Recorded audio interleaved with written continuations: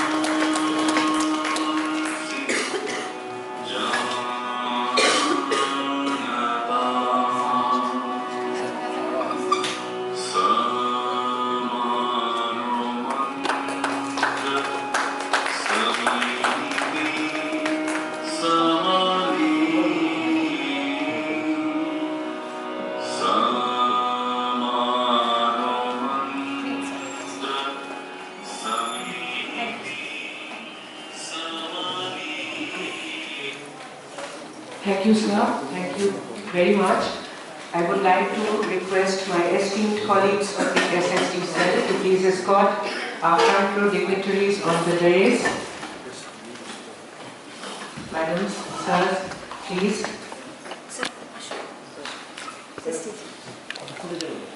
Just 10 minutes, sir. We have a small felicitation ceremony and we will hear from... Sir, please. Sing, sir, please. Shurab, sir, may I request? Shurab, Yes, sir, yes. may I request you to hand over the certificates? Madam Anand Prabha and Kinshuk, sir, can you please help our General Secretary, sir, to felicitate Dr. Shoipat Moitro, who is not only our advisor today, but also a resource person. I request General Secretary, sir, Shri Tokun Bhattacharya, to kindly hand over a humble token of regard from our end to Dr. Shoipat Moitro, who is going to be starting the FDP session today. Madam, it will be on stage. Yes.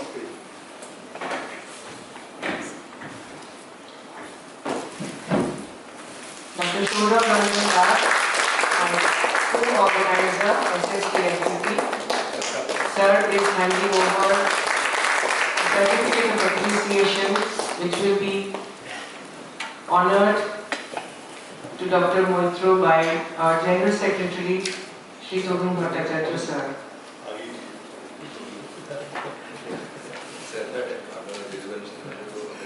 We all know Dr. Shoipat Moitro as our advisor, BCREC Group of Institutions, and ex-Vice Chancellor, Maulana Abul Kalam Azad University of Technology.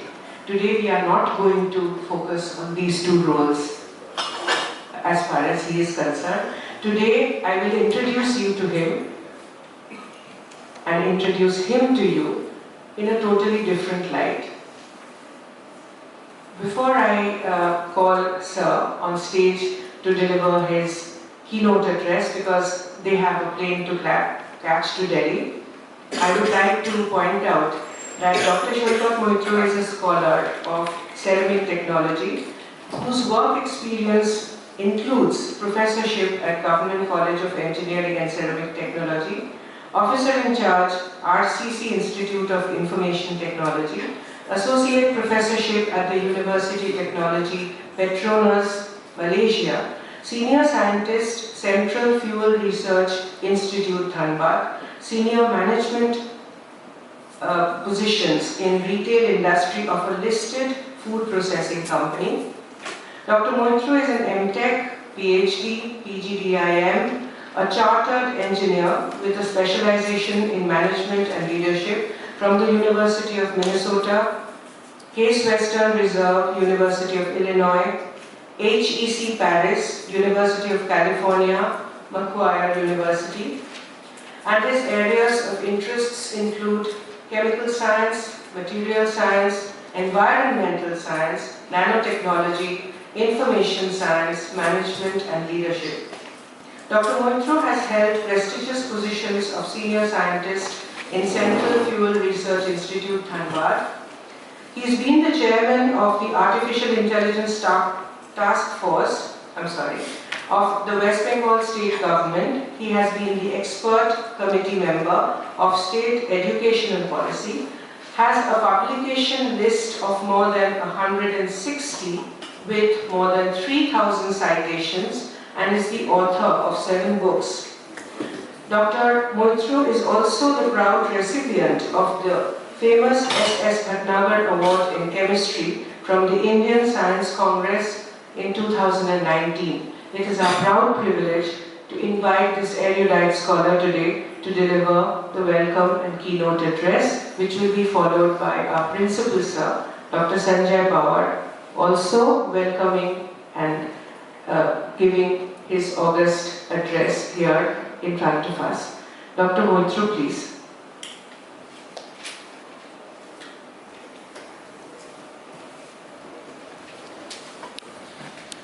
This is in hybrid mode or in physical mode? So this is in physical mode. Physical mode. And Dr. Sadanand Kokle and Madam have joined in. Professor Kokle and Madam, they are delivering their presentations and lectures tomorrow.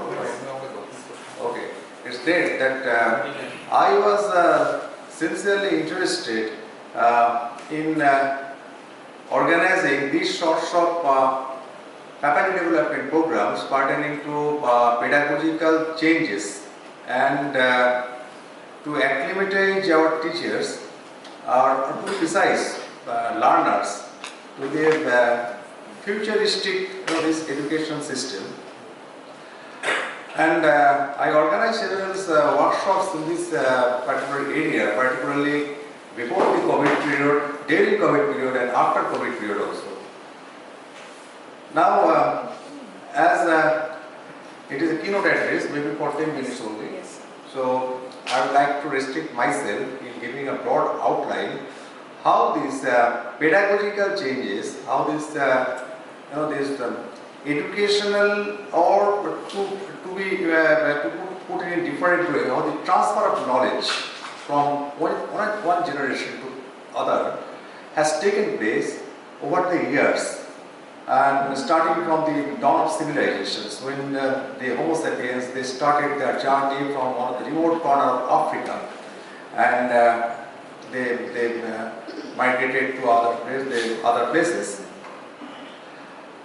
Now earlier, if we look at the different tribes, the culture of different tribes, the people, they used to gather experiences out of their, their endeavor for survival in the most hostile environment.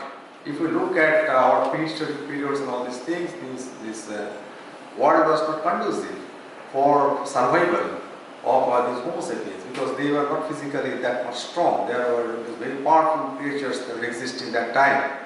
Even then, how to form a network, how to form collaboration, how to apply intelligence, how to survive in that adverse environment, that gave them valuable insights and knowledge and experiences, and they used to narrate those to their next generation. The grandpas, they narrated to their grandsons and grandchildren. And we know that by two distinct ways, this knowledge was imparted, or knowledge was acquired. One is by listening to the stories, another is by direct experiencing these events. So that was that maybe Chris was the first, this mark of transfer of knowledge and learning to next generation, if we call it education, maybe in different forms. Then, as the civilization progressed, human beings, they started to capture different events, different moments in different formats. You know this story of cave of Altamira in Spain, and in different these places, the cave people, they used to draw pictures narrating the stories, how they are conquering one big mammoth or one these silver tigers. So all these things at different places has been discovered by archaeological excavation, and this is another form of capturing the moments, and from that pictures, maybe at that time, other these members of that community, they could gather useful information and knowledge. This journey continued, and then at different phases of these civilizations, different innovation and invention have happened, particularly in the form of this carving something on the stones, or writing on the clay tablets, or this invention of papyrus, or parchments, or these palm leaves at different countries, at different places. And then all the knowledge, all the experiences being captured in all these things. And in Sumerian civilizations, when this the library of Assyrian king Ashurbanipal was discovered, it has been observed that 1,000 species of clay tablets were there, describing how painstaking the efforts were. People were painstakingly, doing all these works on clay tablets, narrating the stories, and the big epic, the story of Gilgamesh.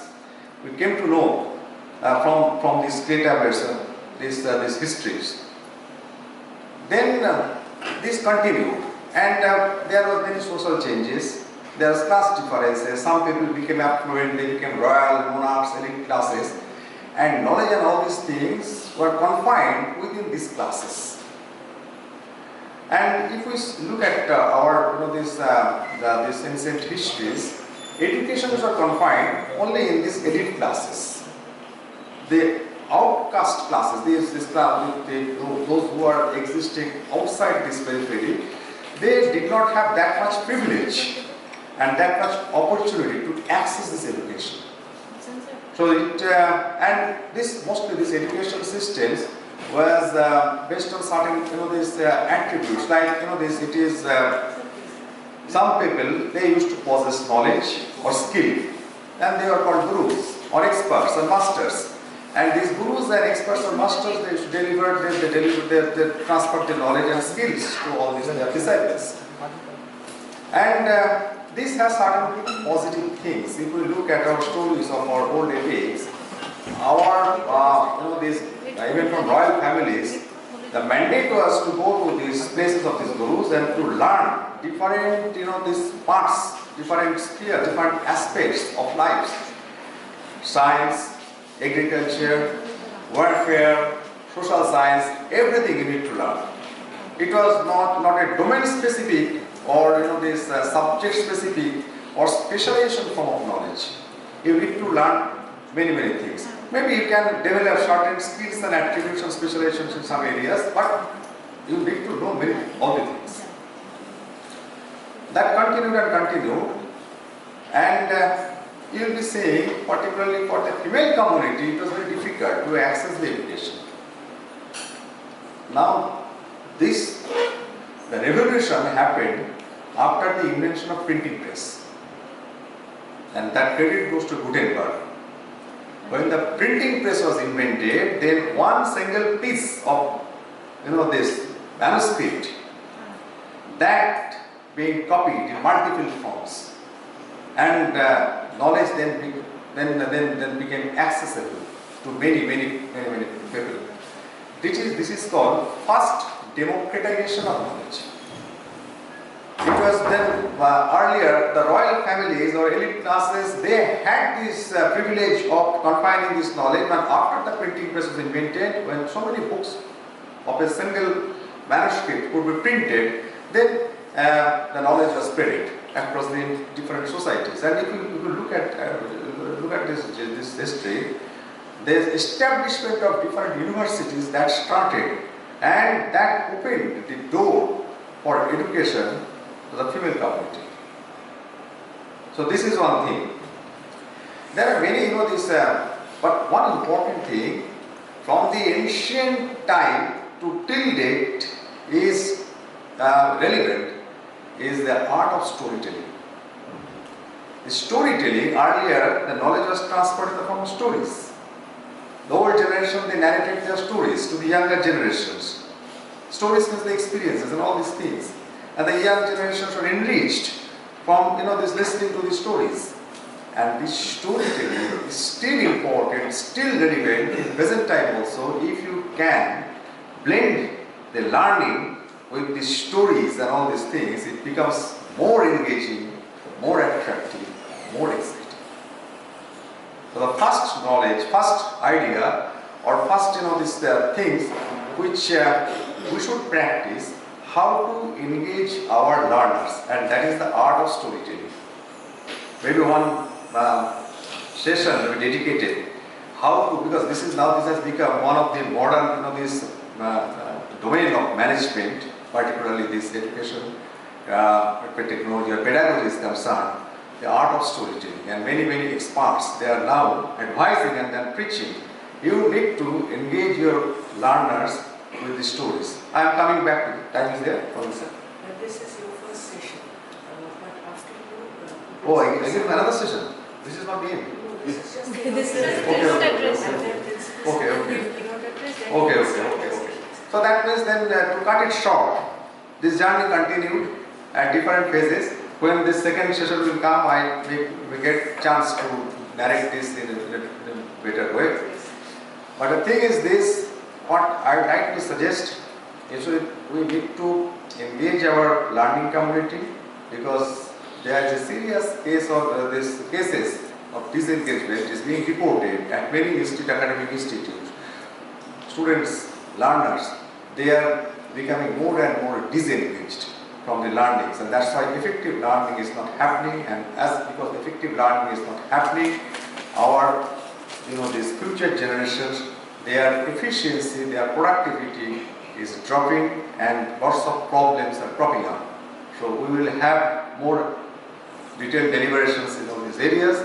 I wish a grand success for this FDP program, and next time when it is there, maybe after 1 hour. No sir, in another 10 minutes. Another 10 minutes? You will rest for 10 minutes and then we will call you, sir.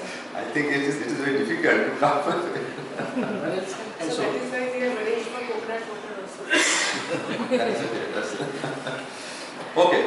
Okay, after 10 minutes again I have to this pull myself and then think what to tell further. Till that period, thank you very much. Wish you all the best. Have a very enjoyable learning session.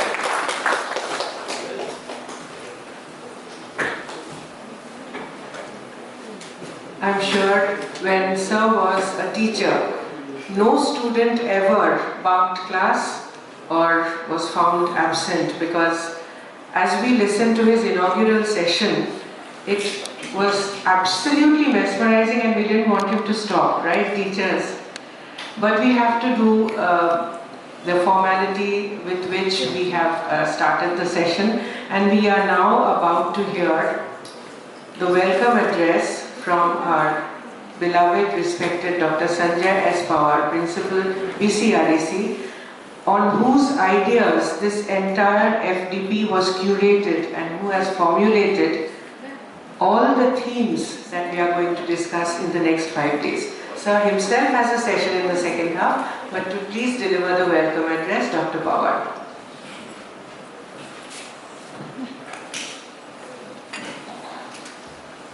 Good morning, all of you. Respected advisor, sir, Professor Shekhar Mitra, our General Secretary, sir, Treasurer, sir, Principals of Pharmacy, Polytechnic, Professor Samanta, Professor Ghosh, Heads of the Department, faculty members. We had been discussing many things. Probably, I think, we had a lot of faculty development programs going on. And these programs were in terms of technical expertise. Its own technical expertise specifically from our own domain point of view, whether it's mechanical engineering, whether it's civil engineering, IT domain, computer science, etc., etc.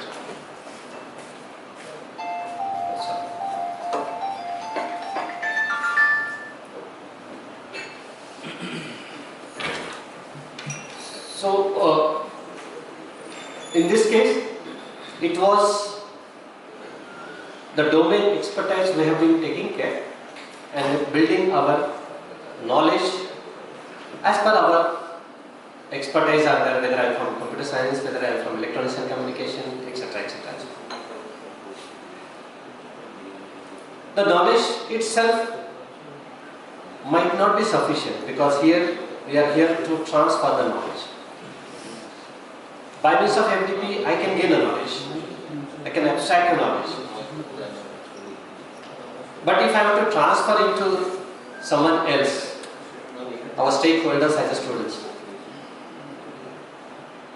what are the effective ways? Some of these things we have learned it from our experience itself.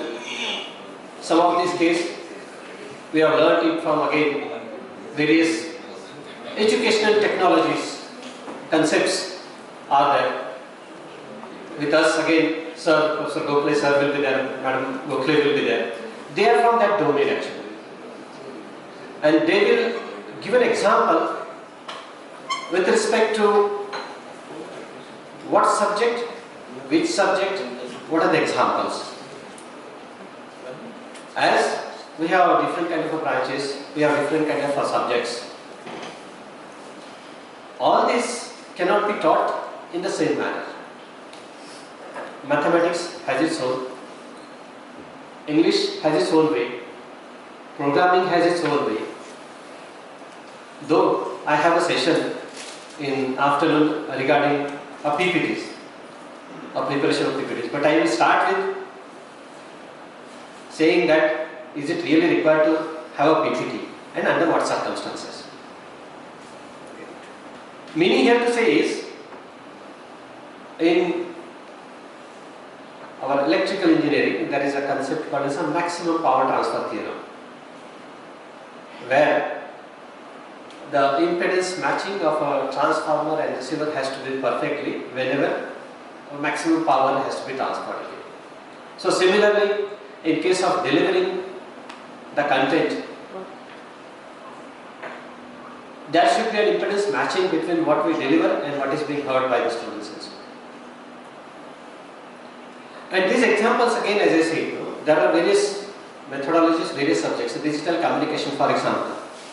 Again, I am from those domain, networking domain, etc., wireless communication. The same subject can be taught in a different ways, different methods, different methodologies, different examples. In all these cases, we as a teacher, we also should ensure that are we able to attract the mind of our students during the session also. And many times we have observed also, while conducting a classes, as I said, I have been conducting a classes, and in fact previously I was conducting a classes not less than 2 hours and so on. It was very difficult. It was very difficult for the students to make his or her concentration for 2 hours and so on.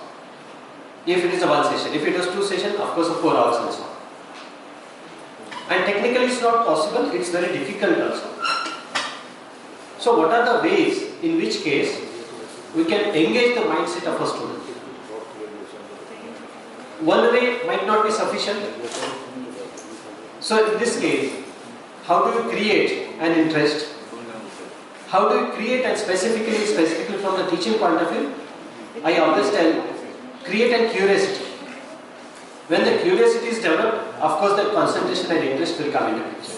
So what do you need to do to create a curiosity among the students when you start a session and when you start a subject? That matters and so on. And these have a different solutions. As I said, English has a different solutions, mathematics has a different solutions, language has a different solution, programming has a different solutions.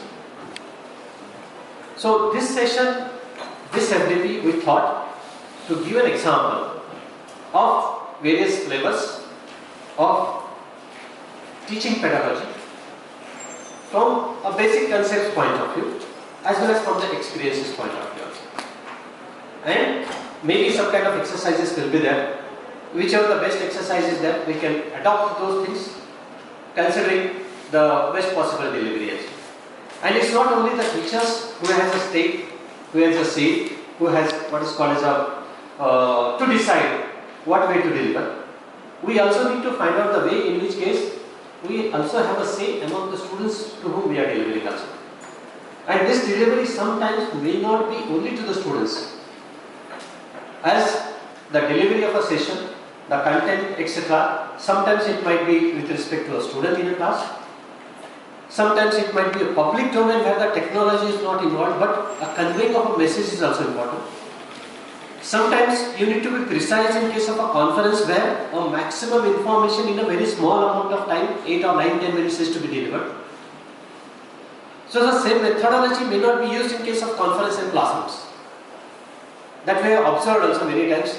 A teacher do not change its mode from classroom teaching to the conference or vice versa. And then have you understood, have you not understood, these words comes into picture when you are delivering a lecture in a conferences and so on, which is not expected. So this kind of things will come into picture when you experience different kind of methods, different kind of observations from the different people who have gone through these methodologies.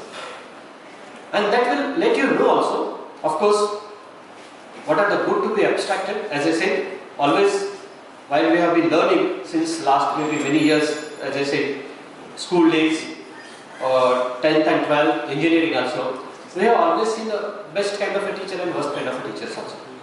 Even worst kind of a teacher teaches a lot of things to us also.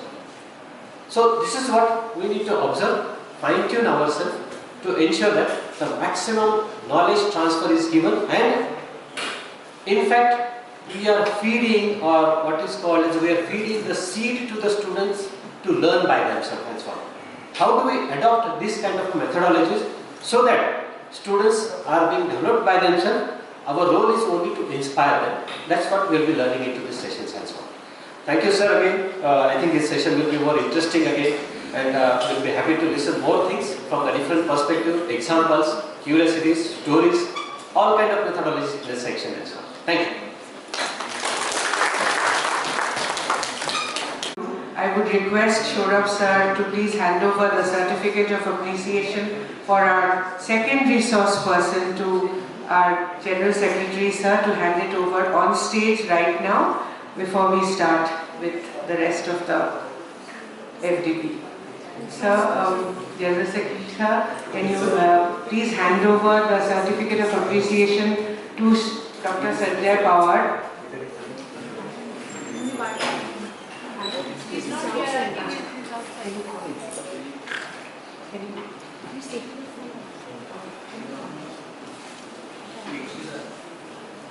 Sir is outside for a minute. Madam Sen will request him to come and collect the certificate in a minute.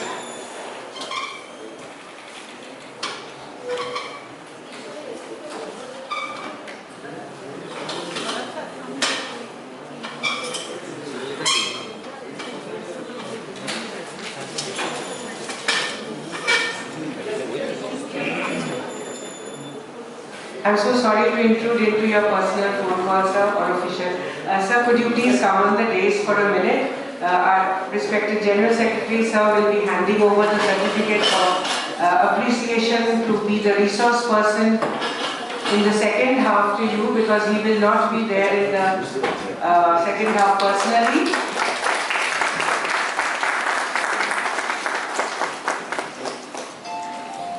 Thank you, gentlemen. And now for the moment that we have all been waiting for, confidence building measures in students and promoting students' interactiveness in class. This is the first step that a teacher has to deal with in class, and to address this issue is the first session of FDP offered by none other than our advisor BCREC group of institutions, Professor Dr. Shoipat Moitro. May I request others to please sit in the first row of the hall so that the stage can truly belong to sir. Thank you, gentlemen, for joining in. Thank you so much and wish you all the best, sir.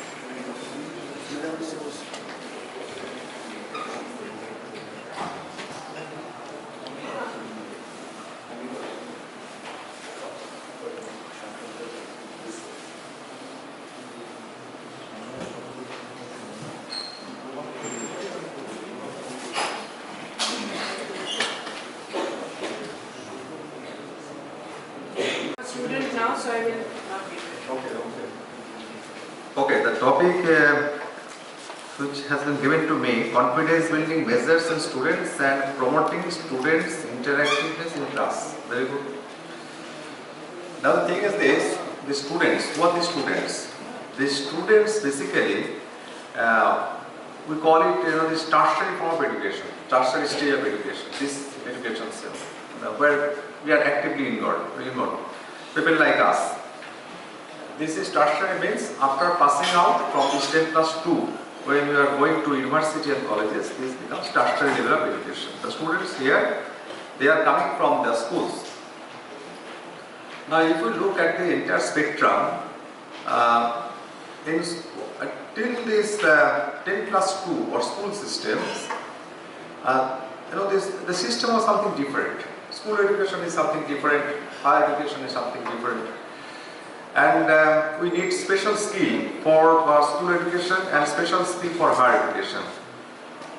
In school education, basically the students, in many of the schools, when they are entering the school premises, they are not allowed to exit.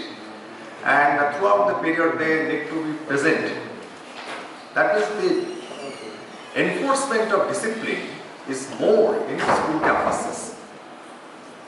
This is agreed or not? Yes, I just stopped down. Okay.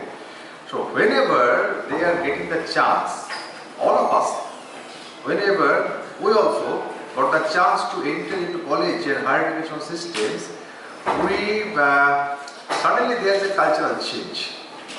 Cultural change of feeling sometimes this cry free. So we have become free now. Anytime when you can enter the class, every classes there will be call of attendance, so we can bunk any class. In schools, generally the attendance is taken at the beginning of the school, and that is the attendance for the entire this session or school hours. But in colleges, the different system is different. It is your choice. You may present at one professor's class, you may not present at another professor's class. This is your choice. So this gives some inherent joy and sense of freedom inside the students. And if you see, whenever they are entering into the college education, all these things, the system is something different. In schools, the content, the delivery, the examination systems, that is something different. In college and in tertiary education, it is something different. Now, what we are observing, this disengagement, which I have told in my previous session, that is happening, that has been happening over a period of time. Even after this 90s onwards, this disengagement started. That because you see earlier our this ability to keep our focus intact was more. Our listening ability was more. That is scientifically documented fact. 15-20 years before, our listening ability was more, and our focusing ability was more. Now, because of these technological changes, because of this Bill Gates, when the Bill Gates' dream came true, PC on every table. That is the mandate of Bill Gates. When this Microsoft Windows revolutionized the entire this spectrum, and after the internet, social media, when this particular 2010, if you look at this entire things, after 2008-10, smartphone, arrival of smartphone, internet, social media, all these things impacted our listening ability, our attention, our focus. Even seniors also. You see, the problem is, I find good morning message at 1 a.m. in the night. Someone is even, that means the people live in at that time. This blue screen was so engaging and attractive, they remain glued to it. They are glued to glue. And throughout the night they are sending the good morning message. So this has become a this cultural change. sorts of cultural shock. Now, casting aspersion on the young community will not solve the purpose. We are also suffering from the same problem. Even when I used to take these sorts of lectures at different hotels or different places, I find that only front bench people, they are trying their level best to keep their focus intact, and those who are sitting at the back, all of them are keeping their head down. Head down is a punishment to school. And here you will be seeing people are voluntarily keeping their head down because they are looking at something else. So this is what double existence. Physically we are existing, but mentally we are existing somewhere else. Hybrid mode of existence. So that is happening at every places. So how to get rid of it? If we tell some people, some authorities, don't allow the students to bring smartphone at their classes. Don't allow the students to engage in social media. It is easier to say, but difficult to do. Technology, time, culture, this cannot be changed. This impact of technology, it is so inevitable. So you cannot change it. So what to do is to devise a strategy. How to keep it engaged. Confidence building. What is confidence building? Confidence building means the students will be encouraged to attend the classes. It is not this forcefully, as if you do not attend my classes, I punish you. Corporal punishment is not allowed. So what sort of punishment? Giving them according to the low marks in their internal test, that is in our hand. So we can, give that sort of threatening messages, but that will not solve the purpose. That is not confidence building. Confidence building means make it so agile, the classroom, so interesting, so attractive. The students, they are, they become excited to come to the class. Even we have seen, we developed some sort of, you remember our times when we were at university and colleges, we developed some special relation with some teachers. With not all teachers. Why? Because those teachers were friendly, who took personal interest of knowing ourselves, who wished to talk with us like a friend. We still remember them, isn't it? So first of all, we need to change ourselves. We need to take the students as our friend, not our students. Not like them, they are standing at a lower strata of the system. It is not like that. It was said by Rabindranath Tagore. If you go through these articles on education written by Tagore, there it has been written clearly, the education is to be taken with respect, is to be given with respect. Okay, both sides should be respectful to each other. Setting sun is meeting the rising sun. We never know the potential of these students. As on date, we are standing, higher, but tomorrow, in future, they may be at much higher position, isn't it? So consider them the future potential, rising sun, and them as friend. So take personal interest for all the students. This is one of the mantra. It is not like that, come like a robot to your class, just call the names or numbers, roll numbers only. Roll numbers means this. We are roll number 37, we are roll number 24. This reminds me of La Miserable. The convict became a number. Happens in jails. Happens in jails. He forgot his name. Everyone used to address him by his number. So he became a number only. His identity was lost. So try to remember the names of all your students. Okay? And try to understand their special feelings. They are special, everyone has some special abilities. Now some people are prospering in our traditional yardstick and some are not. We are labeling some people as successful, some are not. It is the problem of system. Everyone has their hidden potential. It is the failure of our system and of us not to identify this hidden potential inside the students. So, don't appreciate someone or depreciate someone in the classes. Okay? Appreciation is okay, but this passing on comments like you are useless, nothing will happen to you, you cannot learn with anything. So these sorts of comments you should avoid. Okay? Students are not understanding because of the fact you are not in a position to communicate it properly. It is your failure that the student is not understanding. You understand my point? Number one. Number two, those who are good themselves, they do not need you. Only those who are not understanding, they need you. So try to be empathetic. Try to feel the inner state of the students. Okay, this requires very much for confidence building. How many of you know all of your students by name, by their these special abilities or by their background? Can you tell where there's 10 students, he is from this background, he has this ability, or she has this ability, she has this skill, she has this background, she has this problem? If you have, it's okay. If not all 60, 65, at least half we do remember. No, that means you are 50% successful then. Yes.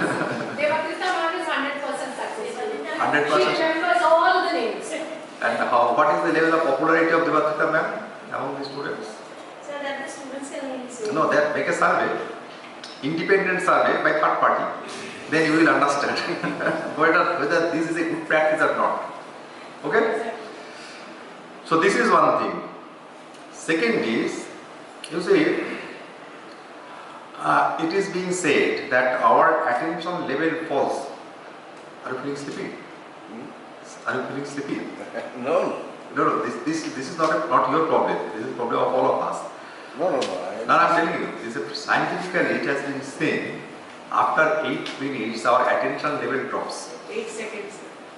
8 seconds is for a single second, but 8 minutes is the time.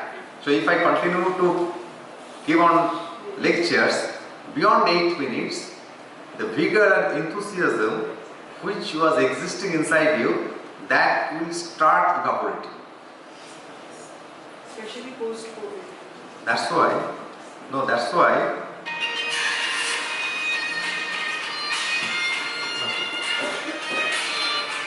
Hello. Hello. Yeah. Yes. Sorry. No, not yet. I have child. Okay. Okay. Yeah, I'll talk.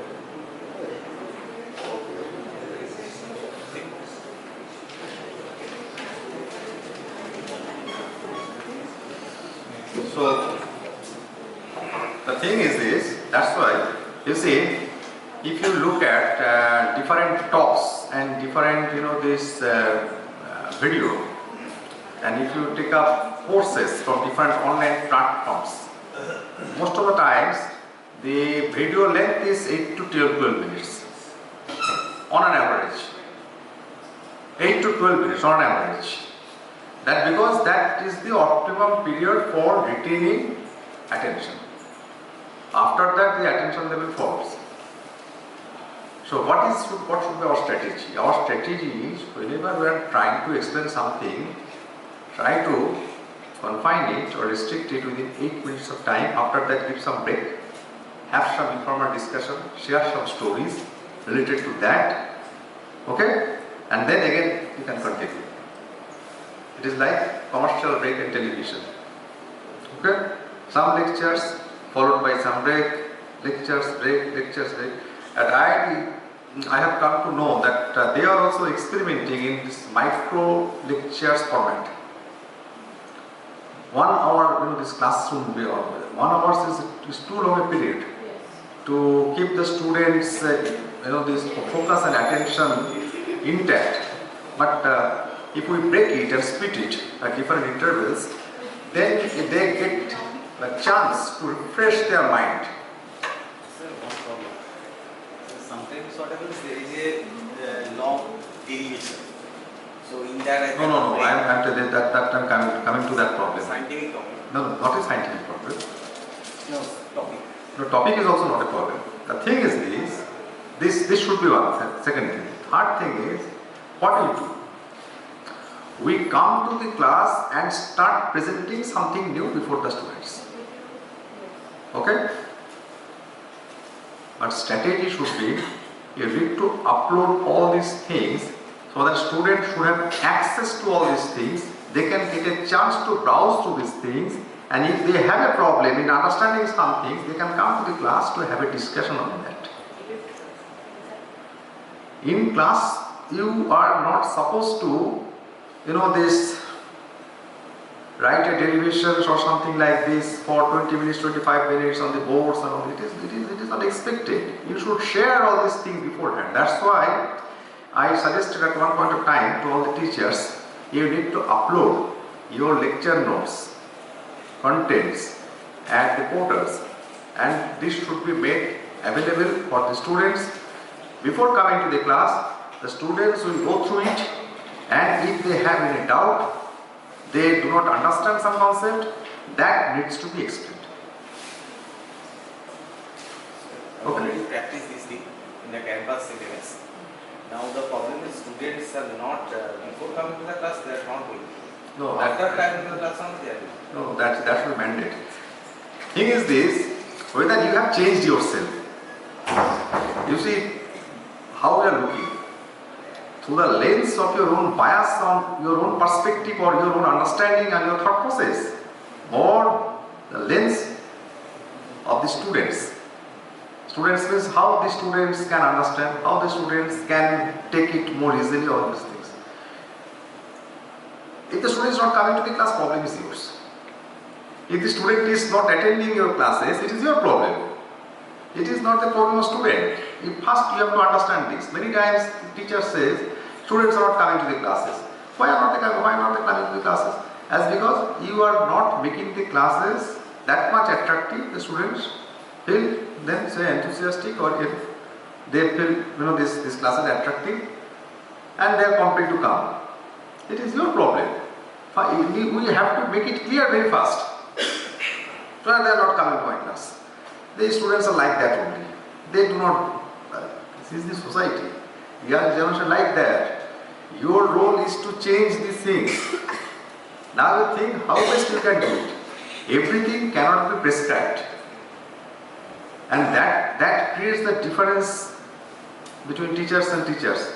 Isn't it? Every teacher has the unique ability. So these are some broad guidelines. It doesn't mean there are no other ways or no other methods to be practiced by you from your own experiences and their own understandings. This is, and you have to identify. Some students, you see, all students will not be the same. There will be clusters of students who are not that much attentive, that much interested. How to design something for them? Can we give them some problems based on this topic so that they can do it at their home and they can come to the class to make a presentation based on their solution? You understand my point? So instead of delivering lectures, those who are not that much attentive, make them teacher. Ask them to present it. Give them content or ask them to prepare their own content and ask them to come to the class and make the presentation. Self-learning is the best way of learning. Okay, so these are different. Now pedagogy, there are lots of things are happening. Experimental learning, experiential learning. To a group of students, a problem is to be assigned, and in a group they will solve. Maybe designing some prototypes, or making some survey, or some studies, or some solution of some problems, and they can come and they can share it with other groups. So how best you are designing and developing problems? Content. Content is to be engaging. Content means it is not like that, it is, I have seen many times, it is now PPT based teaching. Many times I have seen the teachers, they are engaged in PPT based teaching. PPT-based teaching means they make one PowerPoint, and this PowerPoint is, this crammed with all words and words, too much verbose, no picture, no animation, no sound effect, nothing interesting. And sometimes, after sometimes, you will feel your eyes are tired. So how best this can be made attractive, connected with videos, connected with audios, with this animation, short things. Then giving the problem to the students, asking them to come to the class to sharing their experiences, and how best they are making presentation, change their groups, make separate groups, all sorts of experiments you have to do. This is nothing but experiment. Teaching is an art and everyone is not an artist. Isn't it? So, and the great teachers, they do not need any classrooms. When is a tree, they can teach. If you look at this life of great teachers, Jesus, Buddha, Muhammad, what they used to teach. And millions and billions, they followed their teaching. So, this is prophecy. Professors, prophecy, profess, all these things, yeah, they have their linkages. So, what you are telling, giving them some problems or giving them some insights so that they feel curious, they then go for a walk, for a long journey to solve the problems further. You have to tell them, you have to make them, tell them, give them hints, this is the problem. Now, you think of that and develop it further. See how best it can be done.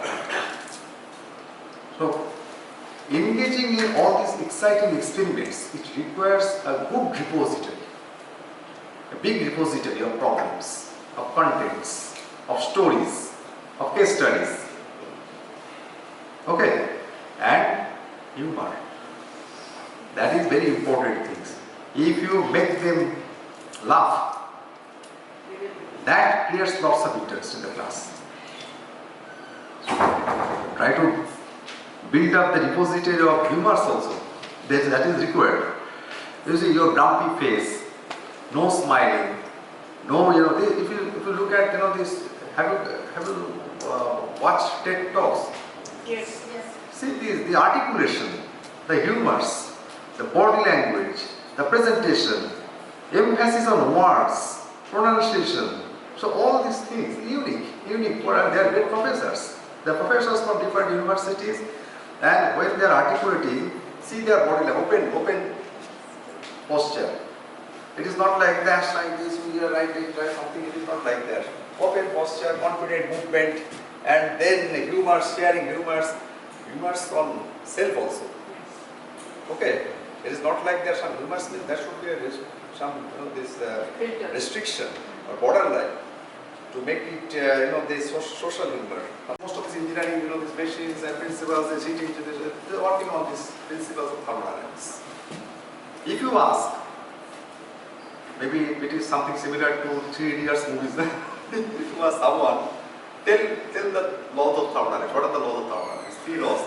There is a 0th law people are telling, but this is the first law, second law, third law. What are the 3 laws of thermodynamics? So most of them try to remember the bookish definition and then they will try to share it. Okay? Very difficult. Very difficult. Bookish definition you will forget. I have learned it from Professor Natarajan. He was also, once upon a time the director of IIT Madras.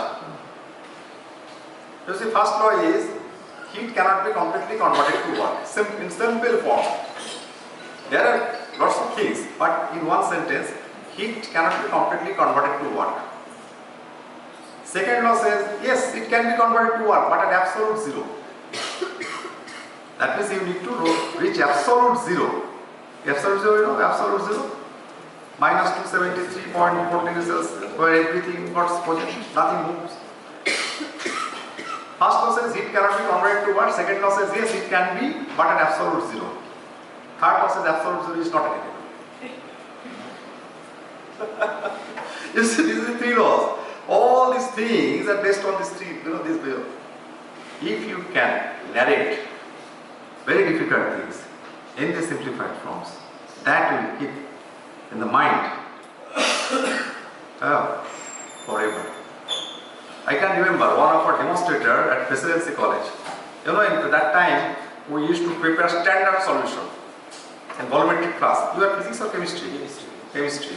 Standard solution. You have to weigh there is the Sartorius balance, this much weight, this, and then put it there.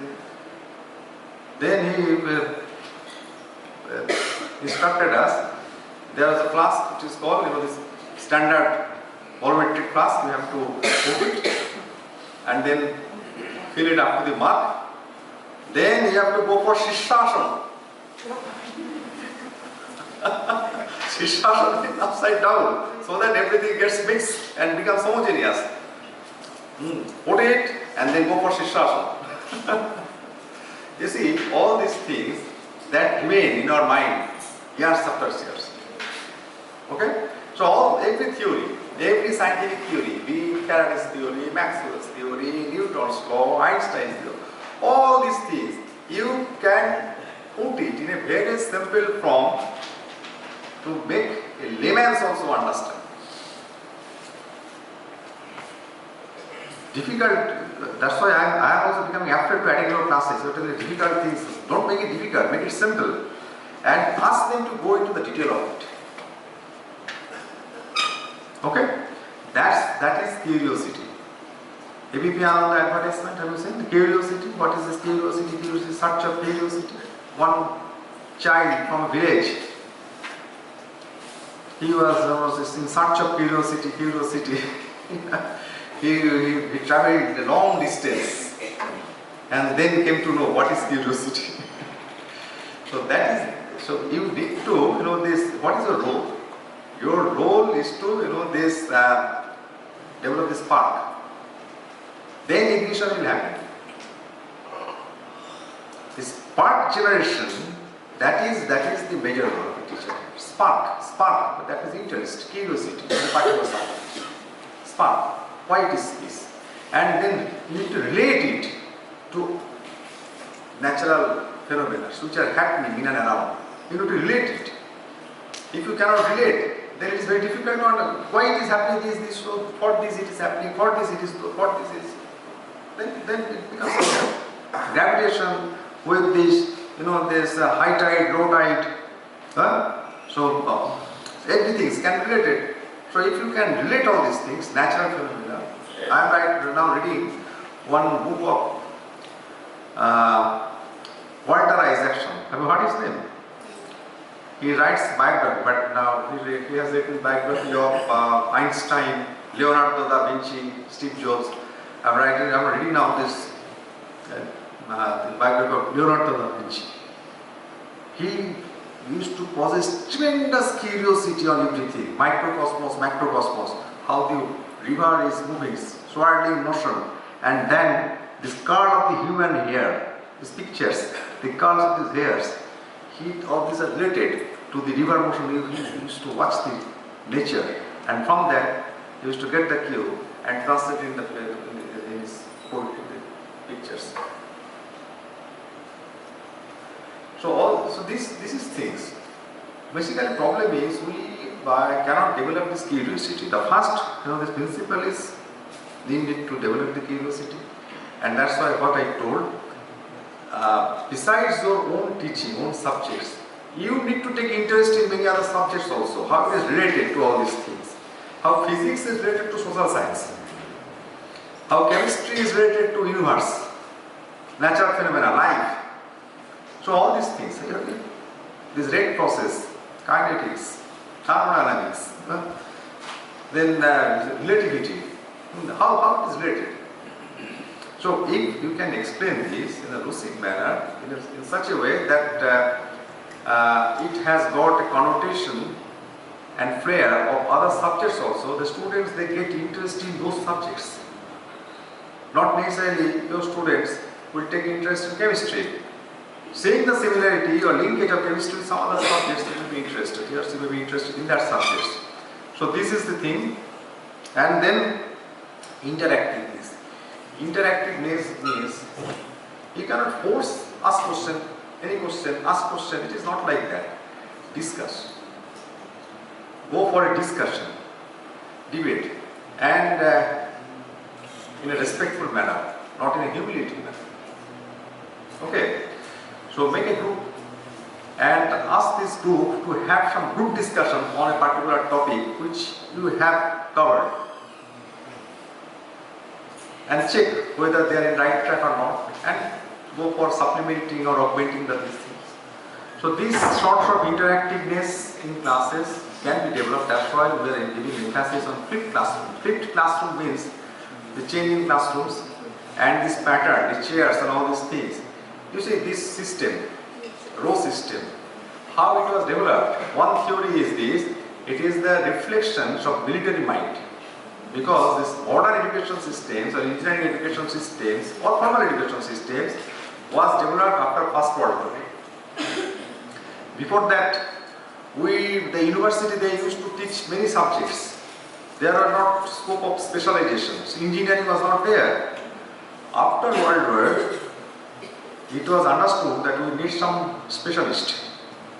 For mining, metallurgy, mechanical, civil, we need specialists. And that's why these different domains or areas of engineering subject evolved after First World War. And as because the military people, they were instrumental in designing the education system, something like that. Commander is here and cadets are there. Cadets, they stand in a row. Understand? Yes, sir. So it is like this. And who are sitting at the back, they can see the back of, this, they are fellows only who are sitting in front. In modern systems, you need to see the faces of others. That's why the circular systems, where the learners also, they can have a chance of interaction with their peers, this to be developed. Here it is not like that. Here you can have a chance to interact with the left and right side only, not here. You are sitting at your front, at your back.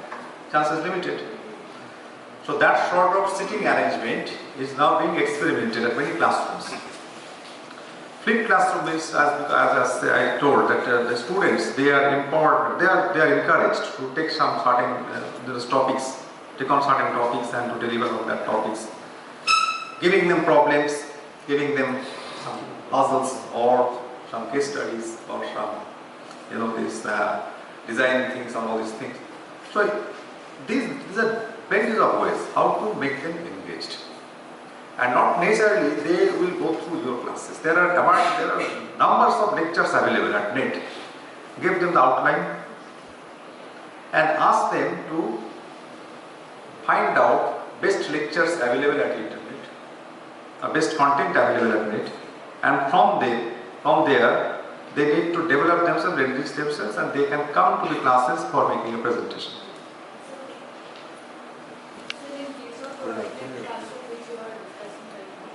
So the problem which we face, we give some problems to them and then make few groups as well. And then there are students who are unable to speak in public. They are shy, they don't want to speak. There are in the group of 10 or something, only one student, he or she is attentive and speaks in public. And there are 9 who are not so. No, this is a social problem. Sometimes it is also a problem like us also. Here, if you see, it is not as you see, mobile devices, anything can be recorded. So that entire discussion can be recorded, and then ask them to go through it. And then who are not speaking, ask them to next time try to speak more. Encourage them. It is not like that. You see, these problems is related to many factors, backgrounds, then our upbringing, then our the surroundings, many things. All on a sudden it will not be removed. But we have to try how they can overcome these problems. I am also a shy person. I generally do not talk too much until unless I am forced to do that. Many of us are like this. You will seldom find people who are voluntarily speaking and talking, this. And then if you are there, you can have a right intervention. At least they should speak. And Maybe after 3, 4, 5 sessions, those who were not speaking at all, they start speaking. Okay. So these are all experiments. And I am telling this is my experience, but you have your own experiences also. And try to see, these are the different techniques, tools are coming up, a lot of gadgets have come up, and now internet is a very powerful resource, everything is available there. Earlier, we had to rely on the lectures presented by the teachers only. Now there is internet. Right? At your time, what is the scenario? From Calcutta University, Durgapur? No, I am from IIT. IIT, everywhere. Whatever the teacher used to give, that is the thing. But now it is not like that. We used to write every line. Every What line. was telling. But now content is available. Just give the outline. Don't prepare notes and all these things. Maybe a broad outline you prepare. Describing the different things of all this thing, but in detail, the contents. If you ask the student to search for it, that will give that will develop their ability for self-learning, their interest, and useful this productive use of these mobile phones. If you ask them to use a smartphone, but for this purpose, then it will be productive uses of these smartphones. Otherwise, only seeing reels and Facebooks and all these things, that will share wastage of these very powerful devices. But if it can be used to search these different contents, different lectures, different videos pertaining to these courses and contents, then it's useful. Okay. So how we are changing that these things, course of this flow, there lies your expertise. And again I am saying it is an art and everyone is not an artist. So to qualify as an artist, you need to invent, you need to innovate, whatever tools, techniques, gadgets, information available, be aware of that, try to enrich yourselves with lots of repository, lots of stories, lots of humors, lots of little areas, lots of problems, and all sorts of these positive things, so that your students can be encouraged, enticed to come to the classes, and they can be involved in useful deliberations of learning. Okay? So you had earlier highlighted that when you visited our campus, BCREC campus, about ChatGPT and AI and all of this. So earlier also, while taking classes, many a times students they also know, but then we also through our discussions, these kind of topics come up. Now out of that, there are certain students who are interested. So I have seen two kind of results outcome. One of them is that there are certain students who have interest in knowing what is ChatGPT, how to utilize. Then there are certain sections who are not interested to go through books, and now what they do is they will simply take a topic, put it in ChatGPT, they will just download something and they'll come, ma'am, please see these notes I have collected from ChatGPT, how is it? So how to deal with these kind of problems, because they also need to follow the books, and in ChatGPT what happens is they get certain articles which I find that it is not complete, it does not give the complete knowledge on the topic. But No, I think that you need to convey. But there are many things which ChatGPT can be used productively. Maybe in some areas which is not, and ChatGPT there is a scope of it. ChatGPT, now the latest form is ChatGPT 4 or Google Gemini. And these are the special features. They are making the search more exhaustive. Sometimes it is useful, but these demo versions or the earlier versions, they have limitation. ChatGPT, this traditional version, they were their content were still 2021. But after that, ChatGPT 4, it requires this purchasing license. So that's why the $20 per month. $20 per month. But that is more exhaustive, this search and all these things. So you need to make them understand. So whatever you have said, this ChatGPT version, it is not giving a full pictures. There are this lacuna in it. If you use ChatGPT 4 with purchasing license, then it may be some near to accurate and all these things. But Even after that, there is a scope of auditing and modification. We can go for further modification, further rectification. So ask them, you can develop your content because what is the role of technology? The role of technology is to reduce our time required for performing any task, isn't it? So earlier what was the process? They used to visit all sites offered by Google, and from these sites copy and copy and copy, then synthesizing these copies together to make a report something like this. Now ChatGPT itself is doing it very fast, but after going to the content, if it is meaningful and if it is with reference, so reference is very important. Ask them to collect references also. Sometimes ChatGPT doesn't give reference. ChatGPT 4 versions and all these things, if someone this has access to it, it is better. Or this Facebook has developed this Llama. They have a new this. So these are the new development. This is not AI. This is a special version of AI, generative AI. So Llama, Facebook, Google, Gemini, Bing's, ChatGPT, all these are very powerful. Only thing how these are being utilized. Okay, you cannot avoid that. You cannot restrict that. It is being used in many areas to develop content and all these things. But to see, and the thing is, what is the beauty of it? Within shortest possible time, you can engage them to write content on many topics. Understand? Yes, sir. Efficiency increase. Earlier, one problem that used to take 1 week, but now in 1 day, maybe 7 problems can be this answered or solved. So this is the beauty. So this is giving you more power for taking more and more problems. But this is your role to check whether this content is proper or not, whether it is synchronous or there is this mismatch of all these things. That you have to check and then give them comments. So this is like this. We need to further rectify it or modify it. So afterwards, we cannot restrict technological advancement. So, but are they learning in this process? They are just copying and... No, copying, pasting, earlier also they used to do. From these sites and all these things, pages, they used to copy. From Wikipedia and others, they used to copy. Wikipedia, for example, is not a standard thing. Wikipedia, it is a social, it is for crowdsourcing. Crowdsourcing, anyone can update, anyone can upload.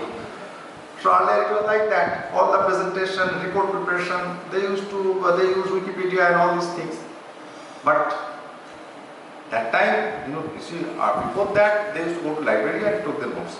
After that, computer. Computer means browsing different sites and copying from there. ChatGPT itself is synthesizing all these things. Learning will be there. Ask them to go through it and identify where there is a discontinuity or not, where it is a continuous and meaningful, whether it is supported by references or not. Okay, so then only it can happen. But what you are telling, what you are afraid of, copying system was there also. After this Google search started, copying system start. I have seen that. That time it was different. That time I told that it is reducing our time. That time copying all these things and synthesizing that took time, and now it is not taking any time. So we gave them more assignment, more topic, and ask them to check it, go for auditing, give one's content to another student. Content developed by one student, give it to another student for checking. That is called peer checking or peer evaluation. Have you taken up any Coursera programs? In Coursera, the assignments, this needs to be checked by your peers also.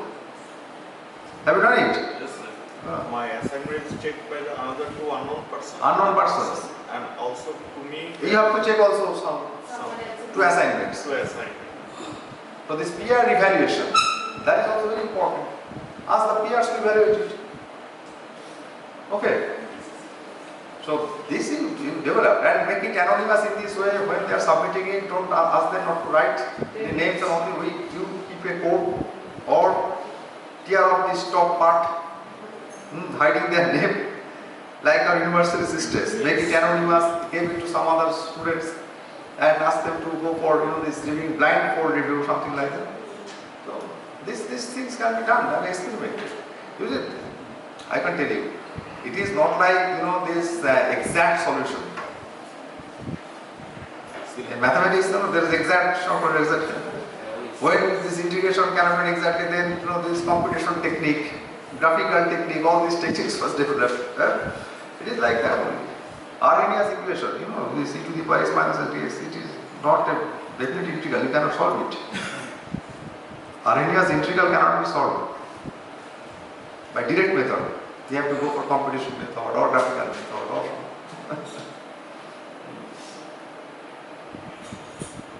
okay. Any other question?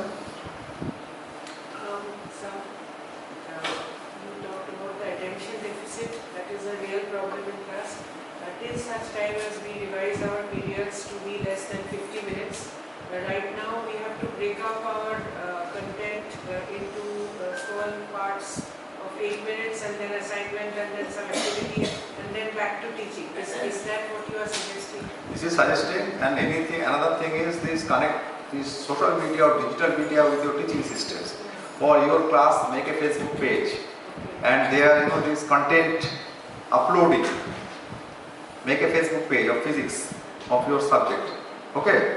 And there the students, they may be given problems, they may upload their things, they may post some things. Engage them digitally or physically. Inside the class also? Outside the class also, anytime, 24/7, anytime. Holidays, evening, night, day, whenever they are awake, they can post something. Okay, so this is your role, how to engage the students. Now, technology has given us this option of engaging the students even when they are not inside the premises. Doesn't it? So give it to them. Okay? Any problems? Any question? Any questions with solution? You ask question and give your solution also. Okay, so your suggestion like to see the video and animation also in my classroom already performed.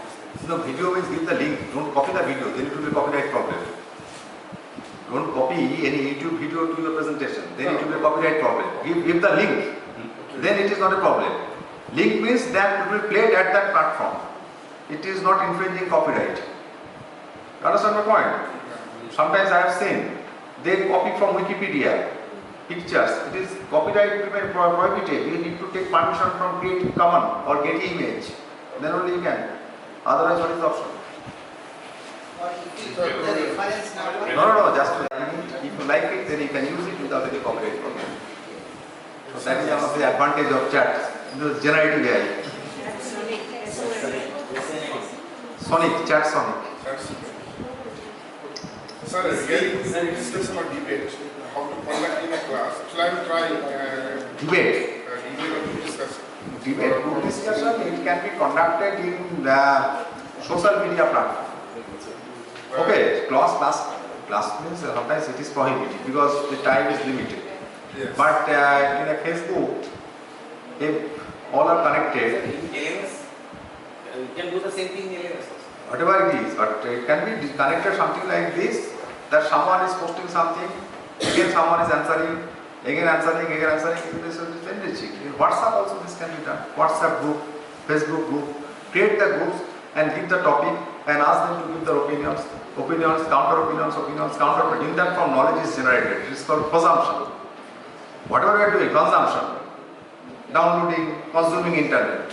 But you need to upload something, our opinions, our views and all these things.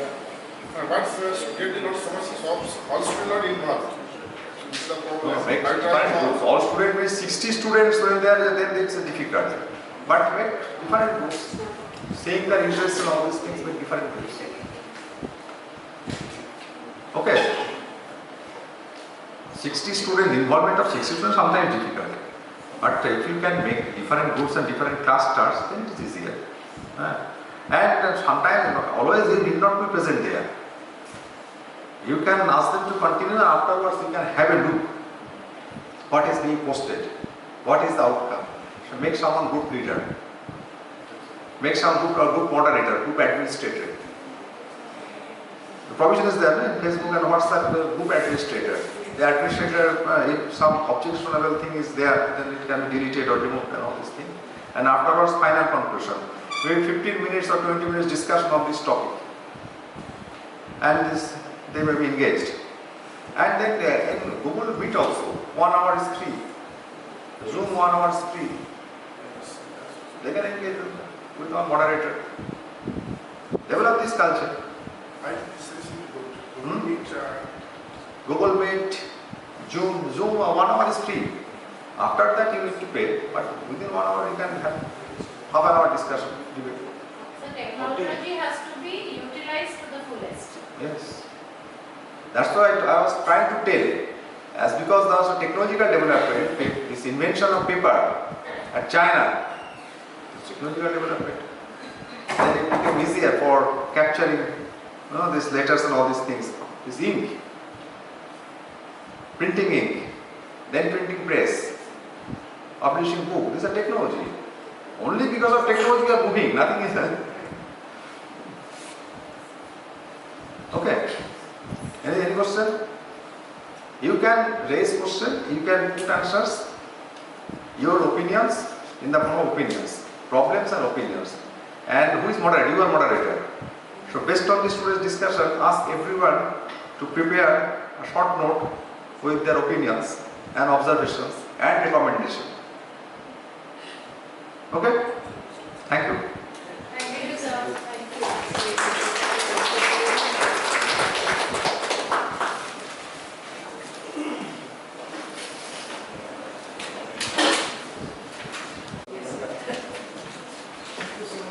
Thank you, sir. Advisor, sir. Now we meet again at 2:15 for the next session, and our principal, sir, Dr. Sanjay S. Pawar, will be delivering the next lecture. So till that time, you can lunch. Cloud computing and many more. His skills, his experience and his expertise is endorsed publicly in public domains by none other than the General Manager Satish Kotgire sir from Siemens Technology India. To take over the floor and the stage now, I invite our Honorable Principal, Resource Person, Professor Sanjay S. Pawar. Sir, please.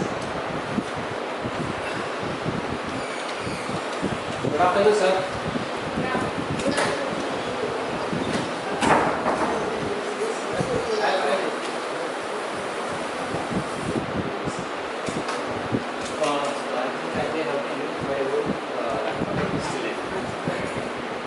So before repeating,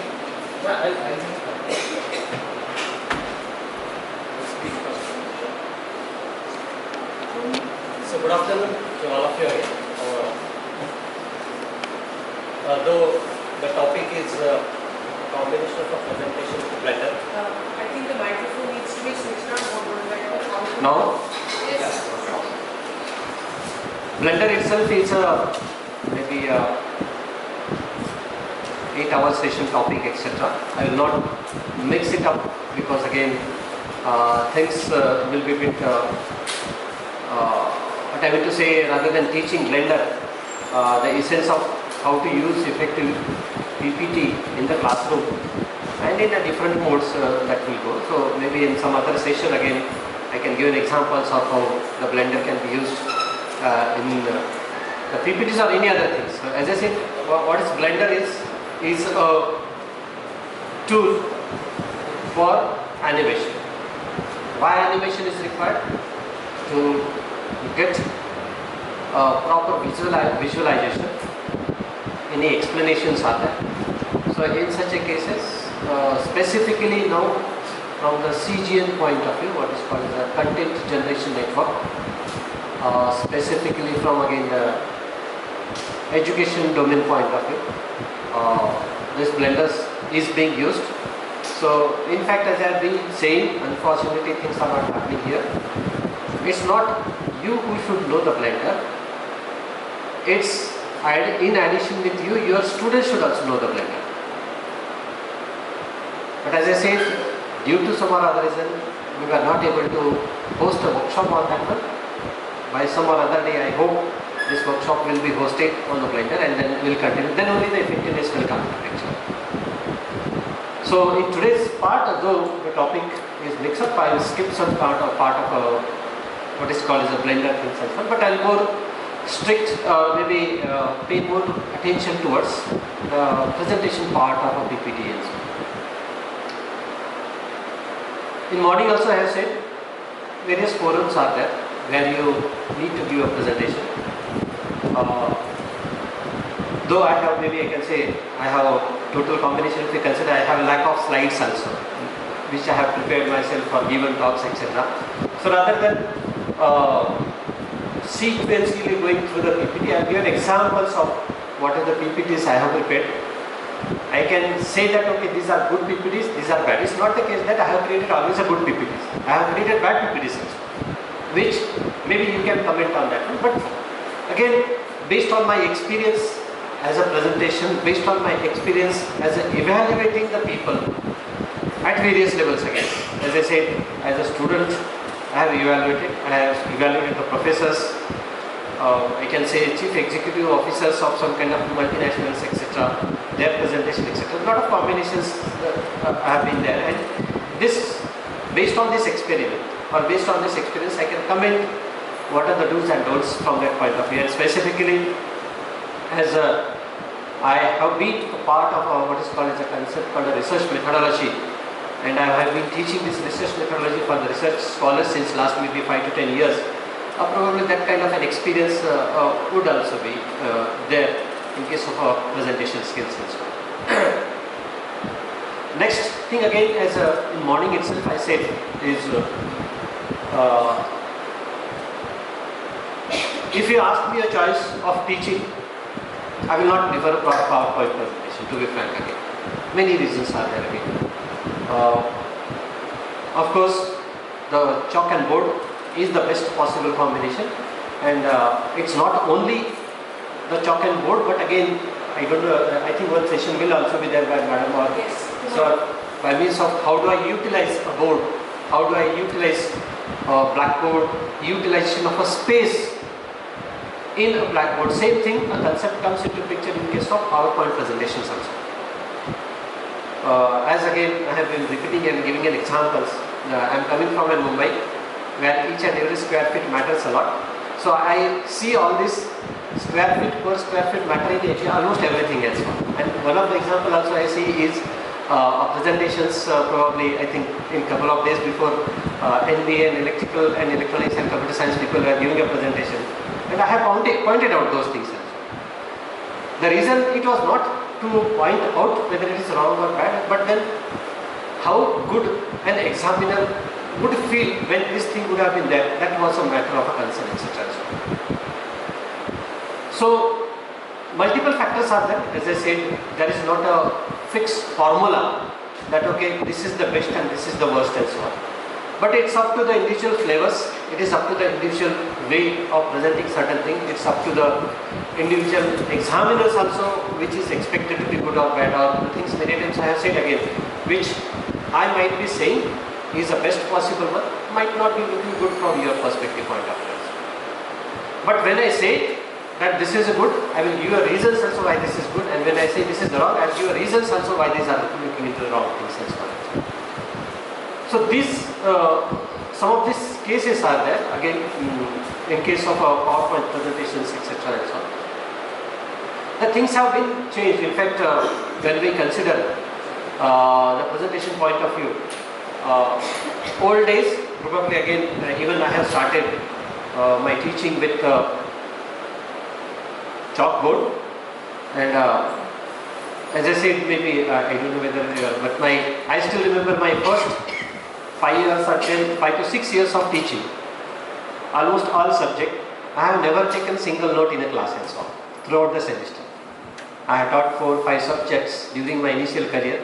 I have never taken any notes. So my teaching was without any notes and writing on a board, and the subject, one of the subject was a microprocessors. So microprocessors include the architectural diagram, the internal diagram, the pin diagram, the peripherals, the pins of the peripherals, and the name of each of them. Why I am giving an example is, again, when you prepare up to that level, the things will get into your mind permanently and so on. And that will help you throughout your life, as I said. So even if today, if you ask me to teach microprocessor, I can start now and end also now. Just by a glimpse of maybe some 15, 20 or maybe at the most half an hour and so on. This is, and as I said again, this is one subject. So similarly, in my total career, I have been telling, I don't know if it's a proud business or not necessarily what it is, but I have taught around 22 subjects in this area as well. My first subject was electronics measurements and instruments. Then it was a microprocessor, then was a communication, then was advanced communication, signal processing, digital communication, computer networks, communication networks. My last subject that I have taught was deep learning.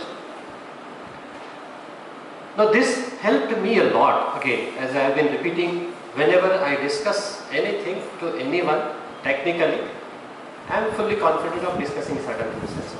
It is this reason which gives me a confidence of discussing any technical topic with anyone and so on, with respect to various fields, including, as I said, image processing, computer vision, networking, etc., etc. When these different fields are there, these have a different ways of teaching. As I said, as an example, the first subject I taught was electronics measurements and instruments. The next was a microprocessor based systems. So these are totally different. Electronics and measurement systems consist of a block diagram, then I don't know how many of you remember those things. It's a digital D to A converter, A to D converter, steps responses, end of conversion, start of conversion, etc., etc., those DAC, etc., those things are there. Which includes, of course, the mathematical expressions also. I cannot include those in a PPTs. Or, for example, let us say, I have seen, as I said, I have seen an example where microprocessors are taught with, again, PowerPoint presentation with zoom pin diagram now. But ask ourselves a question, whether this kind of a presentation of a teaching a microprocessor or microprocessor based system will go into the sequencing mindset of a people and so on. There are two things in case of teaching again. One is, how do I make understand the student? It also means it is my responsibility to create a visual picture of that particular thought into the mindset of a student and so on. And this visual picture of a thought into the mindset will come into picture only when your mindsets are quite clear or the concepts are quite clear and so on.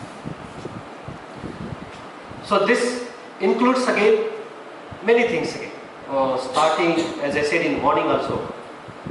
How do I ensure the curiosity? Many times again, my way of teaching in terms of a class would, as I said, with the start of a questions and so on. First session, I think I do not remember again, the first session I always ensure to the students never to write down anything in the notebook and so on. Notebook is to be closed, pen is to be closed. First session, 1 hour session, never ask anything to write to the student and so on.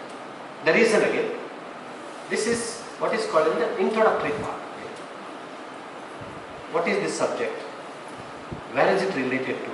How is it related to? What we are going through this particular subject? What is the end of this subject? What you are expected to do, take it from this particular subject, etc., etc. So first session will never be asked to write down anything, just close the note, my dialogue is there, close the book and open the mind and so on. So that I follow. So before I go to the presentation, some rules, do's and don'ts which I also follow during the class, that's the thing which I am mentioning. As I said, I may be correct, may not be correct and so on. But these are some of the practices I have learned from my own teachers who were supposed to be best one. I have also learned from my worst kind of a teacher who taught to me many things, what to not to do, etc. And of course, in engineering, and as I said, wherever you go, always these combinations will always be there. But both of them will teach you many things also. Even with the PPTs, even without the PPTs, even with the blackboard, even without the blackboard, even with the speaking, etc., etc. But one thing is important for a teacher is, do you have a control on a class? And control on a class will depend upon how much command you have in your own teaching and in your own subject. That kind of a confidence level has to be shown to the students also. There should not be any flexibility, there should not be any confusion, there should not be any cases where you are a bit, what is called as not clear about it. I still again remember one class. It was a horrible class, but I still remember that the batch is the best batch I have ever came across any particular things and so on. Merit wise, I think I have told you some other forum, merit wise, the last merit admitted to that batch was 89%. So all the above students 60 batch were having the percentage above 89% in that particular batch. And the subject I was teaching was a circuit simulation, which was new to me also. As I said, in our career we have gone through many times. We have never ever, many times it happens that what we learn we never teach. What we teach we may not able to work. Not things like that. So always learning as a professionals, we always have to learn certain things as well. So in this case, as an example, as I said, a circuit simulation, though I have started using again PPT also, but that was a different case. The first or second lecture itself told me, no, this is not a good for teaching a circuit simulation, etc. and so on. So in that particular class, there are certain cases where, as I said, no, for 1 hour class, I need to learn for 4 or 5 hours and so on. And of course, it was horrible for me, but I learned a lot in that cases and so on, during that period also. Of course, many times it happens that all the answers you do not have. Never in a teacher's life you will be able to answer any questions, etc. But there are certain ways to respond those cases and respond to these cases, etc. So my intention of giving these multiple examples are, even though I am speaking about the PPT, even though I am discussing about the ways with which the presentations are to be done, but in addition with the presentation, that there are multiple things in a class to be maintained also. Again, I have been saying, that is, when you have a class, ensure always for 100% part you have a control on a class also. Not a single person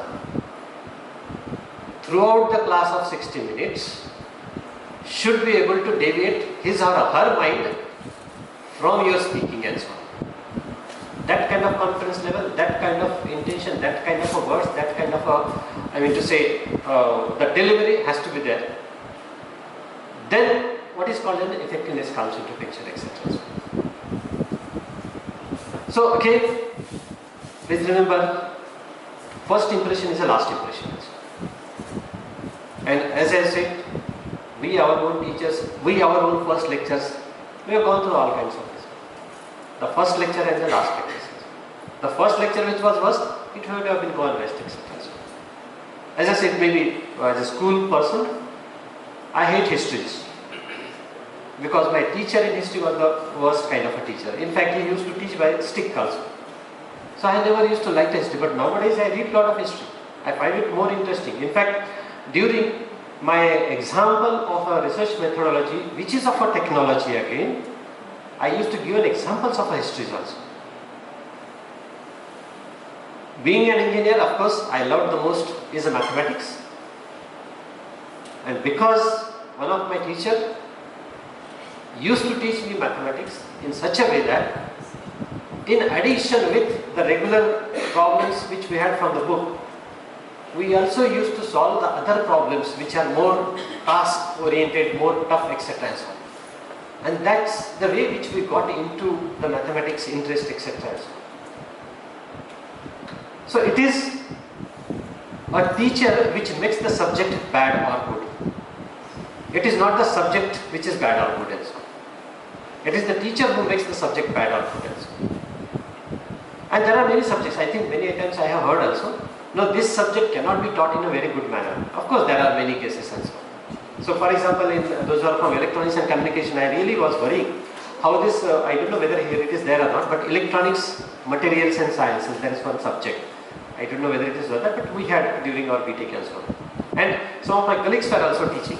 I was wondering literally how I could make the subject a bit more interesting. And students were also saying that, okay, this is not interesting, it was very difficult to make.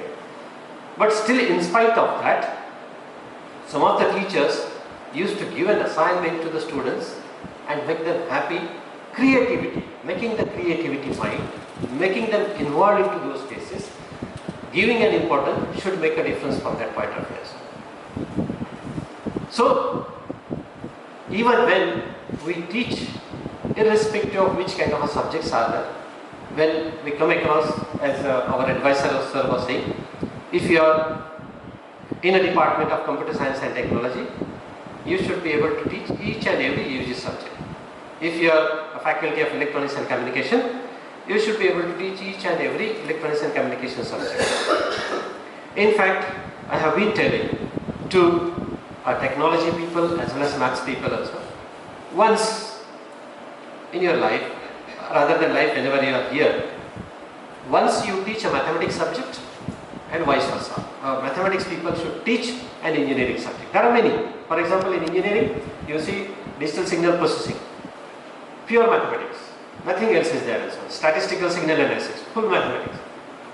But from the technology point of view, this will help you understand and give an examples to the students which is of that particular domain also. And this will make some kind of things interesting to the students.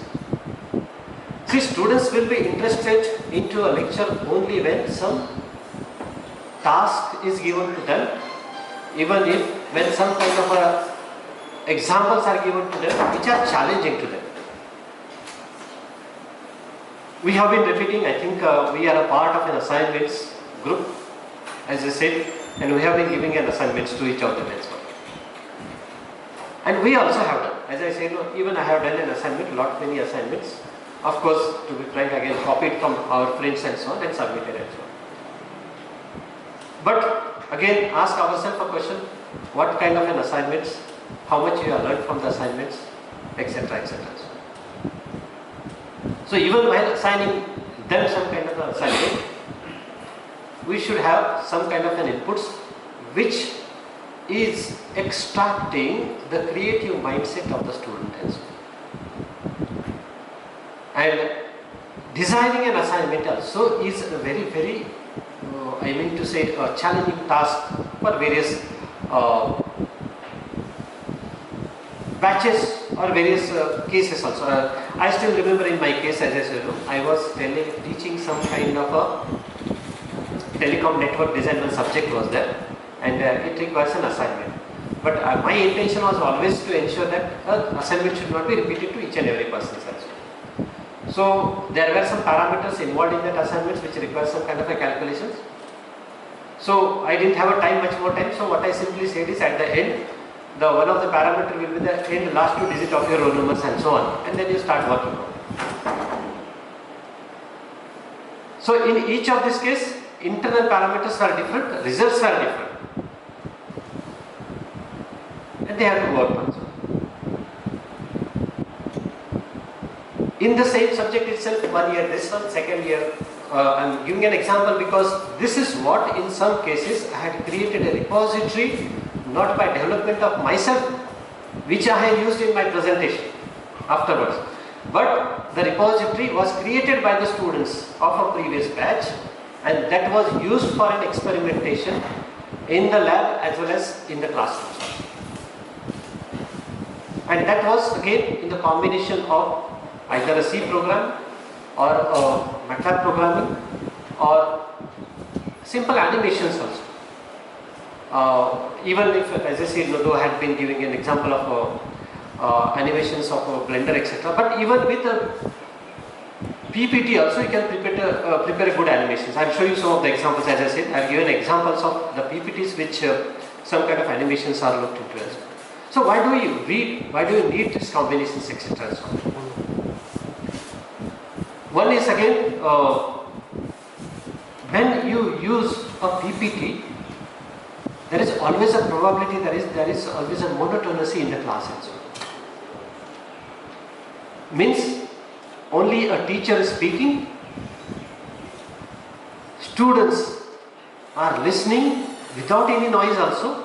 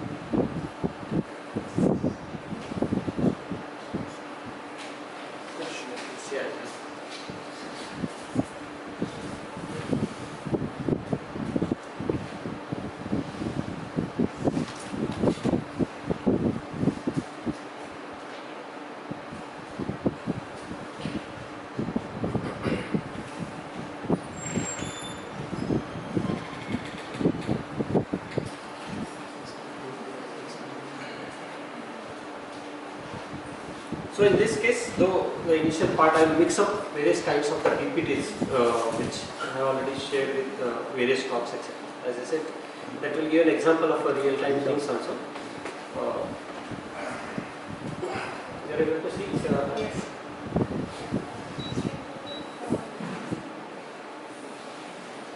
So it again matters whether though it is meant for the various classrooms and so on, but of course being a teacher you will have to give a talk at various forums. Classroom is there, seminar is there, workshops are there, conferences are there, tech talks are there, general public domains are there, and it's not the case that the same PPT can be used in the different domains. So you need to make the changes accordingly to that particular thing and so on. So, is it changing? No? No. You are changing or trying to change?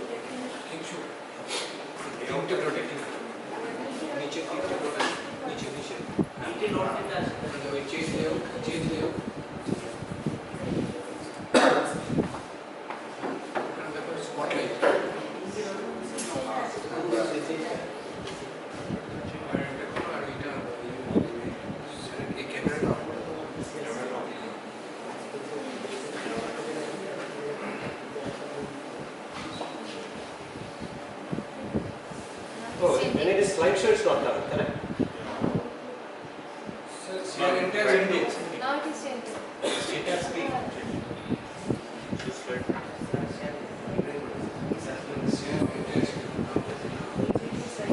Anyway, I will say rather than telling what is good or what is bad, maybe you can have an experiment with respect to this, how the PPTs can be prepared from at a various locations point of view and various reasons. So this was maybe in 2021. I was one of the speakers for this actually World Movies, and then I had a strict time of not more than 7 days to be discussed on the topic I will be discussing here. Now we can check what matters in this case is again the color combination. Specifically, whenever certain forums are there or maybe more pictorial representations are necessary, and writing the matter is not sufficient actually. So you should speak more, or many times it has been observed that whatever is written on the slide read, which is not a correct version of presentation. So you should not read. Second thing again, many times I have been observing is when you are speaking in front of a forum or something else, you should never look towards the PPT. It is the people who should look towards the PPT. You should look towards always to the screen, etc. In fact, I think either electronics or communication, or maybe somewhere where the MBA presentation was there, this comments was made and so on. Never look towards this one, because when you look towards, you do not have an eye-to-eye contact actually. So make any kind of an arrangement in such a way that whenever you are doing a presentations, of course, whenever you are speaking, not only presentation, whatever you are speaking, whatever you are teaching, etc., etc., always your eye contacts should be towards the public people and so on. Never ever back towards them, not less than or not more than 1%, 2% of the time. So this matters again. And even if you want to explain certain things, either I can use a mouse here where it is indicating, or simply a pointer which is indicating here as well. And color combination, as I said, many times again we fail to understand various aspects of the picture also. Which combinations, which design, what letter combination, what background combination. So this is of a personal choice actually, okay? But personal choice should have what is called as the contrast combinations actually. And then if you find it difficult for selecting the contrast combination, you go to the design, already infinite templates are available.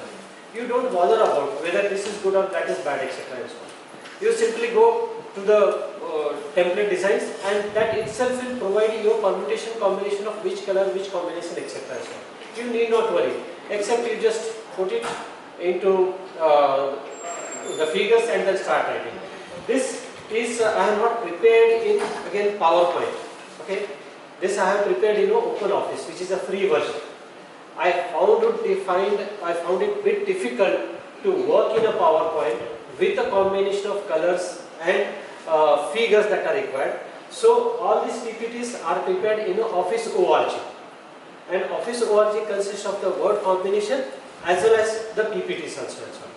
And more specifically, though I intended to use what is called as a WinFig or Xfig. I don't know how many of you are aware of all these things and so on. But specifically engineering, whenever you are using combination, specifically from the research and publications and the presentation point of view, you always use an Xfig combination figures and so on. The reason is, whenever you use this kind of figure, many times what you do is take a figure, take a screenshot, copy it, put it into the figure, and then present it, and then zoom also it.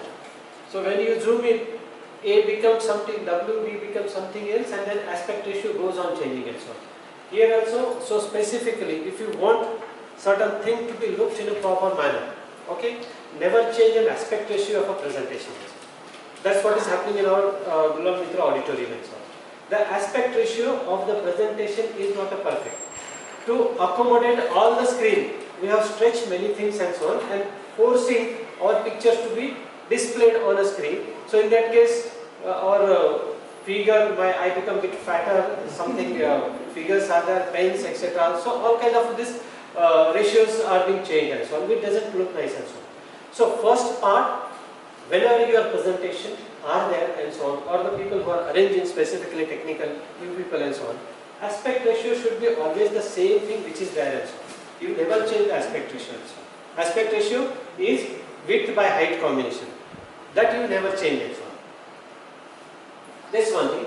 Color combination, and then many times again, as I said, there are choices of which kind of a font to be used in a presentation and so on. As I said, there are infinite choices, your own choices and so on. But usually, more or less, at least I have observed, Arial is being used in a presentation and so on. Reason, technical reason, you check it. I think in our MP also I have told many times to also people. Whenever the presentations are there, whenever some kind of a word kind of information is to be used and so on, Arial font are being used and so on. The reason might be they doesn't have a curve, they doesn't have any kind of sharp things and so on. Always the words are there which, so for example, when this MEC architects are there, you will not find any kind of a font. But when other kind of fonts are there, which is a Times Roman or something else, you will find up a sharp edges and sharp font, which may go when the curves are there, or when you start expanding or decreasing certain things. So whenever you are using a font size, you use always a what is called as an Arial. This again suggestion. May not be a perfectly that is always good, but if you want, you can change those things. Most important point is never ever copy the content from Word file and paste it on a PPT. And most of us do like the same thing. The reason is Word file is meant for the printed version of an A4 document. They are not meant to be displayed on a PowerPoint presentation. They are expected to be can print out and to be looked within a distance of not more than, let's say, 1 feet or 1.5 feet, not more than that. Here we are asking the people, when you copy the things and paste it, we are asking the people to read the same thing which is expected to be in a Word by a distance of 10 meters or more than that 10 meters.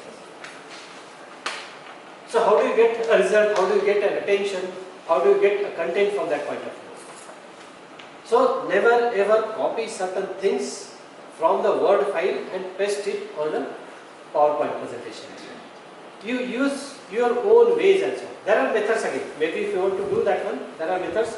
Again, from engineering perspective point of view. I have been telling, I think, how many of you know the latex? After latex, you convert that into the slide text, and slide text will do all these things. If you want to maintain everything, it will automatically convert everything into the slides, and then it will present in a proper format. But then technically you should be sound for that particular things to convert the latex font into a slide text and then run it and display it and so on. That is the best combination for engineering and perspective, or whenever large contents are there. Use always a combination of, it is not only engineering, but I can say what is called as a technical publication and presentations and so on. A professional publication. You use always the latex and slide text. But if you are not aware, you can go to the slide text also, the PowerPoint also, but ensure that the font size, the picture size and the figures that you are using are in a proper format as well. Again, many times the students have used, faculties also have used, whatever is drawn in a report, the same figures are picked up and pasted on this side and so on, PowerPoint presentation. Again, that is a problem as well. The problem is because, I don't know where, but somewhere else, couple of days before itself, I have seen a presentation where the things were being copied from the Word file, pasted, and then blur and noise comes into picture on them when you take a printout and so on. This is because you convert that into a multiple images multiple times, and the processor or the software will add its own noise into that one when you are expanding, compressing, and so on. Filtration will not be there, always that input of noise will be there, and that will create a structure, a problematic structure, etc. So if you are using, best way is again, to my experience as I say, Xfig is the best version if you want to do an engineering or any kind of a scientific drawing. Almost all, so almost all engineering people or any professional people who do the publication in printing, etc. and so on, they always draw their figures in a Xfig. Xfig is a Linux version and WinFig is a Windows version as well. You convert that into EPS file, EPS encapsulated PostScript file, or PS file, which is called as a PostScript file. Save that one and store, and then use into your publication, etc. part and so on. There, one of the advantage of those cases are when you use an EPS or PS files and so on, even if you enlarge the ratio of a figure, okay, the blurriness of the figure or the sharpness or the edges of the figure will never ever go and so on. And that's the reason. Maybe again, I think some of the workshop was held for the latex, and at the same time, if you are also doing at the same time the workshop for the Xfig and WinFig can also be done, so that the combination of that will help with the things and so on. So that is an example of which figures, what figures to be used in case of reports, in case of your classroom teachings, and as I have been saying, is the amount of time it takes for you people to format the Word file and to format the slide text file is very less as compared to learning of a latex and converting that into latex sense. Is, I can say, 90% of your time and energy will be saved if you start using latex sense. So this is what I suggest. That's the reason in this case I was using what is called as a open office, and there I have, what is the figure, I think probably I have converted that into EPS and used here also.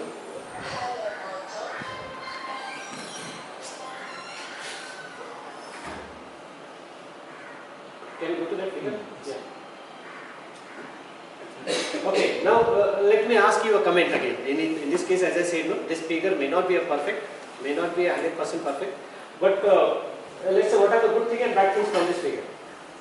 First of all, are you able to read? So, two important things in a presentation you should remember is, first of all, this is your presentation, each and everything you are responsible for that. Okay? So, you should be able to read, each and every person should be able to read that thing.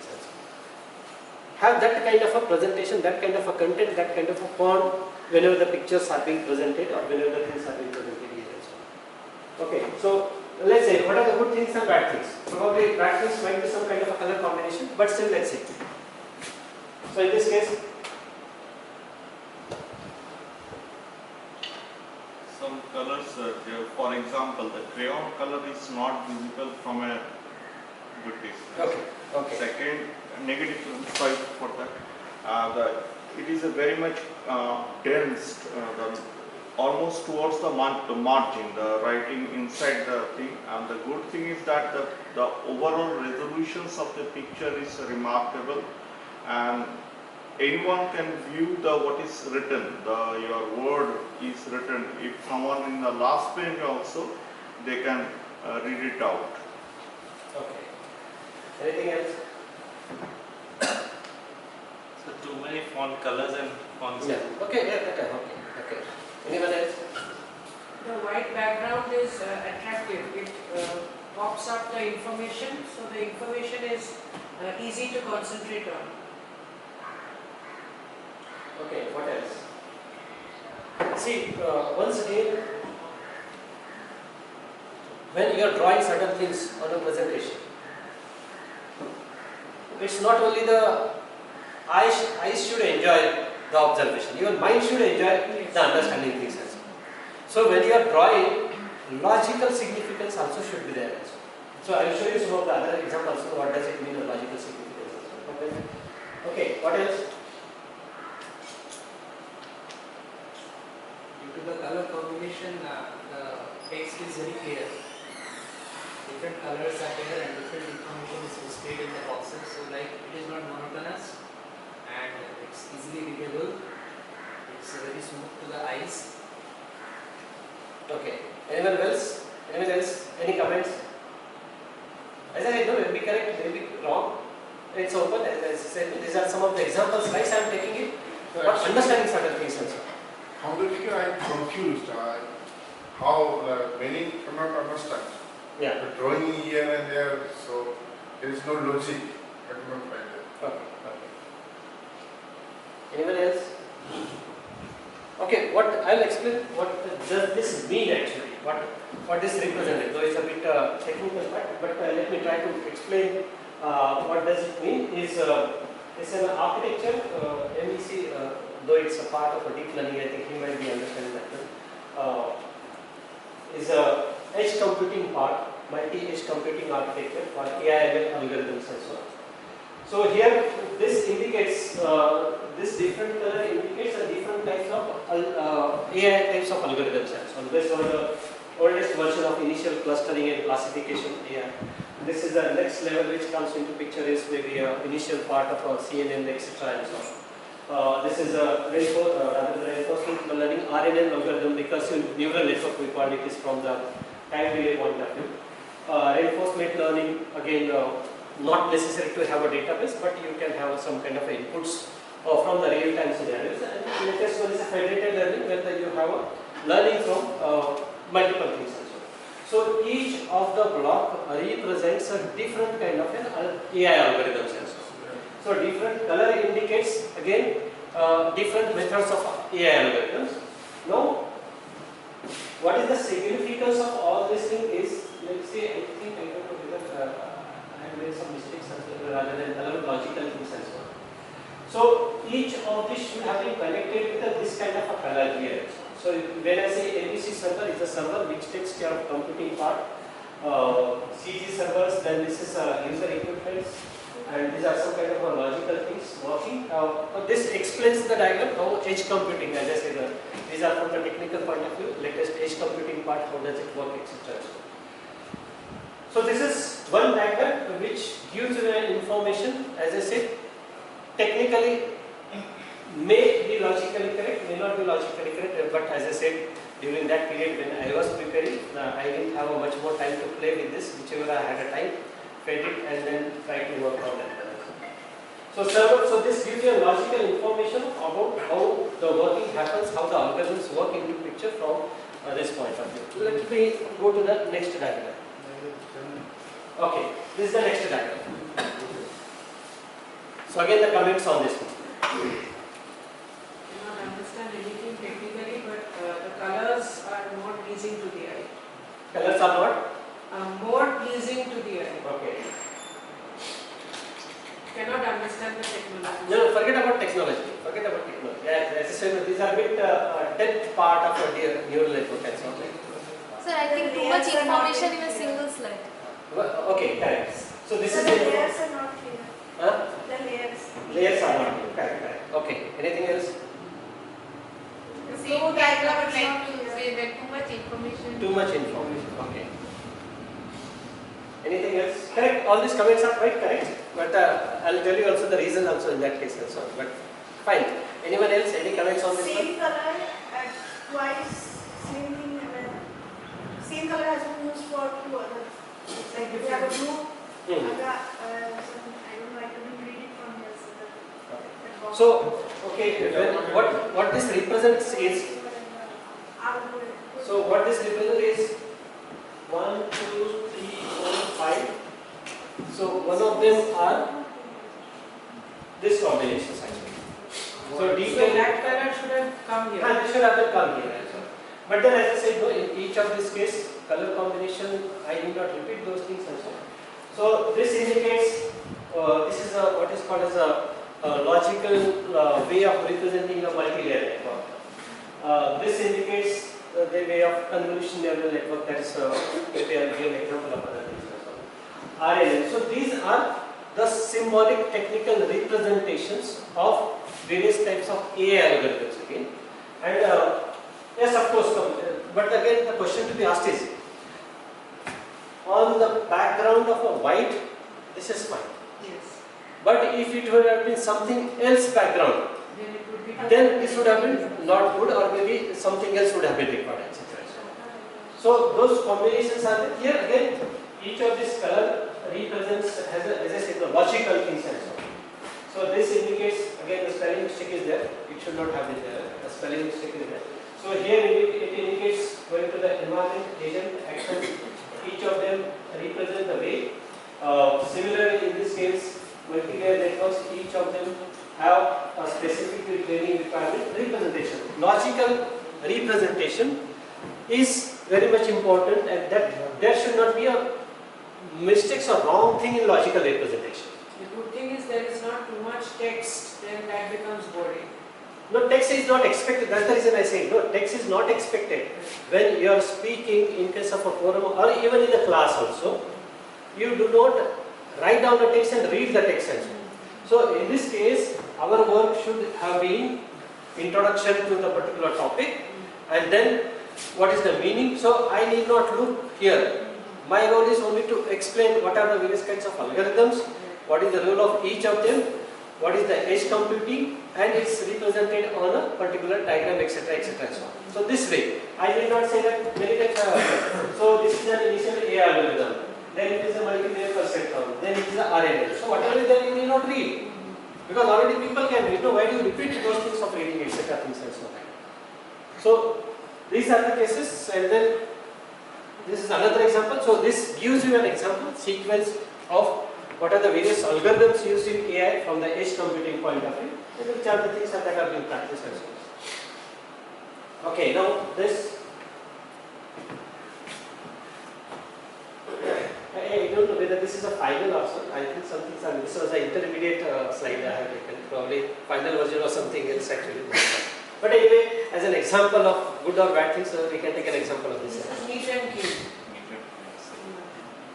Again, we cannot understand. Operations are written in 2 lines. Is it possible for 1 line? Sorry? Actions and operations, probably this is the heading of the PPT.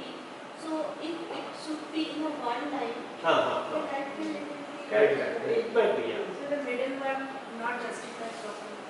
Hmm. And lots of not in words bold. are mentioned in the middle one. Text. Okay, yeah. So what was the, probably that this is not the correct or good sign. What could have been a better slide here? Another some design, smart art design is there.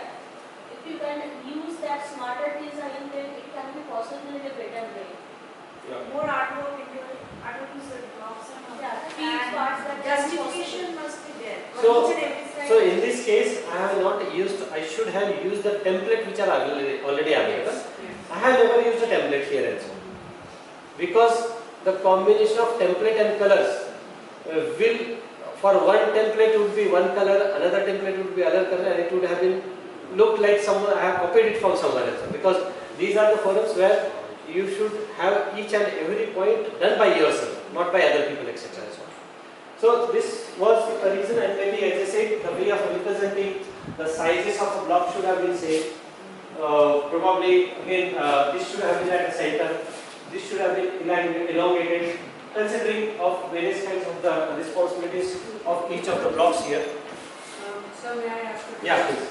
Sir, what is wrong with downloadable templates if we just fit in the data? Can we not? Yeah, you can do. That's not it. So for me, as I said, at that time, I can use the template only for this slide. I cannot use the template for previous slide, nor the next slide. Then it would have been a mixed combination. There should be always a uniformity from first slide to last slide. But in our field, we can use. You can use. You are always welcome. Okay. Now let me go. Record option.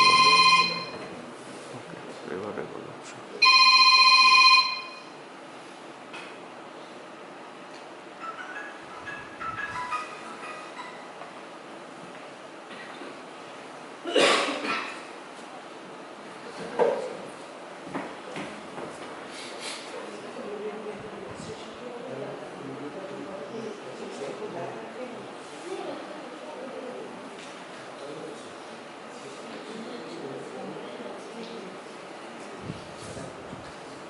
Where is the other slide which you have downloaded? From the desktop. Sir. What do you want is this CNN? CNN वाला जो बड़ा सा For the last 30 minutes, Madam is not being able to see the presentation. She has written. Is there? Have we tuned her out? No. We are, the presentation is going on.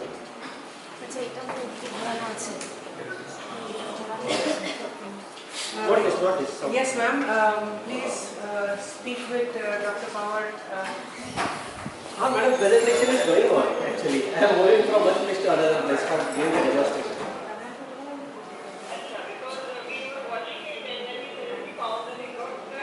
Oh, no. Presentation, I am giving an example of a slides and then what are good things and what are bad things from some of the examples of the slides. Can you bring them? Yes, ma'am. I'll share. Can ma'am see us now? Yeah. Okay. Ma'am, please let us know if you have any problems. तो बड़ी नहीं है क्या? CNN. जो CNN चाहिए.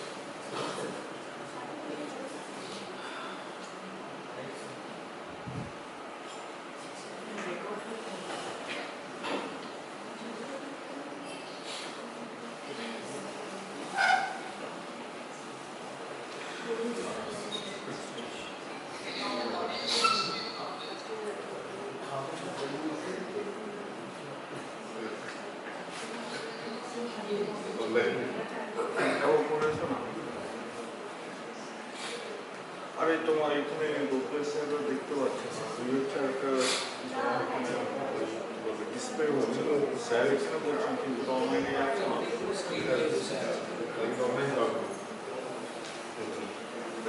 So I'll show you now the examples of mathematical combination. It's again, sorry to take, but it's CNN related, CEs or maybe say related things. I think I have given this presentation to some of the people who have attended my previous presentations here.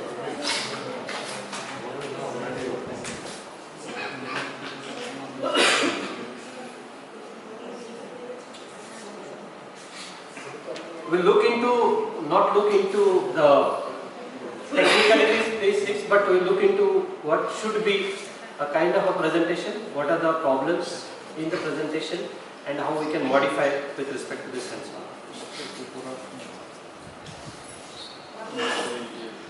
So, you're able to transfer? Pendrive.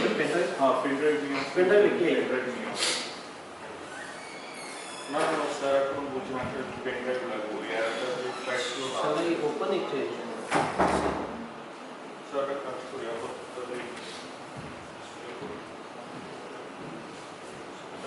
display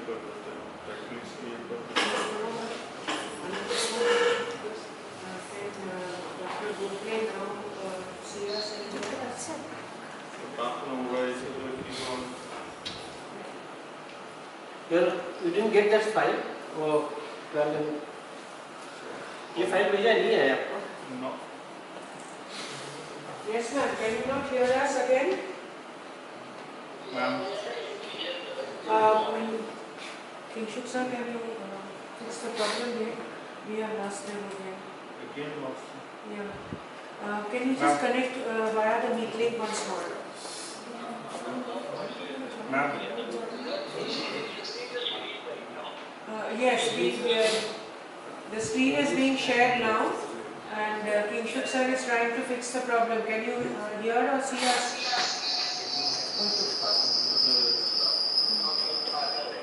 Is it okay now, sir? Yeah. Okay, sir. Sorry for the glitch. Sir, can you check? I just said now to you. CVCN.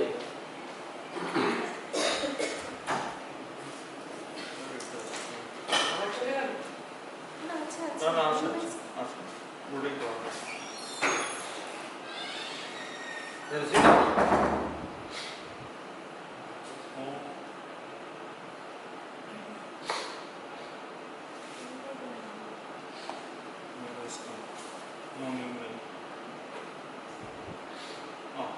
Got it? Got it. A lot of system.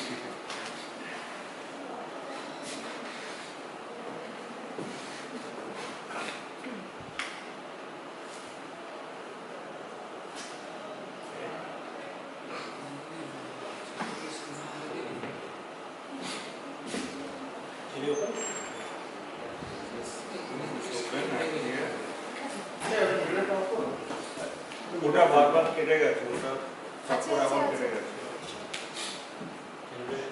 Stop হয়ে গেছে share the data this is now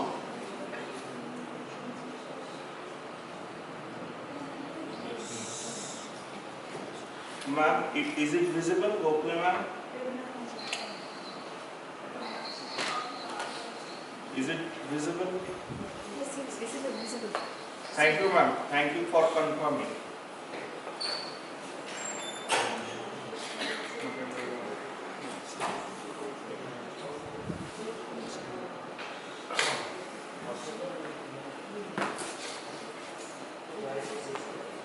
Ma'am, slide is changing, ma'am. Is this visible, ma'am? Ma'am, new slides has been moved to a new one. Is it visible, ma'am? Shall I connect with her on the It is phone? visible, it is visible.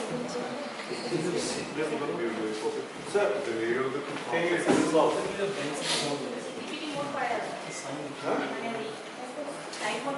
Slide mode is 8 Madam, are you being able to see the slides? Yes, myself. Okay, ma'am. Is it? Okay, ma'am. The PPT is visible, ma'am?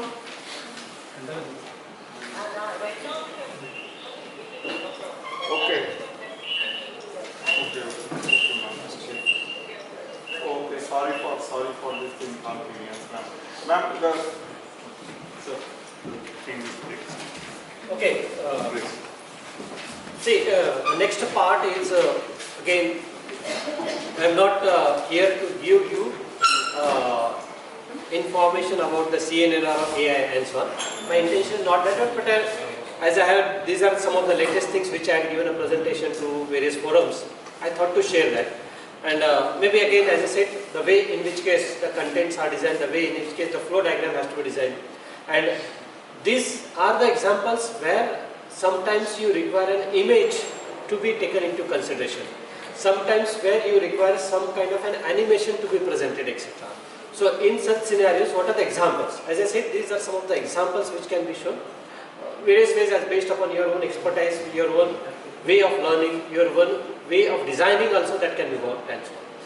So this presentation is with respect to CNN, again as I said, a convolution neural network and its applications, how it is to be used and so on. So this consists of an examples of mathematical expression as well as some kind of a logical expressions also, how the process happens into this particular system. Though as I said, let's hope, forget about the details etc. how working, but the way of representing how the computer program works, what are the results of those computer programs. Probably in pharmacy also you might be required to have some kind of a statistical processing to be done or data analytics to be done and so on. So after data analytics to be done, what is the result? How do we present that one? Writing on the board will take a lot of time and so on. Typing on this one also will take. But what are the ways in which case I can use some kind of that kind of an animation etc. which will give or which will be able to be visualized. What will be the result? These are some of the examples etc. So when you say this is again, when you start with, this is the flow of the presentation. So always when you start with certain topic. So whenever I start, on an average it takes 1.5 to 2 hours to complete this topic on an average. But then, as I said, I will not go through all the parts, but example important slides which gives you with this information. So always whenever the presentations are there, you ensure the slide numbers are there. Second thing, you always have an outline of your presentation. An outline of a presentation is very important. That will give you a glimpses of, again, what is the content, what is the next going to come, etc., etc., and so on. So, again, this is a typical diagram.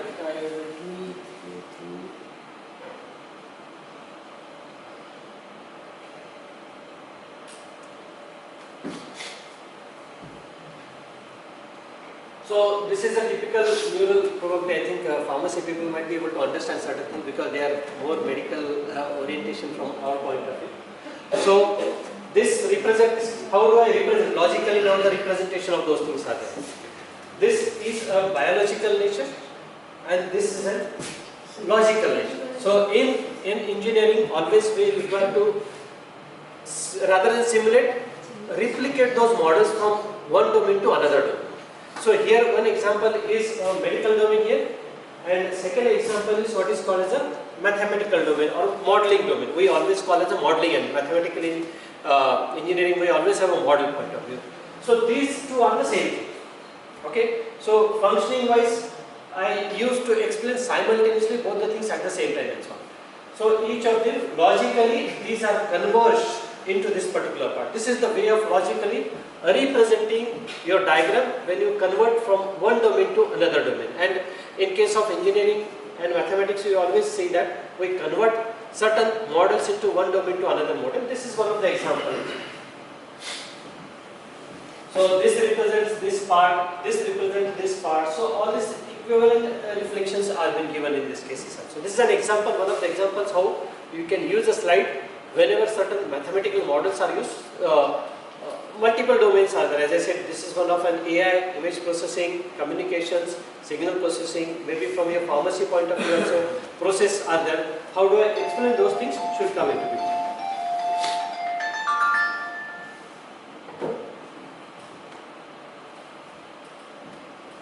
So this is again the way of mathematical representation.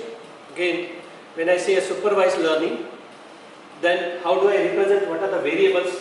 This is a block. This is block explaining what is the meaning of learning. So this logical explanation says that this is an input. This logical explanation says that this is the output. And these are the mathematical models that are being used in case of representing the input and output. What is the meaning of xi? Again, people who are from mathematical domain and so on. xi, yi. So for the respective input, respective output, where I varies from 1 to p, etc. and so on. I input, y input, p number of examples. So this is the meaning. When I say a supervised learning, this is what the block gives you some kind of glimpses. This is one of the way of showing how the supervised learning can be explained, etc. If you remember again back, I had given you one of the example of a multi-layer network, etc. in my previous diagram.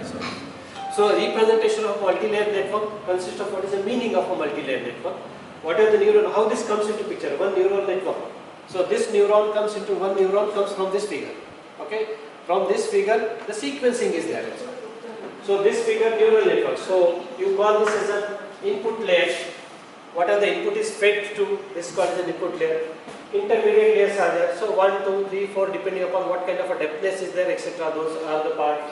And then finally the output layer. So you represent those layers by means of some kind of a logical things, representation, and in case of, as I said, the color, the layer and interconnection. Here the logical things matters a lot also. So logically things should be colored. Correct. What does it mean? That each of the input, okay, each of the output of each of this block is connected to this one. Similarly, this is connected to this one. If it is missing, there is a problem also. So this is what the logical meaning here. So this is a typical example of a specifically whatever the models you have been learning or hearing from the AI point of view. This is the logical explanation of any one of the AI model point of view, which is called the neural network model. But right now the slide is typical neural network supervised learning. Is it visible to you, sir? Supervised learning. Yes.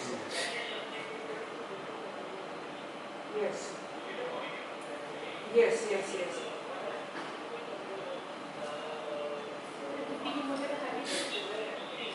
Why did you get? Yeah. Sir, can we exit from this PPT because the slide changing is not staying from the. Okay, slide changing is not. Yes, sir. It is on the screen, but you cannot see power, sir. That is right. But I am not in front of her. Yeah. Is it okay now, sir? Can you see power, sir? Okay. Lovely, sir. Thank you. So don't use that microphone. Use this one. You can switch it on from here itself as we have to speak. So this indicates again the way in which case the type or the methods of the classification or examples has to be given and so on. What does it mean? Maybe again I'll give an example of a classification from the pharmacy point of view. How do I classify an example of the neural network point of view? So what this black indicates? Significance of a black? Anyone? Black box. Black box. What is the meaning? Why black box? We don't know actually what is going on inside, but we only know the input and the output is there. Okay, so black box indicates this is our design. This is what is expected to be known. That's what, as I said, in conventional methodology, what happens is input is known to me, process is known to me, I find out an output as well. But in AI is a reverse case. I know what is input, I know what is output. I want to know this. This is what the basic concept of an AI is there. So presently I am not knowing what is this. That is the reason I am keeping this particular block as a black color as well, indicating that this is what I need to design, etc. as well. This is the logical explanation. Now what does this indicate? Multiple things. Let's say. Now let us ask a question again. So here it was shown as a one block. Now the next thing I am showing here as a multiple block. What is the significance of this? What is the progression of the working? Multiple layers, obviously, but what is the progression? Multiple colored block. No,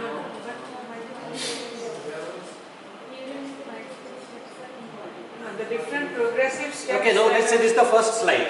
Okay, what first slide says here is supervised learning. Let's say now it's a common word to all of you people. All engineering people should understand what is supervised learning and unsupervised learning and so on. So what does this do is, what I am doing here is, when this is a picture, I am saying to this block that this is a dog. When this is the picture, I am saying that this is what the method of de-iodination, etc. Those things are there. Optical character recognition is all. So I am doing supervised learning means what? I am giving an input, I am giving an output saying that this is what. So this is a bottle, this is a bottle. So by showing it to them, I am training that particular black box and so on. This is what the meaning. Now what I am asking is, what is this meaning now? Both are same. Why should I represent these two slides? Inside the black box, there is too much functions or Okay.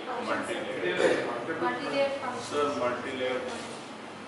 So in previous case, one box is there. So all this happening doesn't happen with a single block. I require multiple sections to be done. So now what I am doing is, when I want to design this particular black box, I require not only one block, one session, but I require multiple sessions to be done and so on. So representing this indicates that I have multiple sessions to be used for that one. Multiple sections are there which are doing their independent jobs, etc. That is the representation of it. So this is what traditional black box in traditional recognition approach.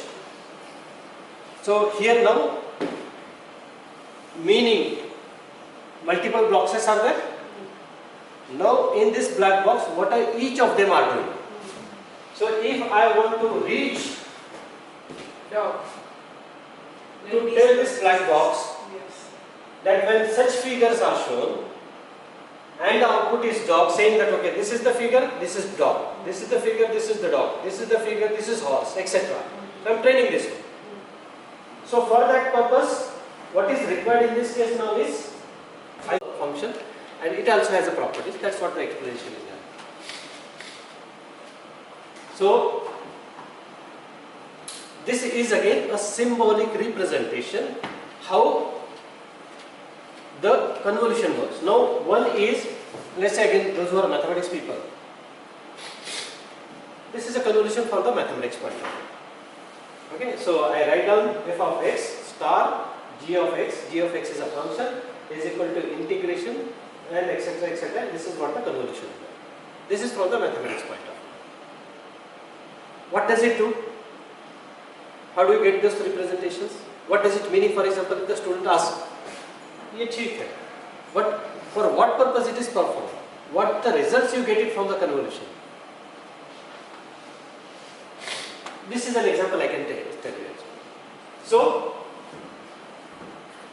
this is, let's say, a kernel is there.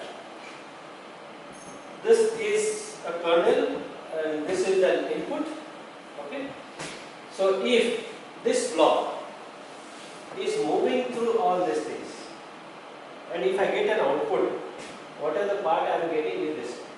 So if I do this mathematical formula with this x and y, okay, what are the output I am getting is this one, and this is what this, okay, let's say what red color indicates here. Let's say what does the red color indicate?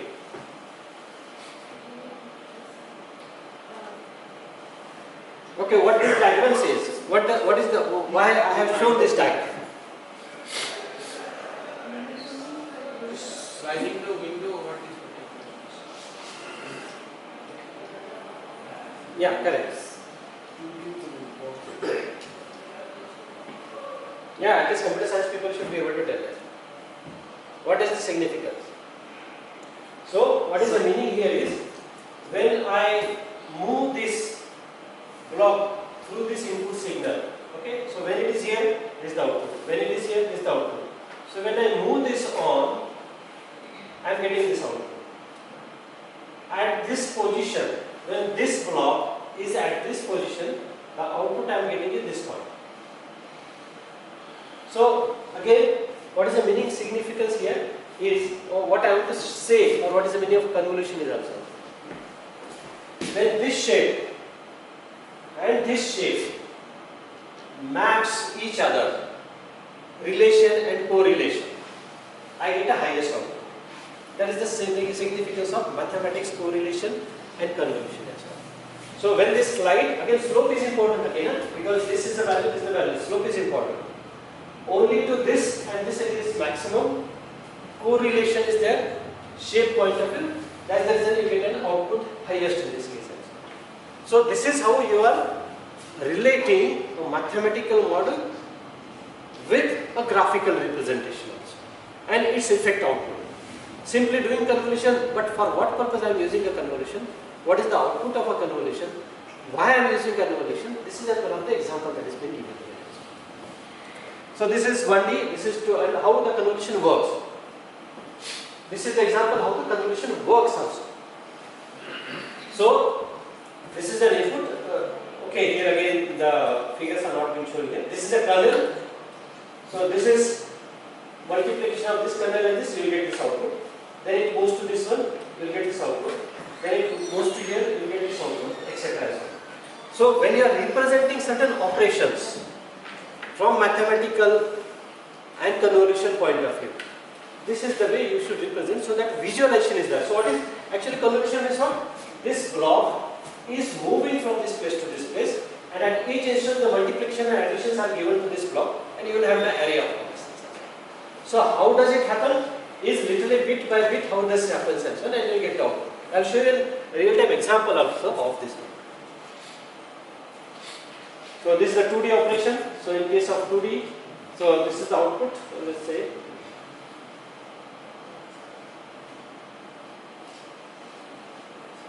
So this is how the CNN works. Let's see. Okay, convolution operation. Now I have shown you the mathematical model, the graphical model, now the pictorial model. Same word, convolution or correlation. One was represented by means of mathematics, another was representation by means of a graph values, and third is by means of a pictorial representation. So this is a kernel. Again a technical, we call it as a kernel, or we call it as a mask, or we call it as a matrix or function, whatever it is. This is converted towards this image, and after converting you get only one pixel here out. For all these cases you get one pixel. For all this image you get all this pixel. So this is the way how the representation, how I am representing the convolution takes place. So this I am showing how the convolution is taking place. How it really happens. Okay. So how does it happen? What is the meaning here? Now you can see here. So this is what the way this color is coming into picture, red color. What this happens? This is an input image. This is my mask, which is called as the kernel. This is first kept here. So A into W plus B into X plus C into Y plus F into Z. So this block I am getting it. Then when it moves here, one plot, this is coming. So this block, first it is coming here, then here, then here, 1, 2, 3, 1, 2, 3. And for each of them, I am getting this particular rectangle. These are the exact values I am getting. So I can show it by means of mathematics, I can show it by means of pictorial representation, I can show it by graphical representation, so that clear-cut visualization of what is happening from the mathematics part should be embedded into the minds of the students. That is what the representation comes into the picture. I will show you, I think, okay, this is, okay, let's say how it works. Okay, this is an animation part. This is how the convolution works and what are the output. This is an input image, this is the output image, This is an animation. Again, it is simply made by means of a PowerPoint presentation, nothing else. Only you are having a block and different blocks. I am running that. So this is how it is showing how the convolution layer kernel works and what are the outputs of a convolved figure, etc. And this is the way where the imagination and visualization and understanding of some kind of an operation in an AI or image processing based or computer vision comes into it. Okay, how many of you understood this one? What is happening here? This is clear. This is a simple mathematics convolution how it is happening and so on. Mathematical formula. You can each and everything you can do multiplication, addition, and get the results. Whatever you are getting is this one. So this is this. This is this plus second, fourth, third. This time. So what is the output you are getting is this one. And this is the simplest way of animation. I need not go into the very hi-fi things, Blender, etc., and so on. Animation is more than sufficient. Even PPT is more than sufficient to understand this one. Got it? This is how it happens for this. Okay, this is another example again. That is a mask filter. This is an image. If I run this filter and perform a convolution with respect to those values, this is what the output value I am getting.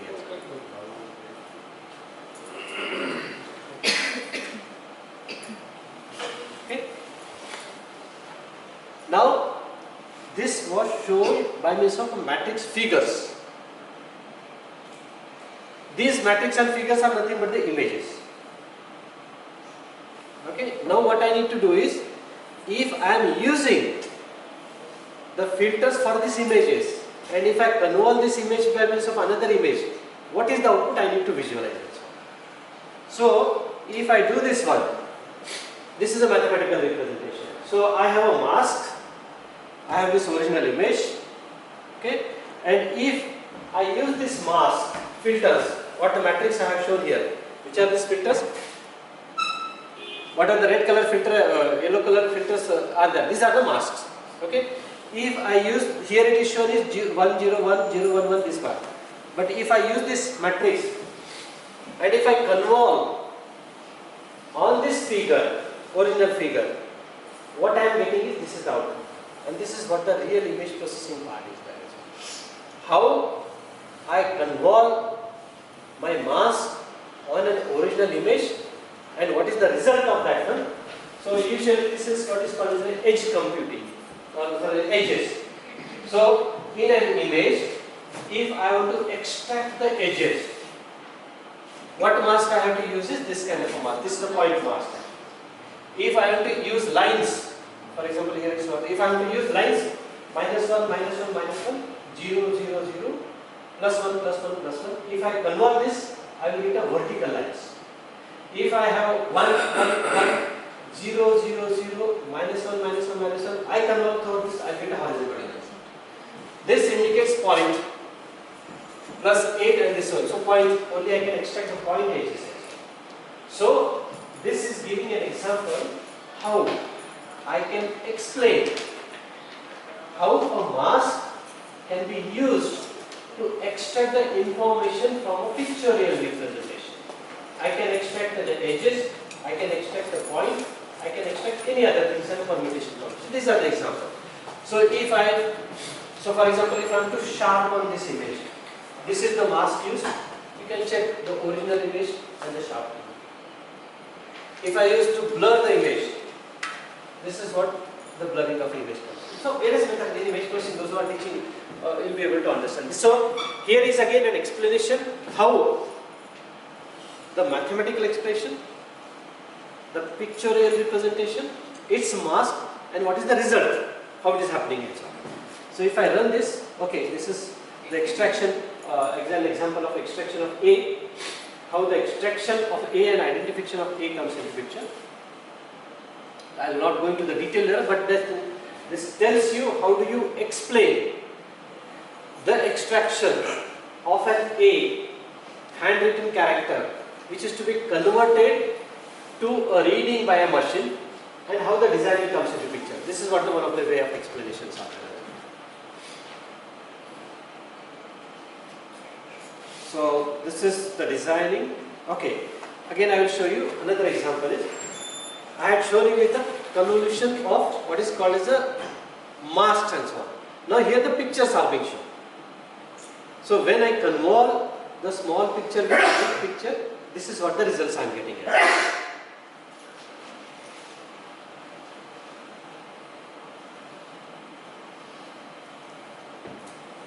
So again, see, this is done only on a simple PowerPoint presentation, nothing else. But you can imagine the way of explanation that is being done with respect to this. And this is a complex process again. Understanding the filtering, mask, people do not really understand well also.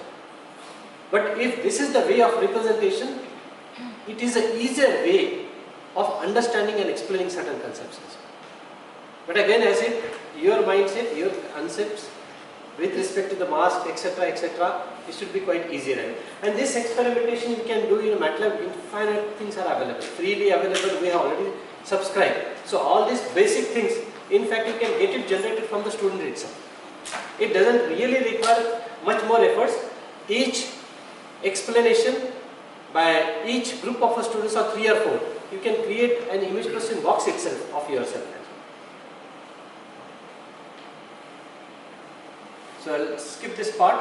This is what the explanations are there.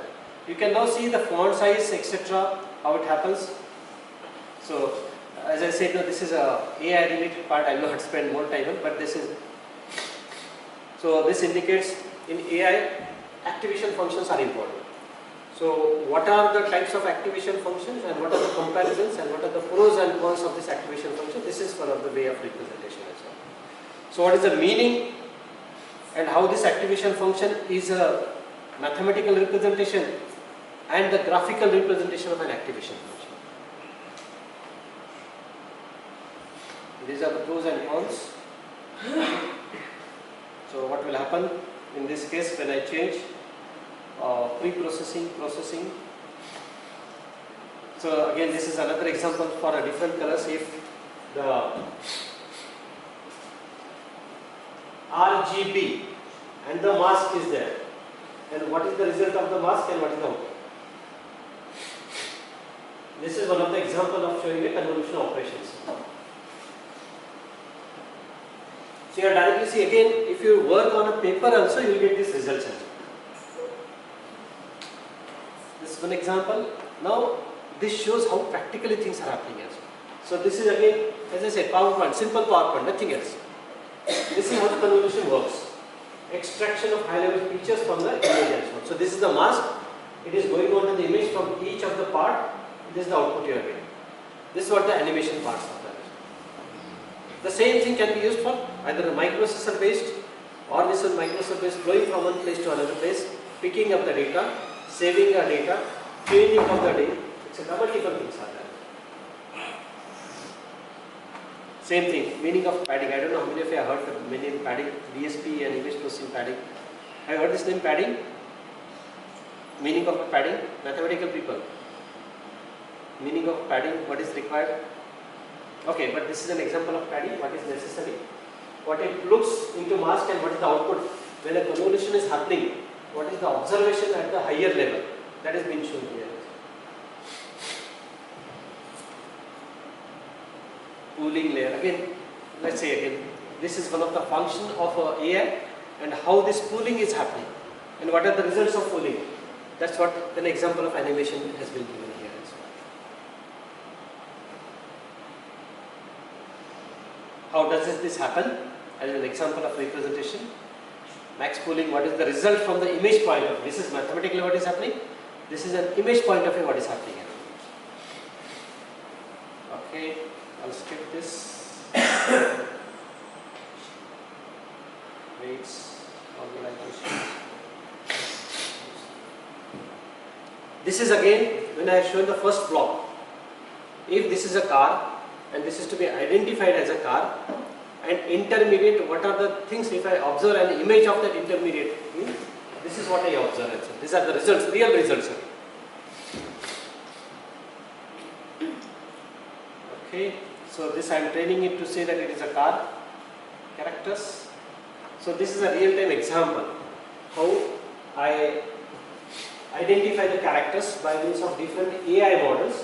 So you can see in this picture, even if this 4 is moving from one or other things, you will get the output 4 here. Okay.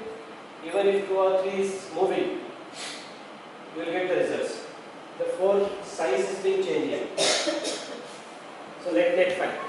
So these are the real-time scenarios. This you can get it built from our students itself. So these are examples of how you can show an animation, and Blender is higher version.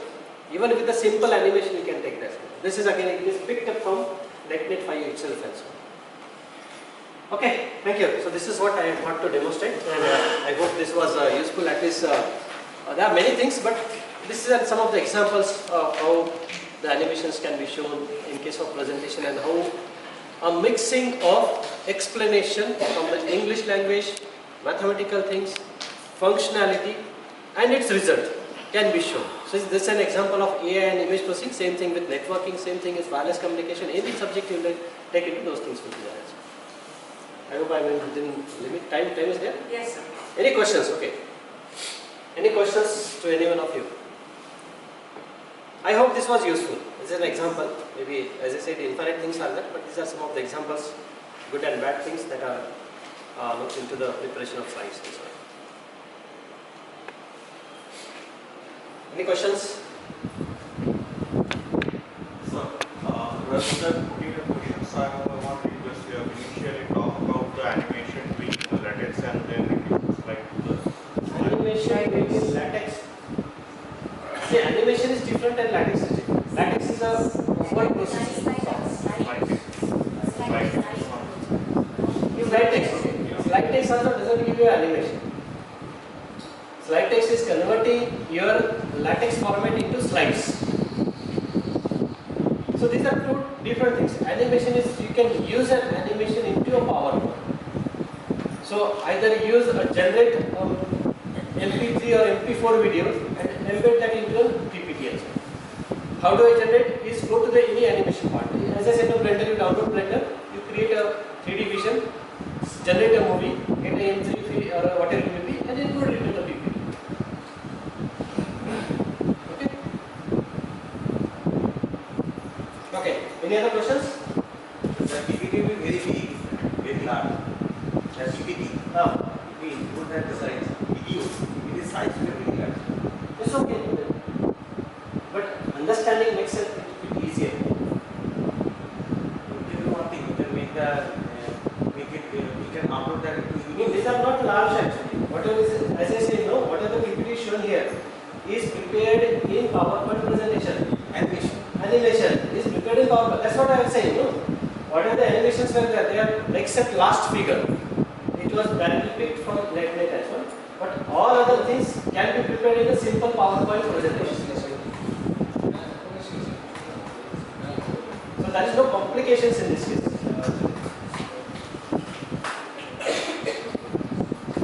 Okay, any questions to anyone?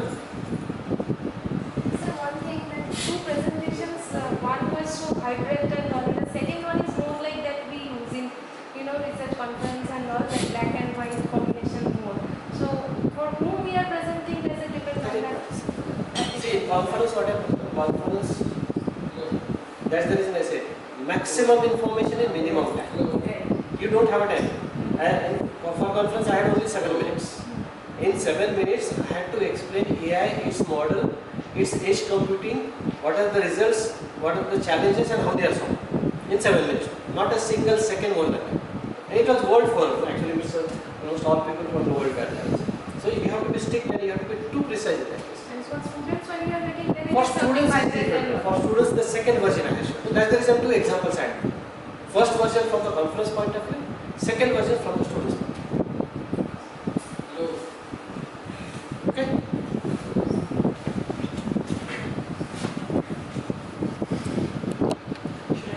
Yeah, it's okay.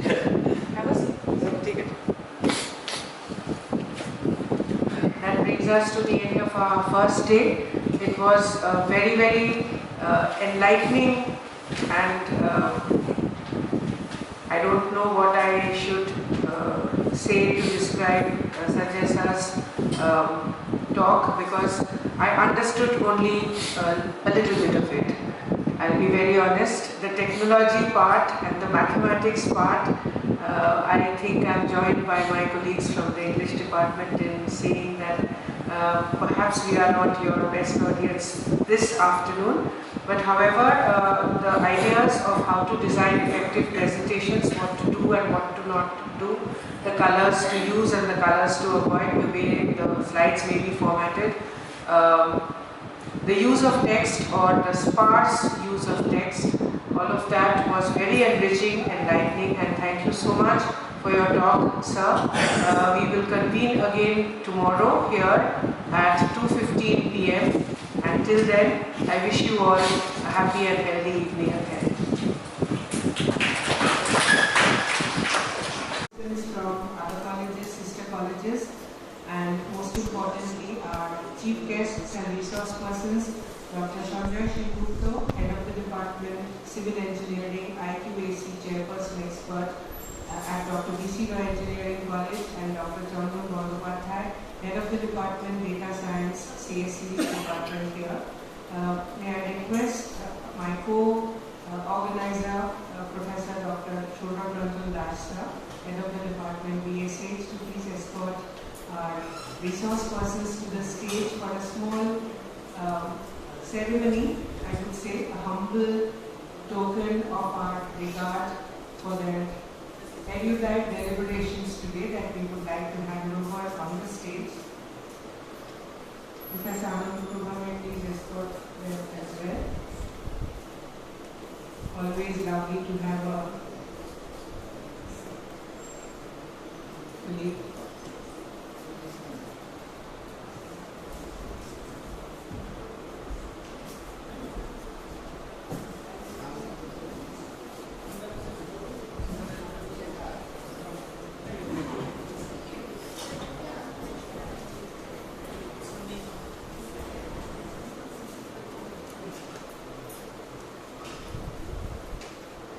This afternoon we have gathered together to have two sessions. The first one offered by Professor Dr. Sanjay Gupta on interdisciplinary synergy of curricular content via animated and experiential learning modes, and the second one by Dr. Durgapur titled Standardizing Teaching Content. We will start by felicitating our first resource person, Dr. Sanjay Gupta. And to assist in the honors, I would like to invite Dr. Anand. The felicitation will be done by our HOD, Professor Dr. Durgapur, Professor Sanjay Gupta first. Thank you so much, sir.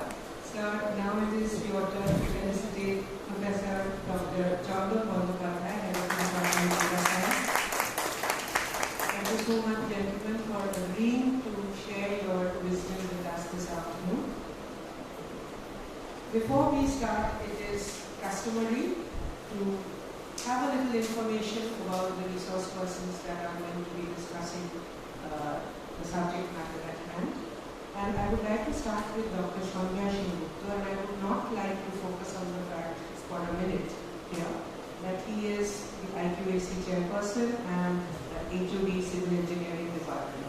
Today we have Professor Dr. Sanjay Gupta as a civil engineering graduate with an M.Tech in structural dynamics and a PhD in civil engineering. His PhD came from NIT Durgapur. His M.Tech came from IIT Roorkee, and his graduation degree in civil engineering came from NIT Shilchar. Sir's specialization or research interest focus are earthquake engineering, structural dynamics, structural health monitoring, soil mechanics, and foundation engineering. Among his many records, awards, recognitions from all over the world, some of them are a second rank in an M.Tech course in structural dynamics with a phenomenal CGPA of 9.24 from none other than IIT Roorkee. A second rank again in BE Civil Engineering with honours from NIT Silchar, formerly RDC Silchar, Assam University. Sir is a GATE qualified professor with an AIR of 293. Sir has also received a full-time MHRD scholarship for IIT Roorkee for his studies.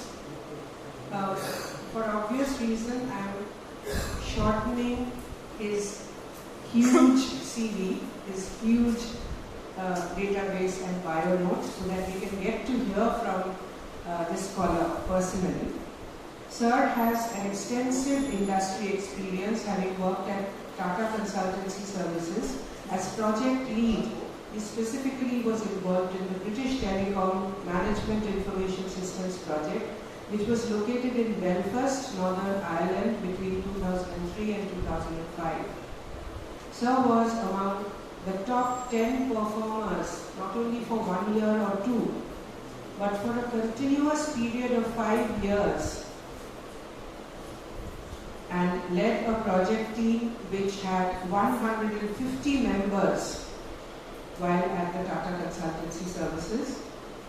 He also got the award for the best implementation of project from Goldman Sachs Project 2006 and the Hats Off Award by MD and CEO of TCS in 2006. Among his many publications, nearly a dozen journal papers, a dozen conference papers and book chapters, he has also been project supervisor for senior students at BCREC. Some of his journal papers, forgive me if I read or pronounce anything wrong, because they are on acoustic emission sensors for detecting rail damage, proceedings of which were published in the Institution of Civil Engineers in 2022.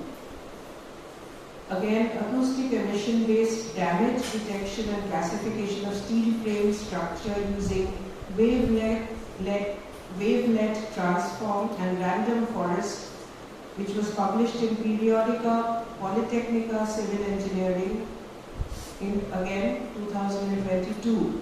Sir is also the author of Investigation of Layered Composite Plates under Acoustic Emission using Appropriate Finite Element Model, and he published in the Canadian Journal of Civil Engineering. These are only some of the exhaustive length of journal papers that Sir has to his credit. Some of the conference papers that he has to his credit include implementation of auto search algorithm for localization of AE source, an experimental study, which was published in the ASCE India Conference Challenges of Resilient and Sustainable Infrastructure Development in Emerging Economics. This was published in an international conference in the year 2020. Again, I am having to cut short his bio note, which is an exhaustive paper in itself, to focus on just a few highlights. One of the books that he has authored is titled Optimum Methods for Dynamic Analysis of Telecommunication Tower, a Comparative Analytical Study. He has authored this with Sri Trishit Chandra, and it has been published by Lambert Academic Publishing House, Mauritius. He has a phenomenal list of book chapters. I will randomly just take one which I can make some sense of. A study of finite element modeling of acoustic emission waveforms in composite and sandwich plates, which he has published in the Recent Advances in Structural Engineering, Springer, in the year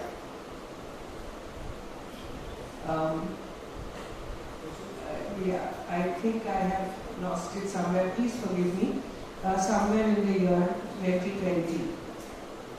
This and many more reads like an exhaustive list of his scholarly activities, scholarly publications, and to absorb his wisdom, a little, just a fragment of his wisdom, a little today. I request Sir to please come to the podium or wherever he wishes. Sir has said that he would like to speak from amongst us with a microphone. So, generating interdisciplinary synergy of curricular content delivered by Professor Dr. Sanjay Gupta. Now, Sir.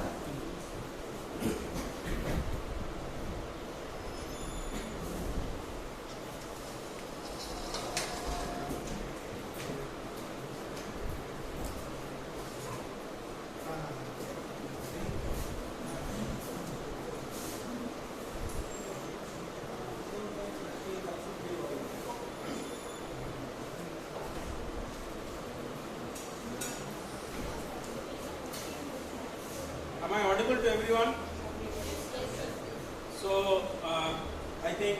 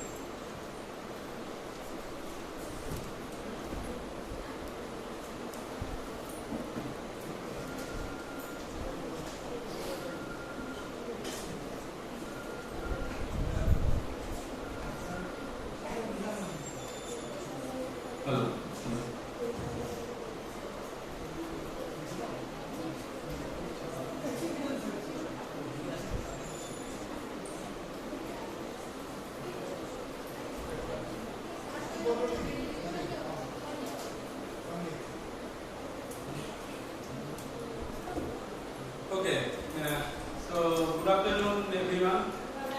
All the sirs and madams. It's a real privilege and honor for me to speak on the dais today, and where the erudite speakers like Professor Gokhale, I think, spoke yesterday.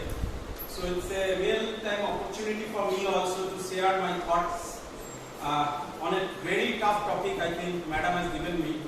I was really wondering whether how much I should be able to speak on that, but I'll try to explain whatever I understood on that topic, and let's make this session a little bit interactive one also, so that we can together learn the things better, and let's see how we can understand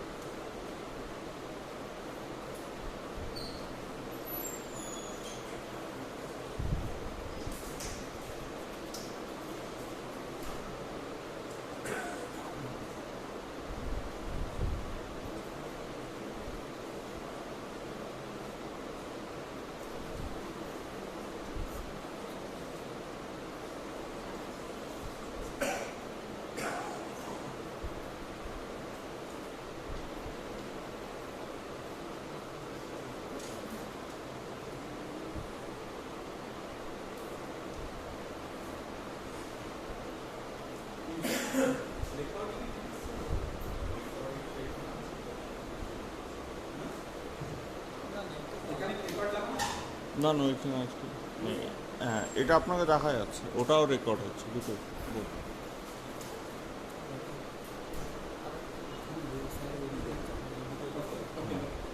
That's okay. Thank you.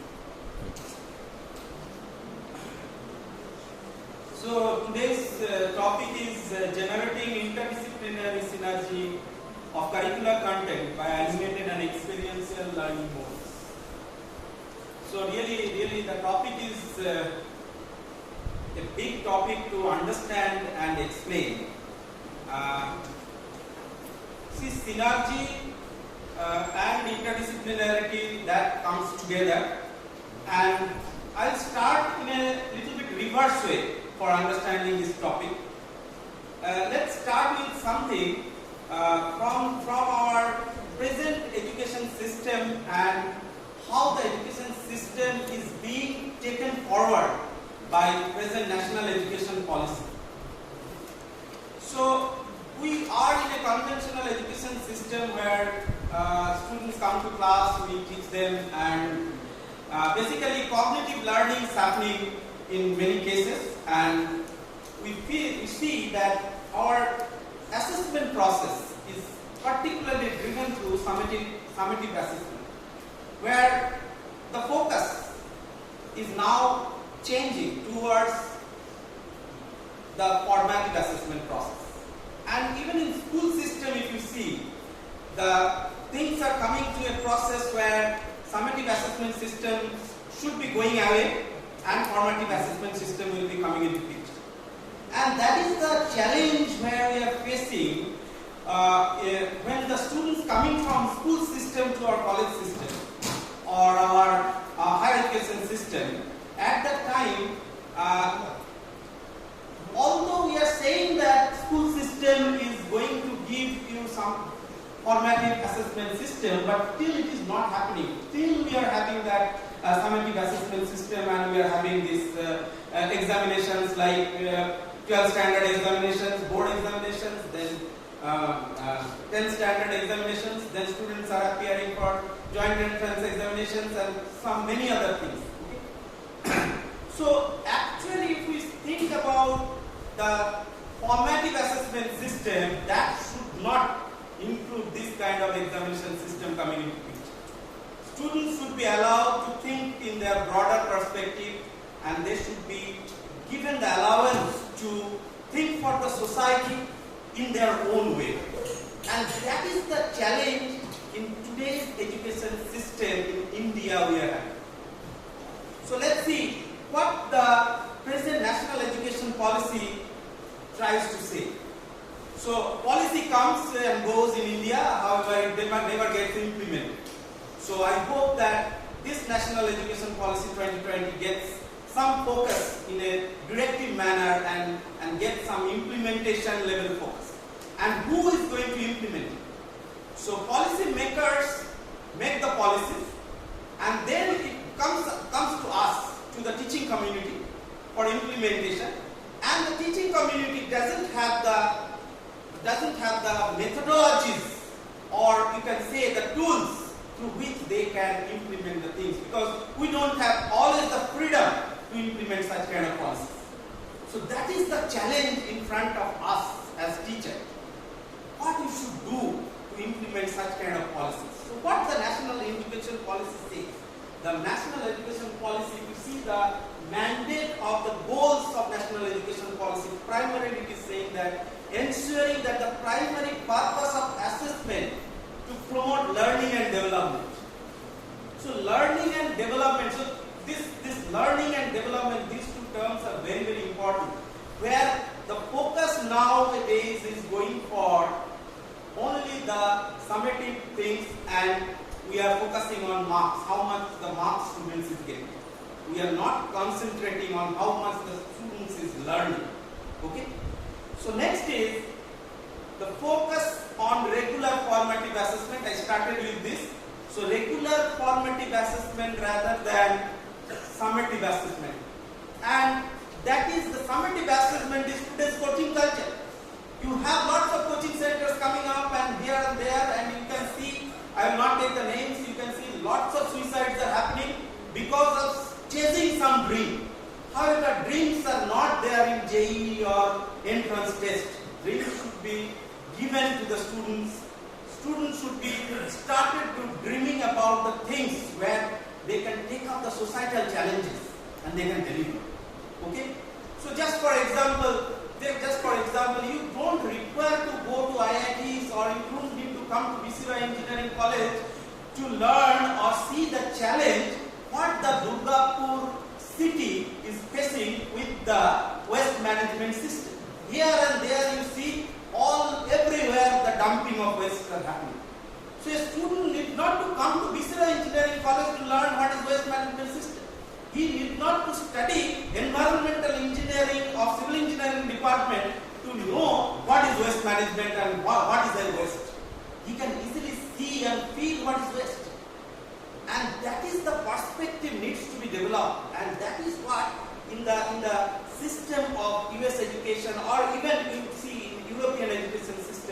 has also come up. Gradually, it cannot come in a single day, but it should gradually come up in our education system also. So next is the shift from testing rote memorization. So you are telling a policy, okay? So how do you come out of this rote memorization? You are telling in the policy that rote memorization, you should come out of rote memorization. But what is happening? You go to university examination system, present day university examination system. You are having almost all the questions which are based on rote memorization. Where is the applicability? You have 10 questions. Earlier university system we had one question, then 4 objective choices.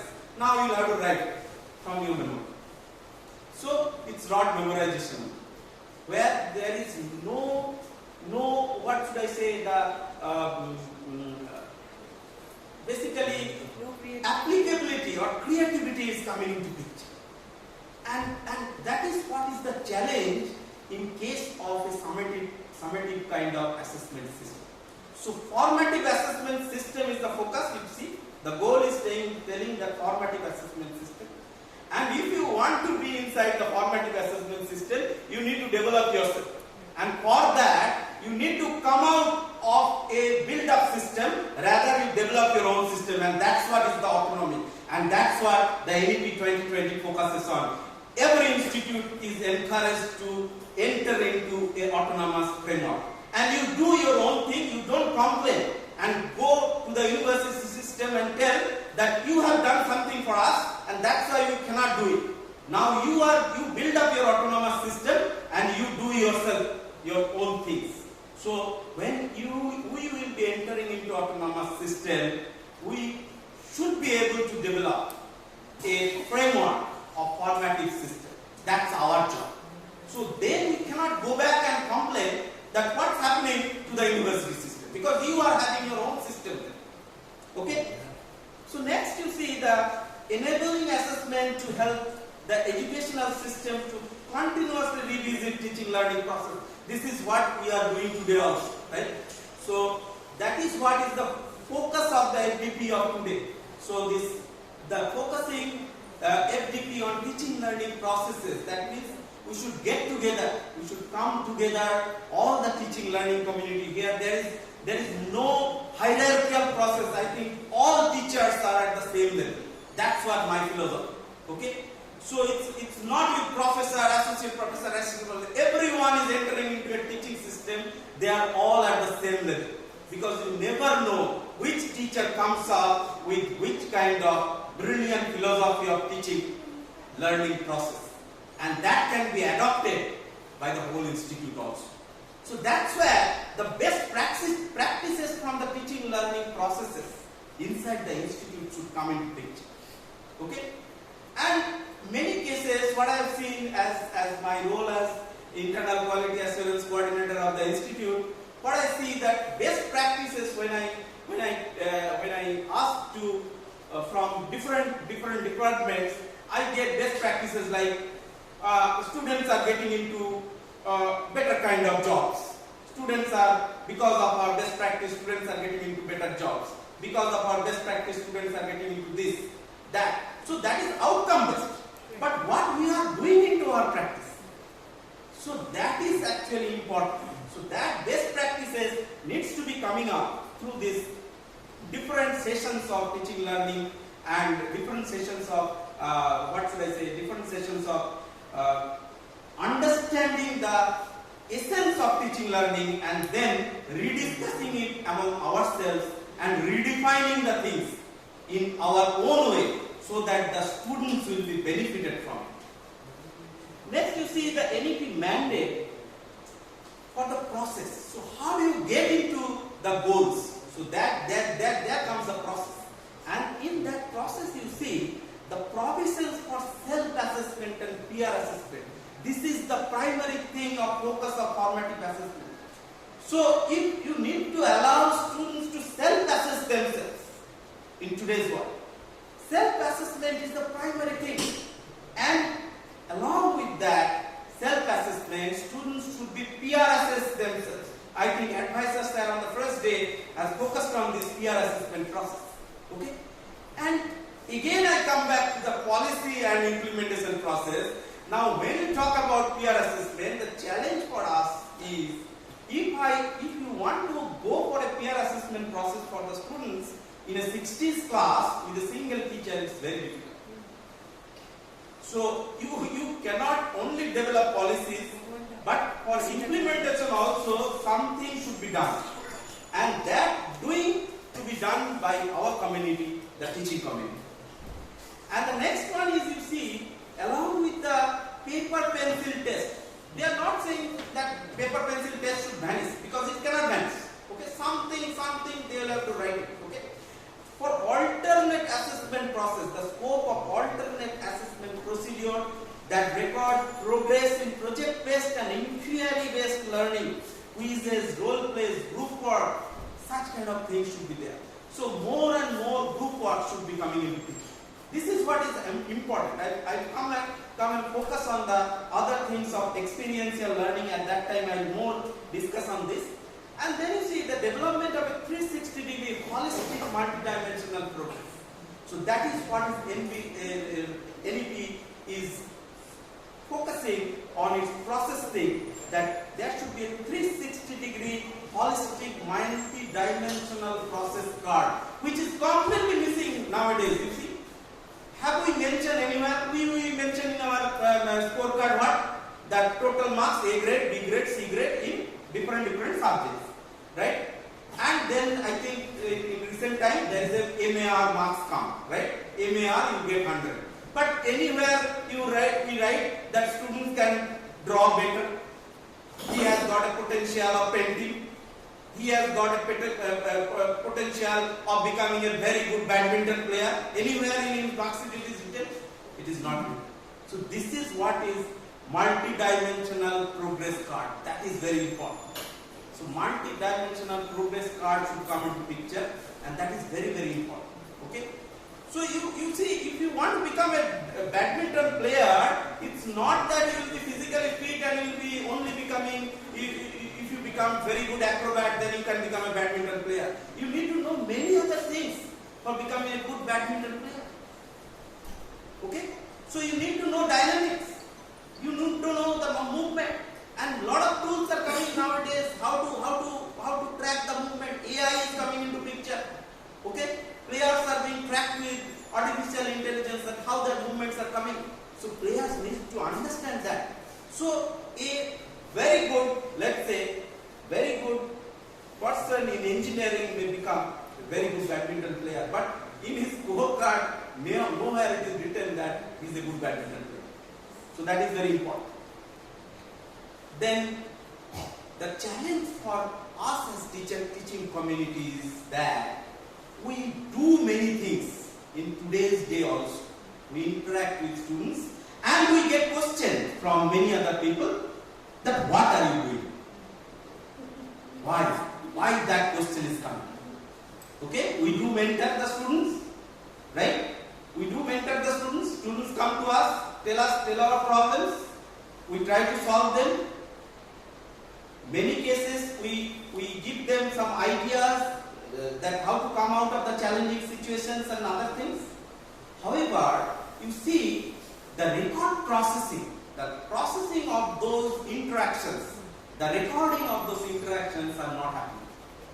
So you need to have a proper mechanism of recording those things, and that cannot be manual. So there should be an interactive software-enabled system where you can record all such things. That is very important. It's a challenge for we like institute, but gradually I hope that these challenges will be gradually we will be able to overcome. Okay. Now coming to the learning pyramid of learning retention capacity, I think advisor sir on the first day has told about this, and you see the learning retention, even today's lecture also when I will be telling, the retention may be 10%, 20%, not more than that.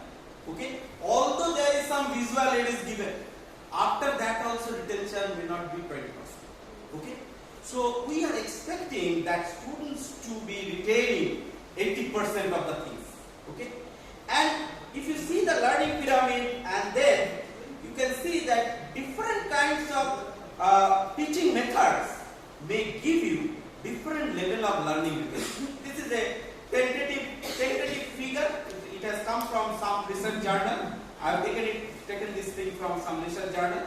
And you see, you go to the last level of learning retention, that is 90%, highest level of learning retention. And the highest level of learning retention comes with teaching others. That is very important. And that's what is missing in our today's education system. We are not allowing students to teach. Okay? And we don't have time also. Okay? Because 60s class will teach, how will teach? But can you make up or think about such philosophies that will again go back to your mentoring process and knowing the students loving things actually. So every student will not be loving every subject of your discipline. So some of them will be loving something. So if we can identify that what they are loving, and then we can categorize that and then allow them to teach or allow them to speak in front of the other group of students, that may give that set of students the learning ability in a better way in a small class. Okay? So next, the topic's name is very long, so it is experiential learning. The last line was, I think, experiential learning. So what is experiential learning? So if you see the experiential learning, so all these things are coming from that concept, all the things that coming from actually the formative assessment process. And if you want to have a formative assessment process, in that case, you must be having a learning experience which will be again obtained through experiential learning. Now, what is experiential learning? So, whatever nowadays we are doing, we are going to the class, teaching students, that is actually cognitive learning actually. We are making cognitive learning. That means we are stimulating something in their brain, and then they are taking and then they are giving out. And this stimulating learning process and all, here the retention is not happening much. 10%, 20% retention is happening. So we need to give the students some experience for learning, and that combination of that cognitive learning with the behavioral learning comes out and gives an output as experiential learning. So that we need to understand. So what is actually cognitive learning? I told you that cognitive learning, if you see the cognitive learning theory, it is based on mental process. Okay? So we give some input and then some output is coming. So all we are expecting some output will come. But it may not come. Okay? And that's what we are seeing. And we are frustrated with our students, right? Even me also. As head of the department, I am the most frustrated person with. Okay? So that frustration needs to go. And more, if we think on this, we will have to understand that these kind of methodologies need to come into picture, that experiential learning should be coming as a mode of learning in today's world. Okay? We are having restrictions. We will have discussions at the end. Okay? We will take up questions and we will discuss. And if we want to understand the behavioral learning theories, what does behavioral learning say? That it is learning through the change of behavior. So the behavioral change of student will come. Behavioral change means ऐसे नहीं बहुत बदमाश लड़का एकदम ठीक हो जाए. ऐसे मतलब नहीं. Behavioral change means the student should be able to behave in a fashion where they will be able to cater to the society. They will be understanding the societal need. They will be jumping for the need of the society. Let's say waste management problem. You tell your students that you go and see the dumping ground in Durgapur. I have told my students multiple times, but no one got. Okay? But we have to encourage them to go over and visit over there. Unless and until you see what is the waste and how the waste is produced, you cannot understand, you cannot experience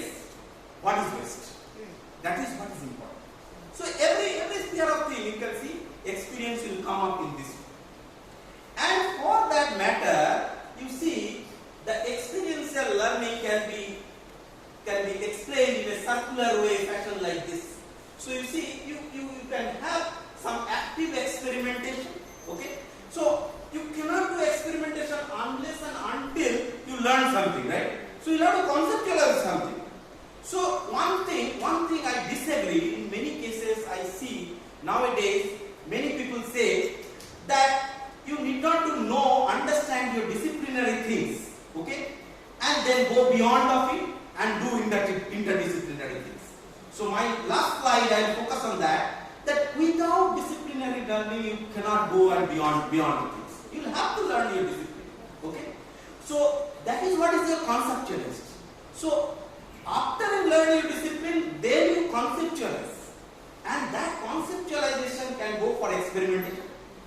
So experimentation doesn't mean that you have to go to laboratory and do your experimentation. Experimentation means a very big broader perspective. Experimentation is a very big broader perspective, okay? And that broader perspective of experimentation, if you see, that is, let's say, how many of us or how many of our students experimented how much grass is being produced from Dr. B.Tech Engineering College and B.Tech Engineering College Society groups. Have we experimented? What is the volume of grass being produced every day? Grass means, you understand grass? Green grass. Green grasses, okay. So green grasses, how much we are producing every day? Have you experimented? Do you have any figure? No. We didn't have, right? So this is what is experiential learning. If you do not know how much grass is produced, how do you tell that what should be the volume of a pit you will be constructing for producing manure from the grass? So can not the students be given such a task? Is it? So this is what is experiential learning. I many examples coming to my head, but we don't have time that much. But if you want to understand the things in a experiential way, then you will see once you do this kind of things if you understand when the students do this kind of things, then you will see they will have some concrete experience, and they will have the essence of doing, and again they will be having the inquisitiveness for having more experience. That is what is the learning cycle, and that is what the experiential learning process can be. And that's what the focus of today's education, and that is where you see the experiential learning, it is an applied approach to learning by doing, and then it enables learners to gain experience in the application of learning concepts. So please don't take it in this way that experiential learning means experimentation in lab. Experiential learning means go to Jamua village and find out how many persons are drinking the water just taking directly from the tap. Okay? You experiential learning means you go to Jamua village and find out how many people are suffering from the disease of eye. Okay? So these are experiential learning which is completely missing in our education system. We have an SSL, but what do? We do some kind of projects and go outside, do some program. That is not experiential learning. And this is what is happening in foreign education system. They have this kind of system in place because of what because of what they can assess the student based on that experiential learning. We do not have the privilege of assessing our student based on the experiential learning. So you see, finally marks come into picture. Final assessment comes into picture, and if you cannot assess students based on their experiential learning, who will go for experiential learning? So you need to change the methodology. Okay? So next is experiential learning integrates, that's what I told first, the cognition, perception, behavioral experience and reflection in a holistic learning process. Okay. Now, going to the experiential learning examples, quickly I will go through, every one of you know it. Undergraduate students participate in co-authoring research projects, that is experiential learning. Okay. Then students participating in major consulting to address turnover at manufacturing point. Okay. So you need not to go to, let's say, you need not to go to some Tata projects for doing this. There are a lot of manufacturing houses in Durgapur, small manufacturing houses.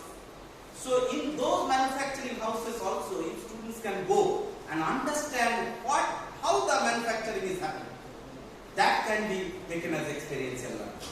Then students participate in different inter-college state level competitions. There is a, nowadays the things are coming into picture, but we also have very restrictive way of participating in different kinds of inter-college, state level, national level competitions. Then students examine their own personal values, identity, at their own ethical lens. Okay, so ethics is very important. So what we have in our university syllabus, there is a subject on values and ethics. Ethics cannot be learned using values and ethics subject. Ethics comes from something else. Okay, if you want to have ethics, then you need to understand what societal challenge you are facing and what you will be delivering to the society. Okay, and that as a teacher we need to inculcate among the students the ethical value. Okay. Then some more example of experiential learning. Student teaching peers core concept in class presentation. This is what I told earlier, that student as teacher. Okay. So student as teacher, peer teacher, and then students working with professor in a major data collection process analysis. This is very important, you know.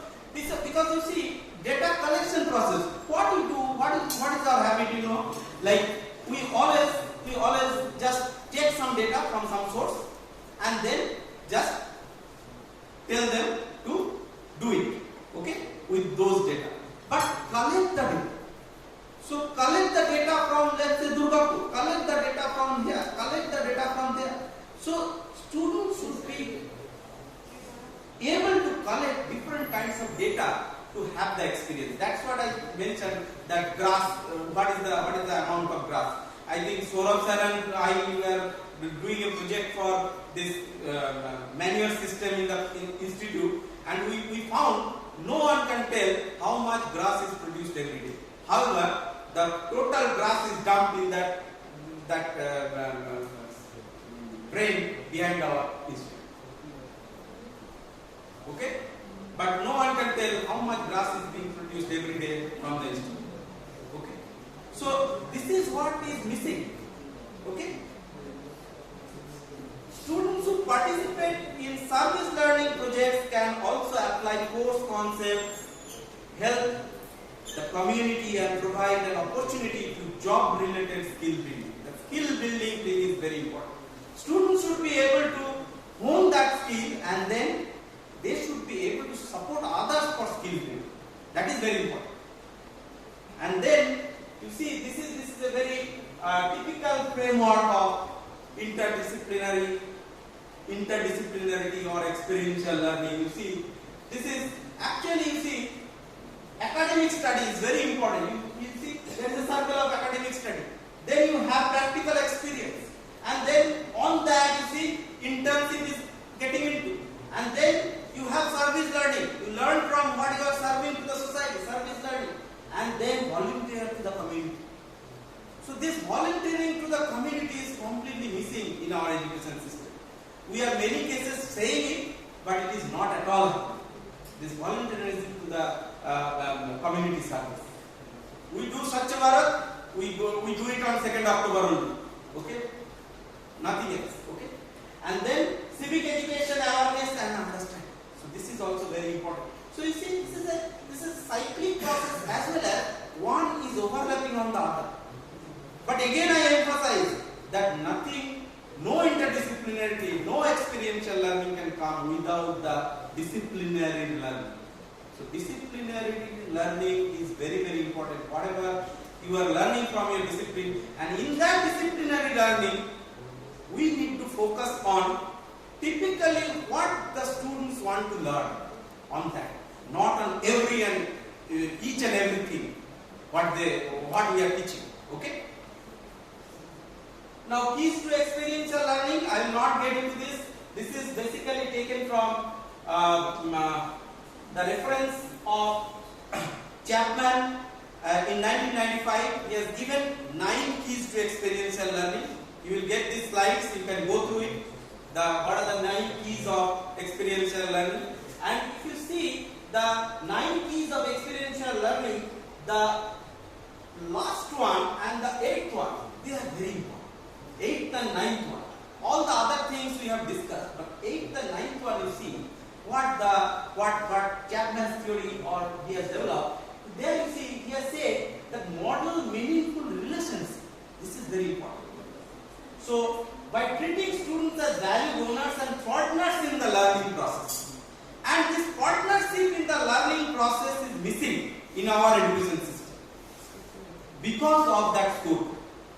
Because student understands 9-pointer and they don't value the teachers, and we lose the connect between the teacher and student. That is what needs to be broken. That chain needs to be broken. And I hope that with NEP coming into picture, that should be broken. Okay? But again I tell that policy and implementation, they are different things. Then create an emotional investment and engage students. So engagement in the things, that is very important, which is nowadays completely missing from the scenario. Okay? So engage students to point where what they are doing strikes a personal central chord with the learners. So you need to learn in such a way that some kind of emotion comes into picture. Oh, I learned this. So next day I should be able to apply this. Okay? I should be able to do it with this. Okay? So that kind of emotional attachment is missing. And that missing connect needs to be built. Okay? Now this is what is experiential learning. You have lots of things. Okay? However, you see the focus is students. Okay? So who will experience? Student will experience. So students is the experience. Students will experience. And they can learn from project-based, this-based, question, successful, they will become successful, they will go inquire, they will do different things, many things are coming up, you see, evaluate, okay? So everything will be there, but that should come from the experience. And from that you see that project-based, this kind of things are coming up. But nowadays, another focus is coming, I will discuss that. So you see, if you are going to do something, make it matter. That concept we need to imbibe into our students. So what is the impact you are going to create after learning something?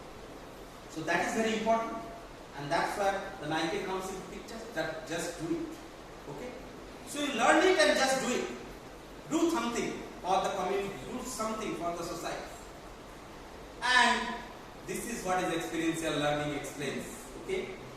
So, what we are showing nowadays, what the students are having the idea with our conventional education system, with that marks card and all, they are only seeing this way. They are only seeing this way. Okay? They are even not seeing that way also. Okay? They are seeing this way, that way. But with experiential learning, the concept should be the other way. Students should be able to find out the other way, and that is the point from where interdisciplinarity will come into picture. Okay? So this is what is other way of learning. So experiential learning methods. Now you see the experiential learning methods started, it's not the new concept, it started long back. So in the learning concept method you see, you have a problem-based learning. Many cases you will see problem-based learning and project-based learning are confused with each other. So PBL, many books or many other places you will see they say project-based learning also. But I feel the problem-based learning and project-based learning, they are different things. Okay? Because you see, you can give a problem which is specific to something, but project is a concept. It's a round thing. Project should be delivering something, but problem should be satisfying some point of that total. So problem-based learning is very important, which we can do in our simple classes. Nowadays, I think many classes we have missed that tutorial concept. Earlier it was there. 4 hours classes or 5 hours classes, they want tutorial is required. Nowadays tutorial is missing. So with autonomous thing coming into picture, we hope that we will be introducing that tutorial system into it. So students should be given proper tutorial and they should be able to understand and try to solve the problem. And what I feel, students should not be pressurized to solve each and one the same problem. They should be given the problems in group and then group solving should be happening. Okay? And in that group solving process, my personal study and my personal experience says that if you give it to a group of 3 or 4, out of that 50% students learn. Out of 4, 2 will learn and they will do their own, and the other 2, in the fear of what the sir will do, what the madam will ask, or that they will at least go through. Okay. However, if you tell that student you work out that problem, they will not be able to work out the problem on then and there. But they will be able to at least tell you the concept behind it. And that is what is our aim also. Because if using that process through the problem-based learning, some interest comes into students' mind, then that will be our success. Then you see I have given project-based. So I have defined it as PRJBL. Okay? And project-based learning, we are giving projects to our students. We have projects in our curriculum, but I feel that projects should not be coming at the final semester. Projects should be given in small parts and that should be coming into picture, but the challenge for us is here that we are bound in our university system, so we cannot give it, right? And if you cannot assess and give marks to the student, then students are reluctant to do it. So that is the problem. So project-based learning is another one method of experiential learning which can be used very effective way. Next one is flipped learning concept. Okay, advisor sir has explained on the first day what is flipped learning. Okay, so flipped learning mode is a mode of learning where teachers will be given the documents to the other, all the learning materials to be given, and then students will be coming to the class and discussing with the teacher. Okay, so you see the problem-based learning and flipped learning can be combined together to give a very good learning experience. Okay, so you don't tell you solve your tutorial in the hostel.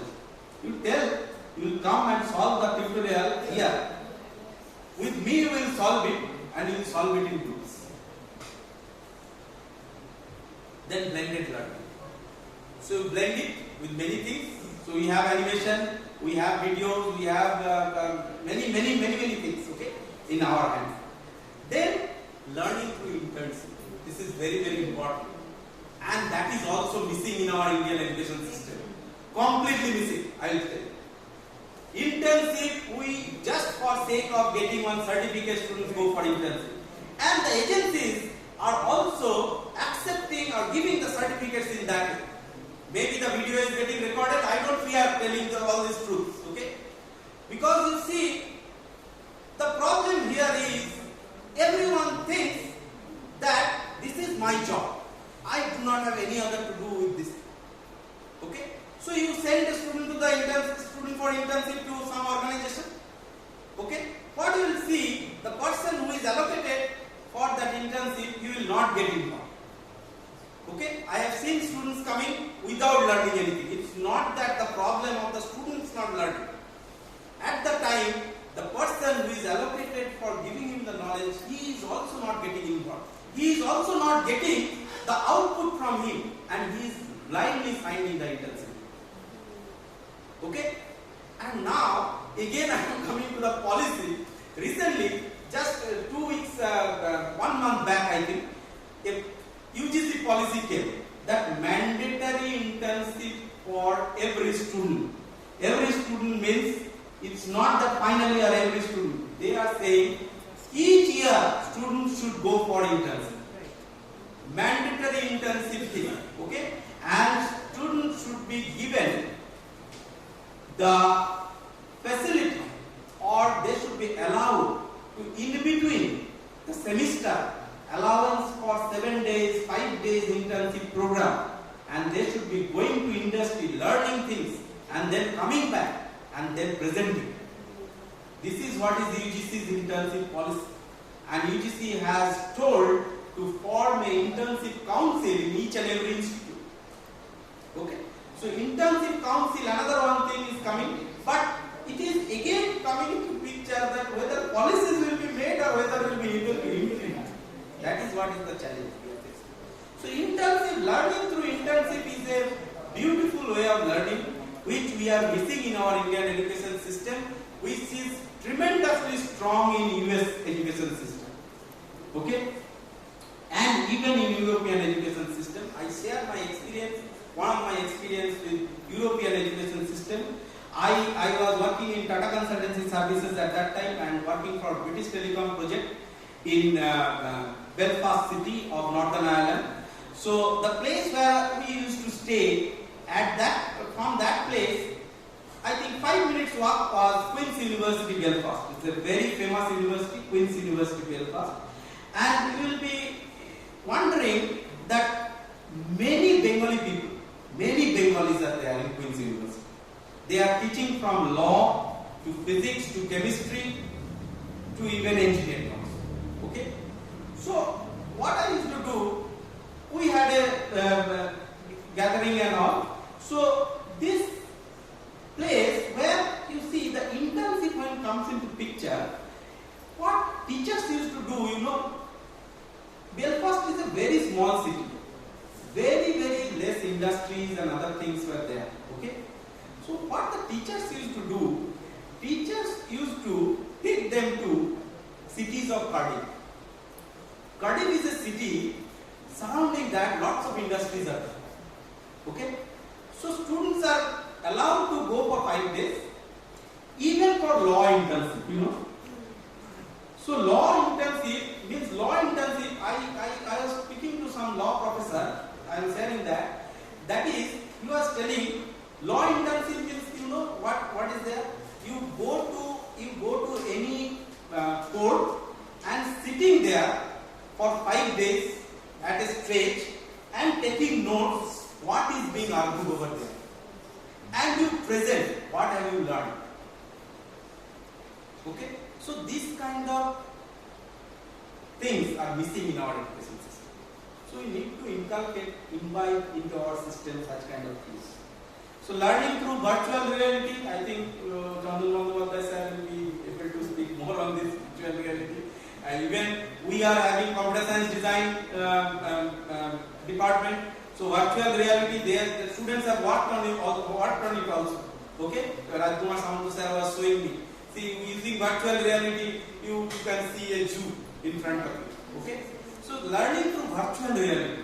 So virtual reality learning, see, the major thing of virtual reality learning is whether the communication power of students can be built up or enhanced through virtual reality. Because you see, students shy away from us, speaking in front of us. Okay? So if you have a virtual reality kind of system, where students should be able to see their own things, just like seeing in front of a mirror. In our days also we used to speak like that only. So that is what needs to be come up. Okay? So virtual reality learning is another one thing. Then challenge-based learning. This is the last thing I want to focus. This challenge-based learning. So now the education system should not be restricted to problem-based or project-based learning. It should be coming down to challenge-based learning. This is the need of the hour, and this is what the students should be encouraged to do it. And from that challenge-based learning and in a combination of experiential learning and to find out the other way of finding solutions, you should be doing interdisciplinarity, and you should be understanding interdisciplinarity and interdisciplinary learning. Okay? So interdisciplinarity in tomorrow's education system, if you see, so today's social economic, everyone understand what is interdisciplinary. Okay? So social, economic, environmental, media challenge, everything. If you see, they are very complex, and the last two points are very important. That is open-ended. Everything is open.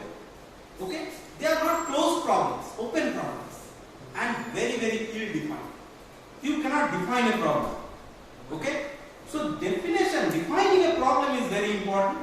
And you see the whole world is now facing the challenge of economic crisis. You have climate changes, you have desertification, deforestation, you have inequalities, you have wars, you have eradication of poverty.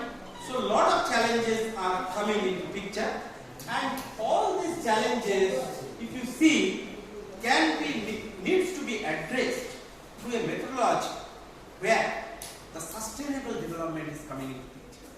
So need for interdisciplinarity in education is coming with this sustainable development. And what for we are going for sustainable development?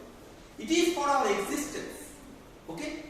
As human beings, if we want to exist in this world, then we need to go for sustainable development. And for that sustainable development, the primary focus should be on quality of life and equity. Now, quality of life is happening to few of us, but equity is missing. Many of us are not having minimal quality of life in today's day also. Not only in our country, all over the world. Okay? So this quality of life is very, very important. Okay? And the equity of quality of life, not quality of life, equity should be coming into picture. And that focus, that thing can be addressed using interdisciplinarity of the education system. And through that, if you see that United Nations has again come up with policies and SDG is coming in, there are a lot of controversies going on. Okay? Sustainable development goals. By 2030 you will have to arrive and reach this and that and that.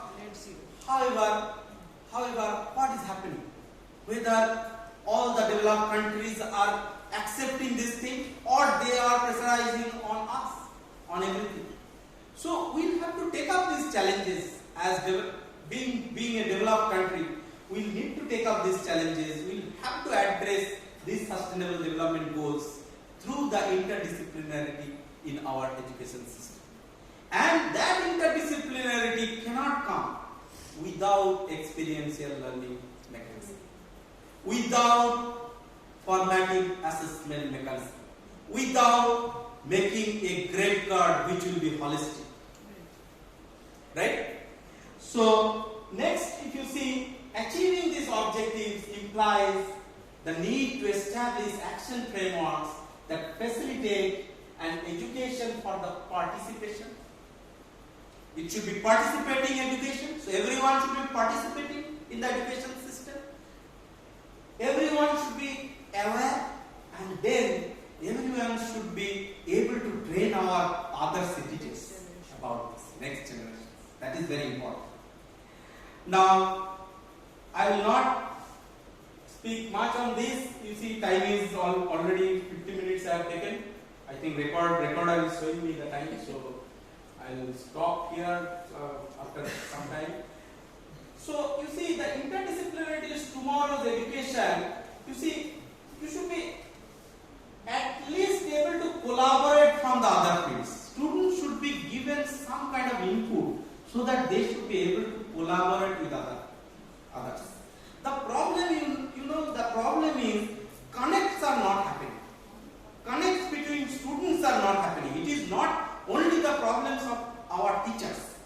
is not the connects happening between the students. I give you simple example in our department only. Okay. So in the civil engineering, that building of APC, what is that, sir? Acharya building. Okay. So in that building now, civil engineering department is there and data science is there.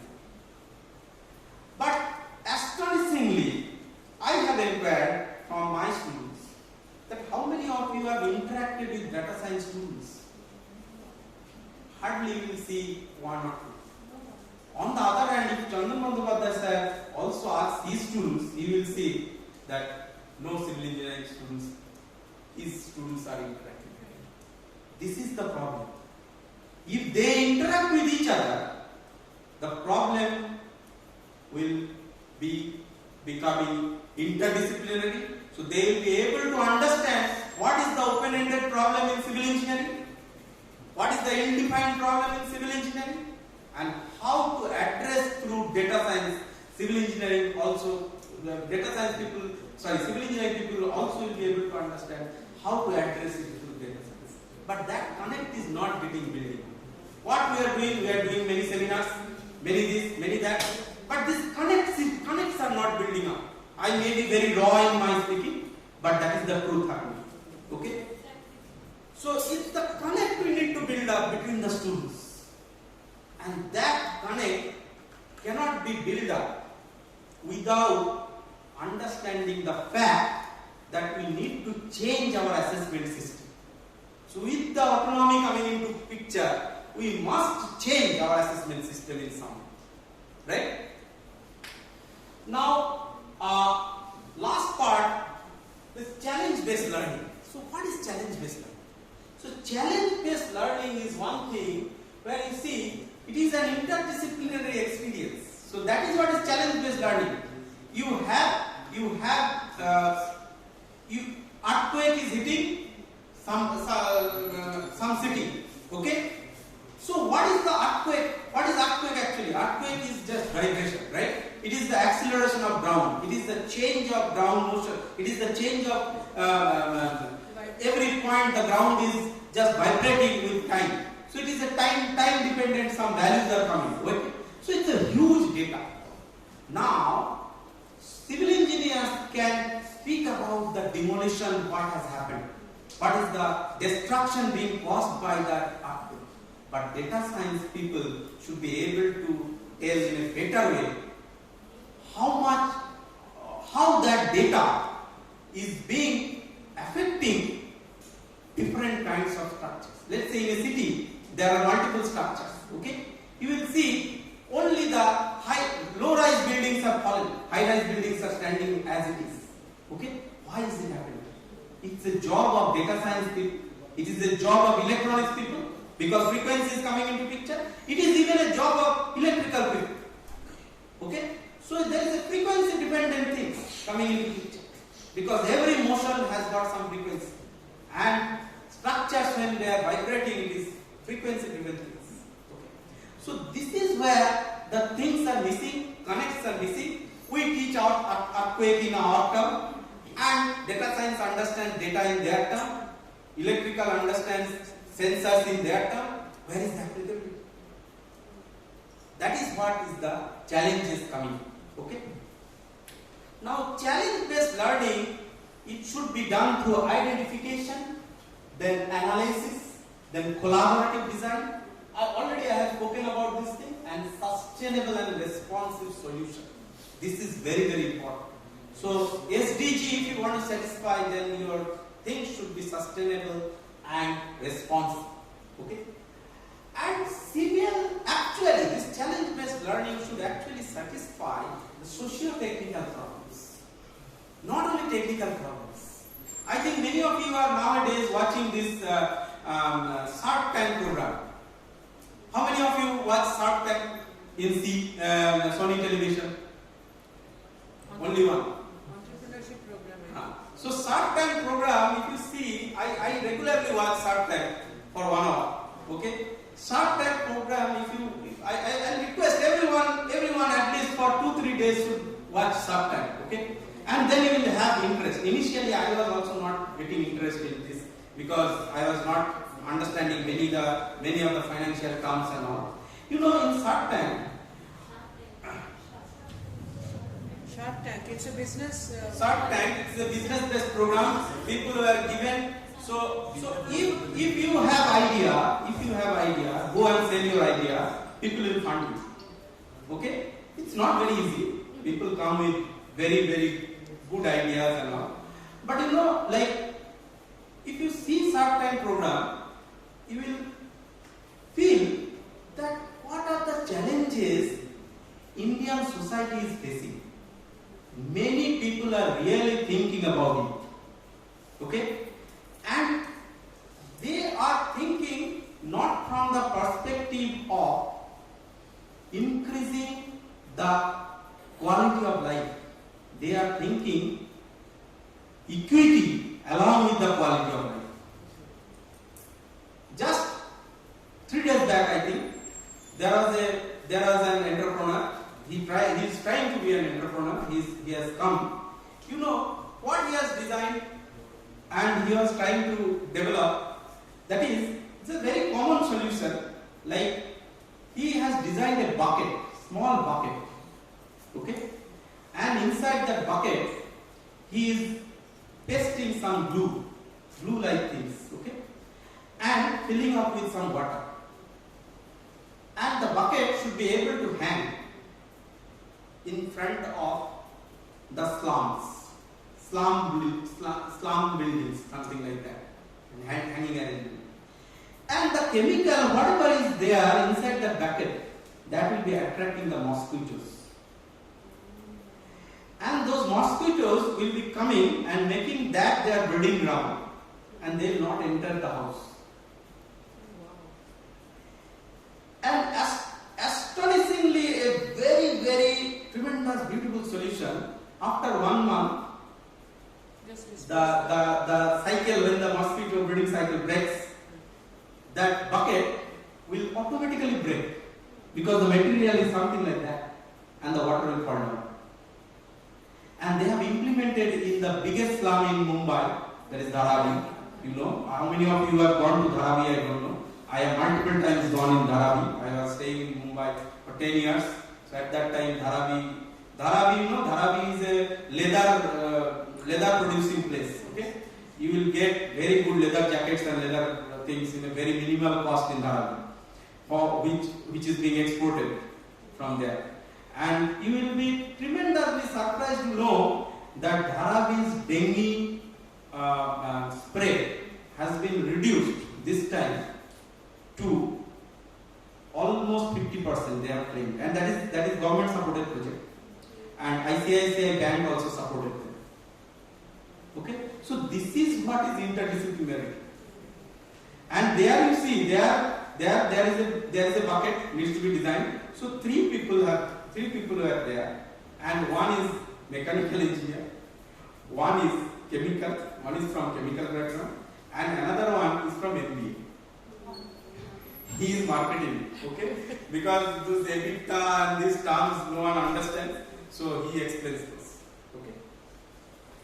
So CBL, if you see, it's a open-ended problems, real-world problem solution, entrepreneur, acting, design thinking. Then obviously it will be combining the disciplines and linking curricular and extracurricular activities. That is very important. Initially, to start with, I told that extracurricular activities needs to be entered into our evaluation system. And then you see, last point I emphasized on, CBL both depends disciplinary knowledge. You cannot have anything without disciplinary knowledge. And it will also stimulate 21st century skills, which we are every day listening.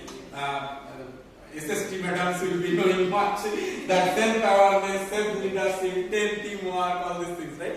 So these things, unless and until you have interdisciplinary confidence in yourself, you cannot have. Okay? So I hope that you have got it in a right way, and integrating animation with experiential learning. If you see animation, all of you know animation. Okay, So animation learning is a very, very good, strong way of learning. Nowadays, the learners are becoming digital learners. This is society-driven thing, research-driven thing. And we'll have to accept some facts also. And we'll have to take it in a different way, okay? And try to incorporate some animations, possible, if possible, into our learning this thing. And it is not, I little bit differ in this way, that it is not that we'll have to become an animation expert for showing animation to students. Okay? For showing animation to students, you can use very simple tools also. Or you have lots of things available in internet. And those things you can directly use for doing animation and showing. Okay? So those kind of things can be very easily shown to students, and it gives some real good experience. Now there are challenges. We do not have all the classrooms equipped with smart classes and all. But the as much as possible, or we can share the YouTube links or some animation we can download and show them. Okay. So these kind of things through animation we can do, and you can see this slide when you are seeing. Okay. So you see this is what is animation. See, this is what is animation. So you see, when I say integrating animation with experiential learning, your focus will be going to that part. Okay? And then this coming, so you are getting some attention over there. So this is what animation is. Your visual aids are being redirected in that way that your cognitive learning ability is connected to the visual aid. Okay? So this is what is animation actually in presentation. Okay? So now you see, after this, almost all of my slides are animated, right? So it's not very difficult, and it's very simple. All of you know how to animate this way of animation. So now you see this slide, right? Intentionally I kept this slide like this. So there is no animation. So you see now it's a clumsy slide, looks like, right? Many information. So if I tell something, digital generation, your eye will be going to that loop. When students learn through their own experience, it becomes, right? So this is what is the emphasis on animation you should keep. So whenever you try to put some slides also, if you animate, that can be better way, interactive, that can be made in a better way of interaction. Okay? So, and it's not that it takes a lot of time. Okay? It took 15 minutes to animate all the slides. Yesterday night I sat and animated everything. Okay? Now with this, I think synergy comes into picture. So last part, so synergy. So madam has given me a big topic. It's a very difficult topic to explain. So synergy, what is synergy? So synergy is the interaction of two more elements to produce a combined impact greater than the sum of their separate effects or individual impacts. So this is what the synergy comes into picture. Where the interdisciplinarity is there, obviously there will be synergy. Wherever there is interdisciplinarity, there will be synergy. Okay? So synergy will not come separately without interdisciplinarity. Interdisciplinarity cannot come without experiential learning. Experiential learning cannot come without proper way of assessment. So all are interconnected. So this is the way. So synergy, if you see, it is amalgamation of separate independent science and education contributors. So this is what we need to understand. So we need to have a interdisciplinary synergy. That is very important, and I tried to explain to whatever knowledge, small amount of knowledge I have through this. And if you see, there are different content applications, research-based pedagogy, then dynamic classroom implementation, all these things we have implemented through that shape. And now we have discussed this thing, and now you see, where do we stand? So this is the important thing, right? So where do we stand? All these things we have learned, heard a lot of lectures and this and that, and then where do we stand on today's day? Today, that is very important to understand. Okay?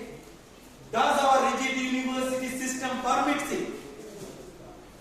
We are talking about teaching learning process, improving this, that, here and there, many things. Does our university system permit it?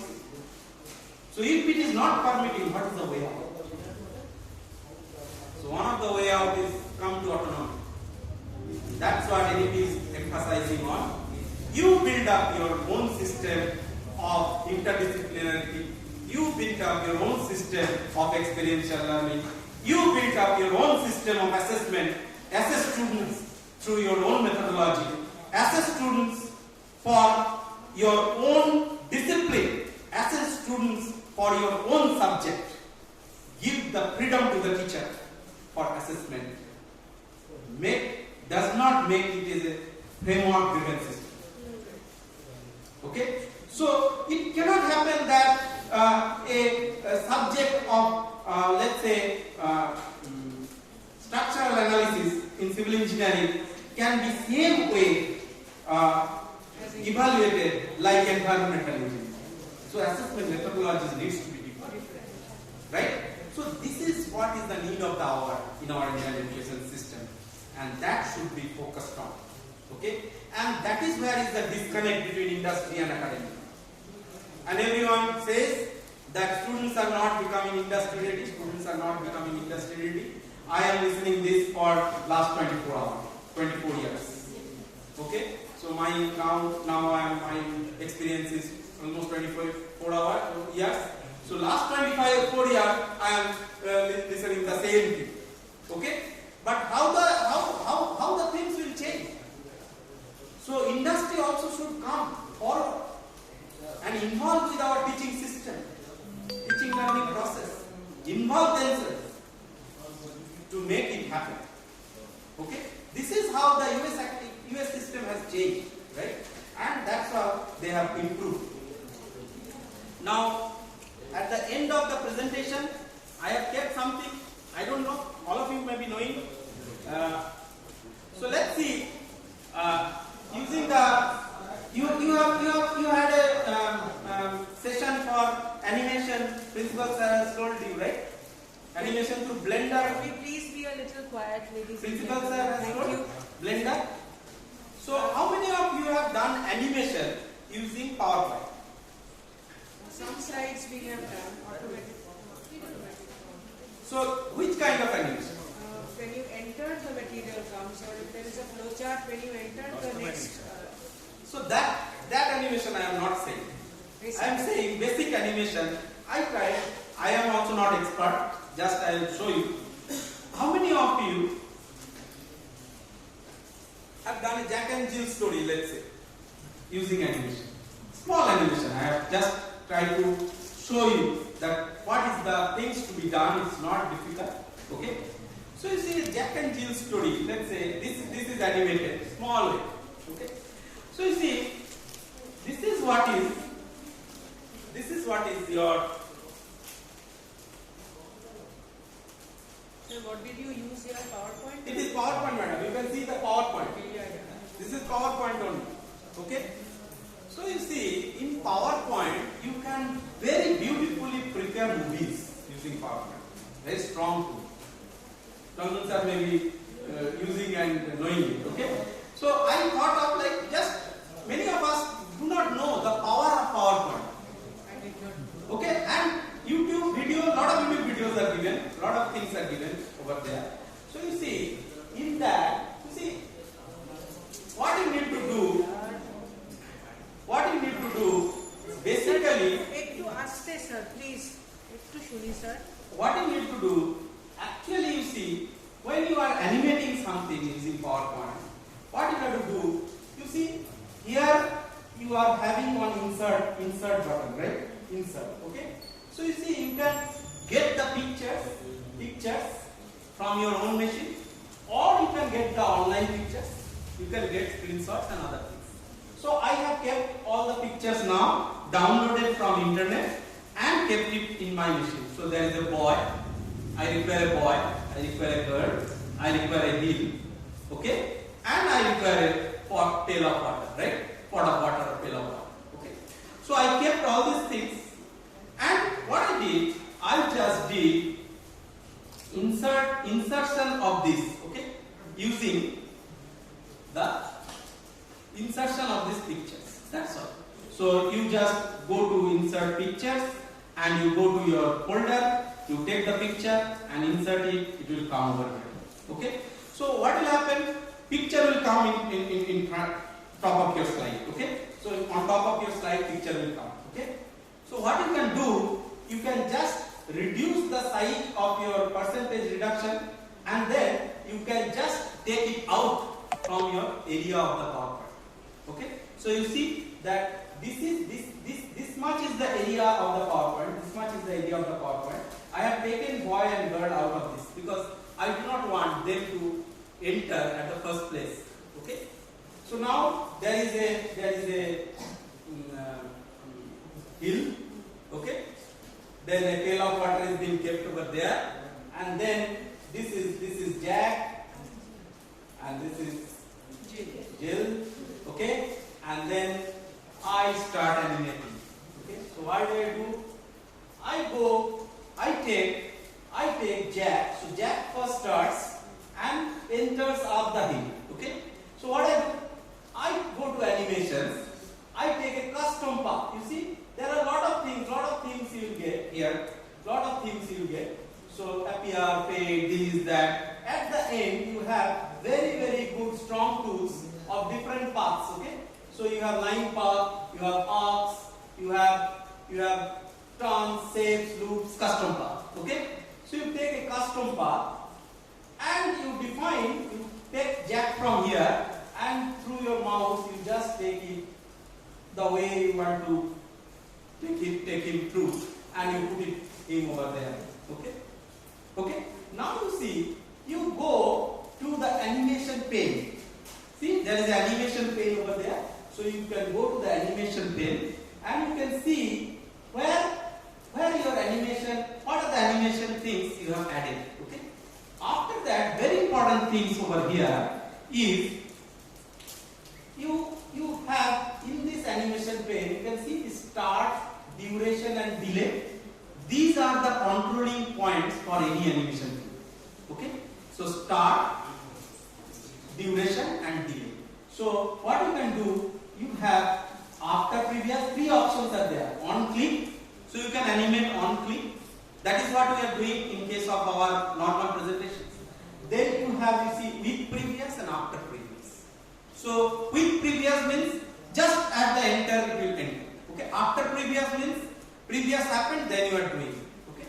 So with these options you choose and then you put a time delay and other things. So you see in this picture, first picture with previous is there and there is a duration of 5 seconds. And I have kept a 1 second delay. So that means Jack will enter after the heel has come into picture. After 1 second he will enter, and for 5 seconds he will walk and go up to the heel. Okay. So after that you see the second picture. So Jill will enter. So second picture is of Jill, and you see Jill will also be entering after previous 5. And then she will be maybe entering little bit later than Jack. Okay.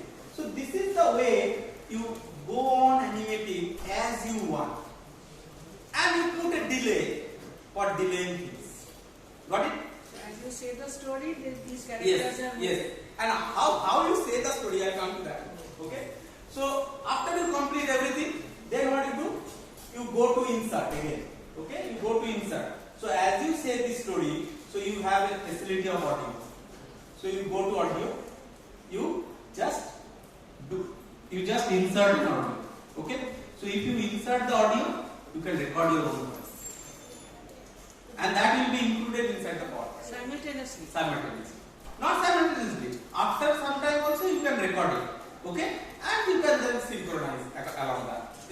Okay. So this way you can prepare a very, very good PowerPoint animation. Okay. And you see this animation, if I see this animation, you see, this is how it is happening. So Jack has entered. Then we can have the voiceover. Yes. You can have the voiceover. I have the voiceover also, but my voice is not that good. So.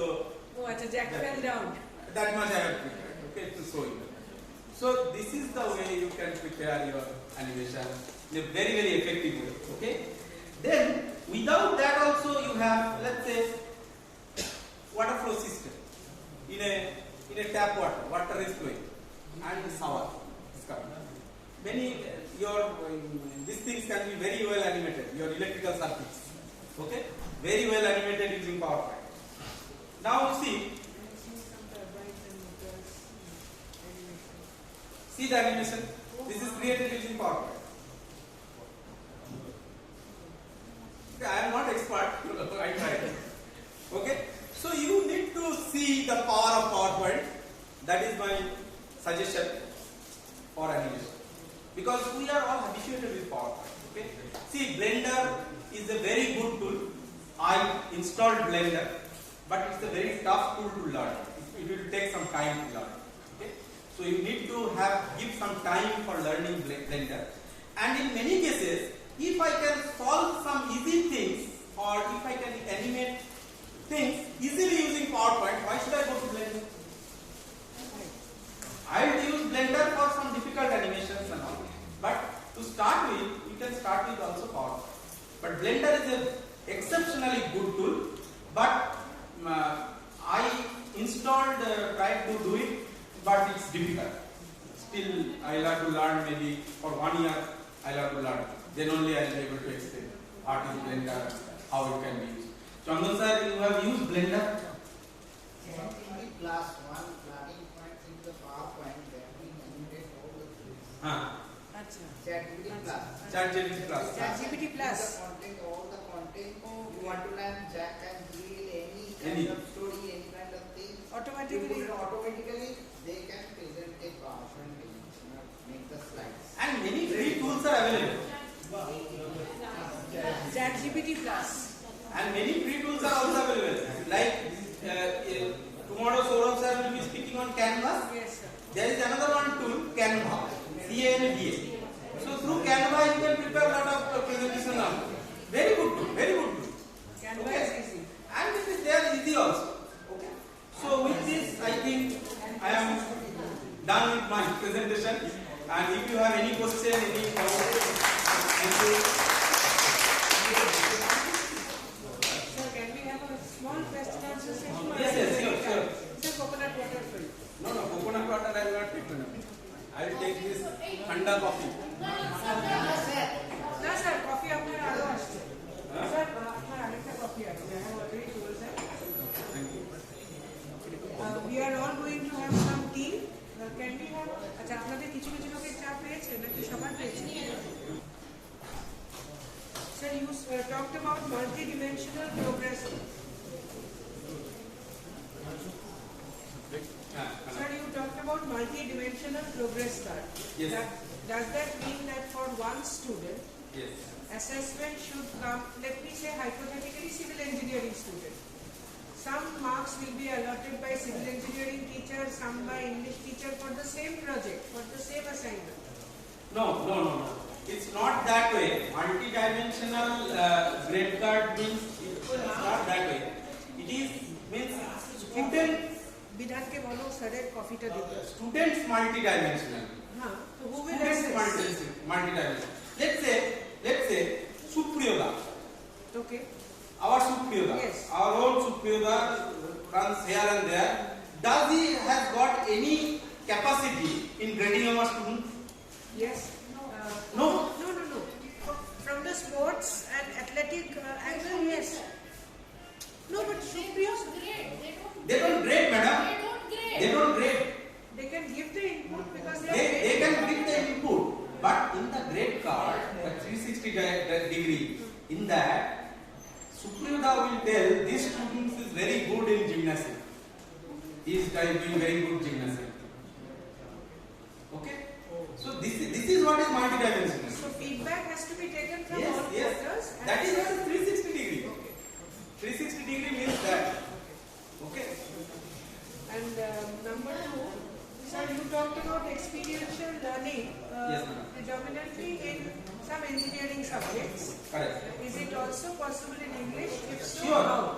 Sure. Experiential learning in English. I think you will have to read Tanya Madam's post in Facebook. Yes. Okay. Yes. Okay, you will never see me commenting or giving thumbs up in Facebook, but I am a very vivid Facebook person. Okay? Unfortunately, I am not So, there. what is madam? FOMO, yes. So, if you read that post, you will understand what is experiential learning using FOMO. Okay, so beautifully written and you can understand. Okay. So, it is experiential learning. Obviously, in communication subjects, experiential learning is very, very important. See, the experiential learning, there is another one part, virtual learning, right? Virtual learning I told you, right? Yes. So, in that virtual learning, if you see that experience should come for the student, how to present, Right. how to do group discussion. Right. So, they should be experiencing things. Right. So, it is very, very, very much important in your case also. Right. Sir, may I add that suppose I want to teach a student corporate communication. Suppose. Yes. Can I or should I be allowed to, able to, from the university framework, from the college hierarchy side, advised by everybody higher than me, that I can send my student for 5 days, like you said, to intern or learn or just wait and see a corporate environment, and then to experience. Yes, that you can do. That you can do. And that's what, see, I had few of my colleagues, but very importantly, colleagues from our sister organization, Pharmacy and Allied Health Sciences College. We are here on the penultimate day of our SST FDP 2024 Let Us Teach. And today's session will be a carryover from yesterday's session, which we could not complete due to paucity of time. We will be starting with standardizing teaching content locally, which will be offered, a session which will be offered by Professor Dr. Chandan Bandyopadhyay.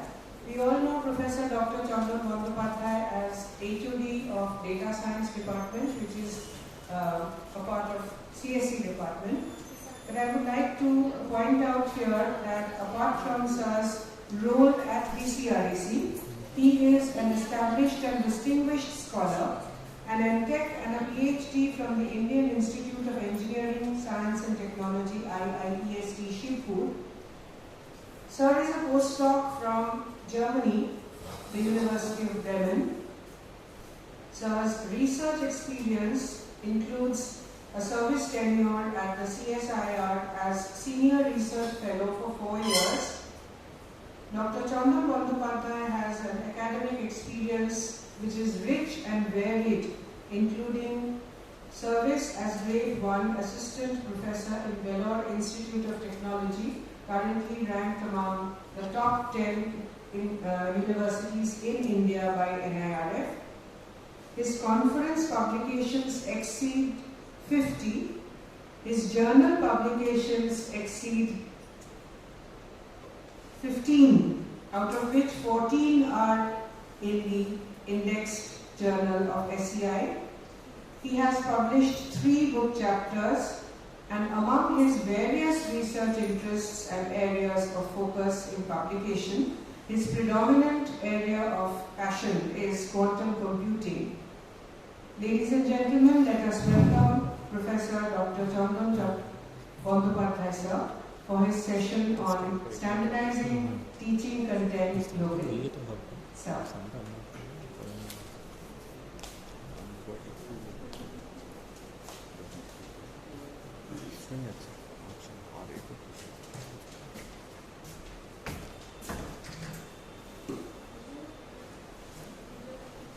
Thank you, ma'am, for your wonderful introduction. In the last 2 days, the remaining speakers already have spoke about different topics. And it turns out very tough for me to highlight on the same issues again because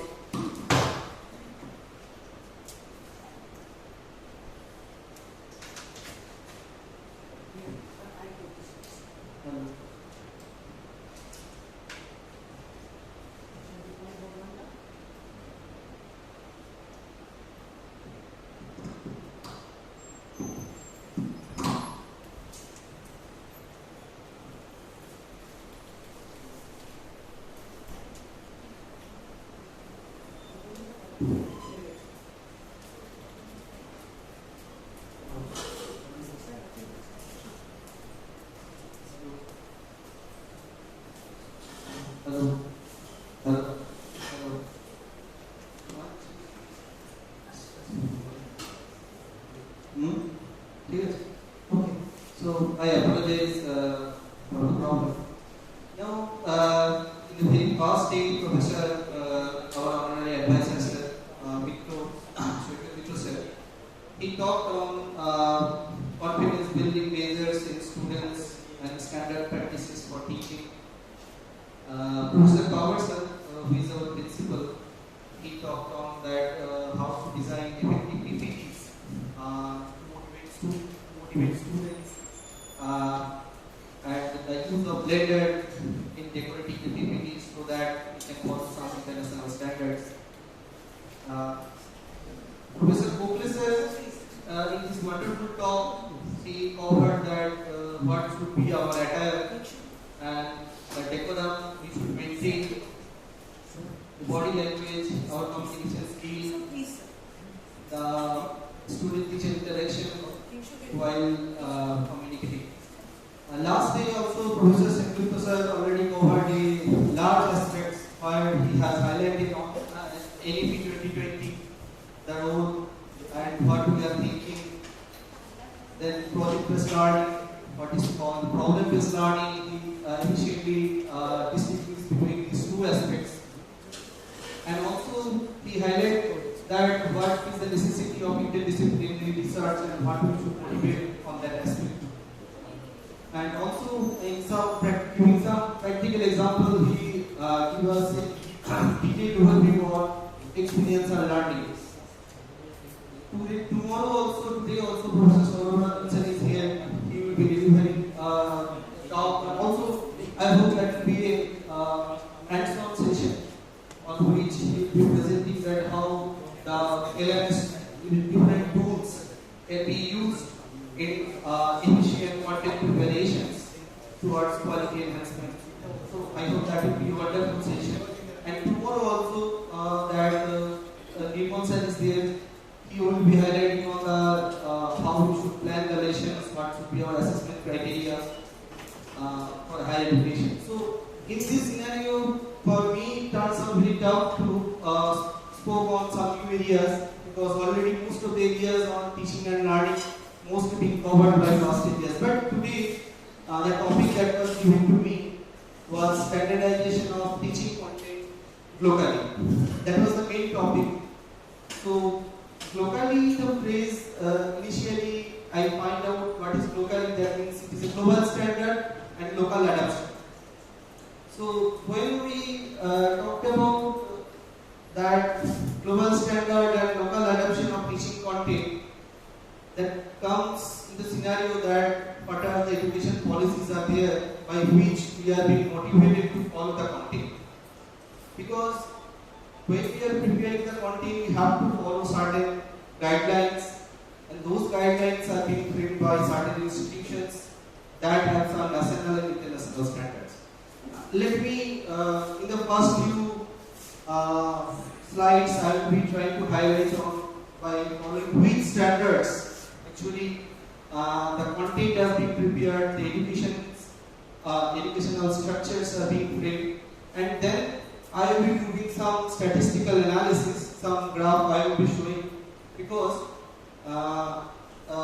we see that several accrediting agencies are there. Here, few years back, NPA visited, NAC is there, but one thing is very clear that why this accrediting agency comes to the students.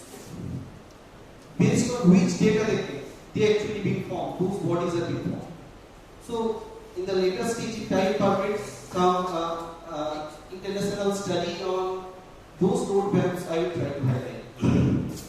Those and one thing I want to be very clear that whatever the sentences I will be telling here, I have to do or we have to do.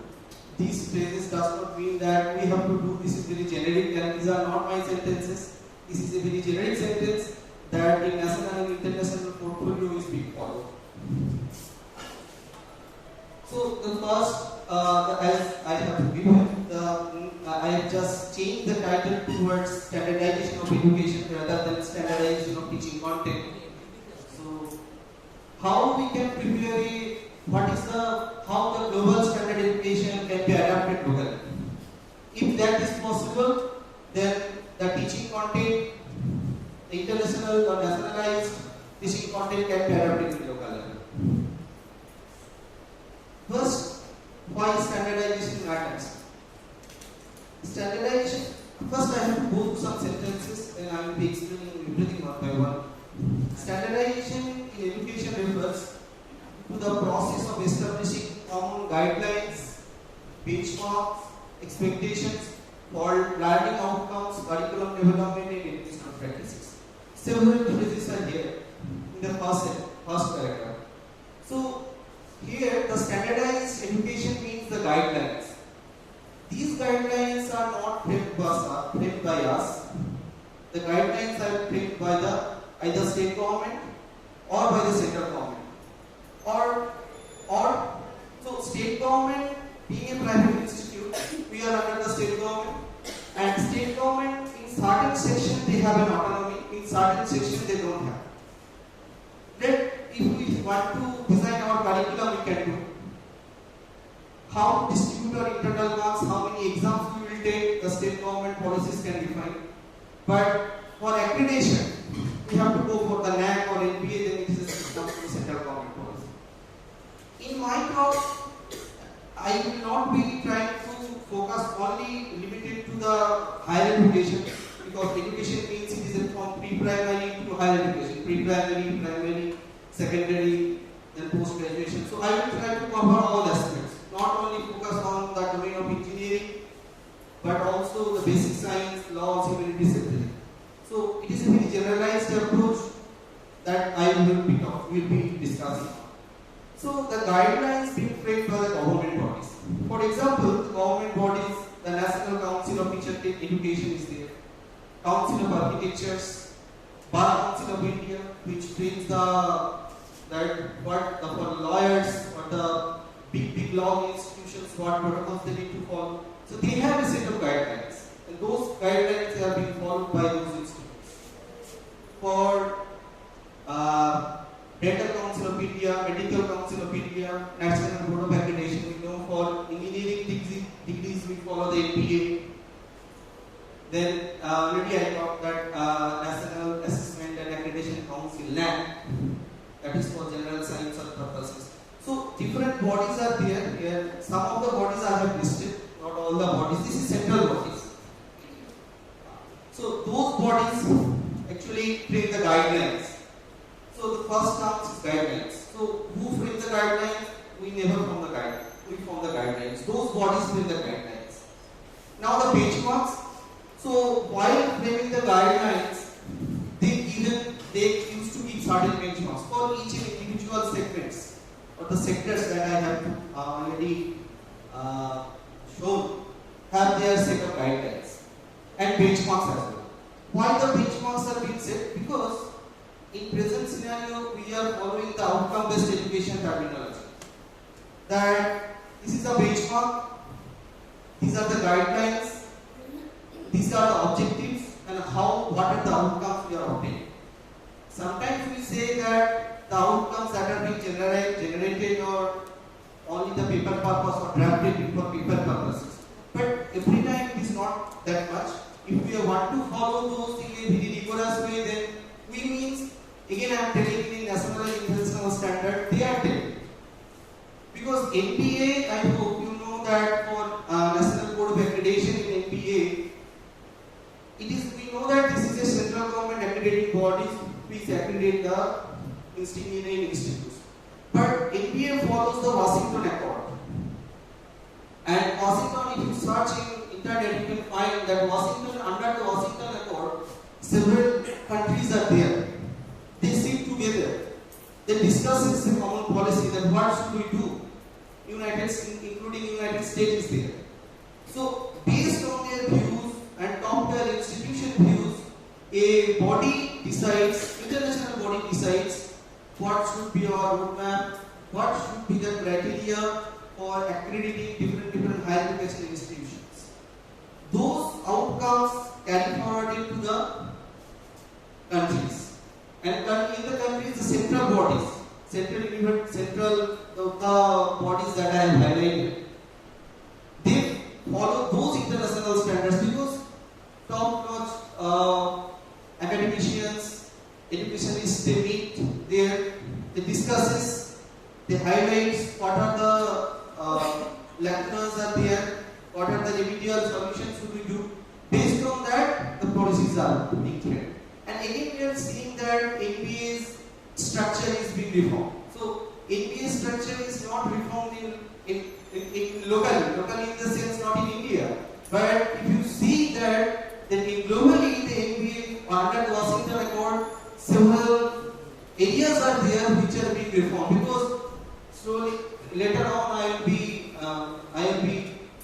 one point I will be highlighting that under that they are telling that continuous under the Washington Accord one sentence is there, continuous evolution and reformation. They are telling, because they also want to reform themselves. They don't want to be very monotonous. Okay.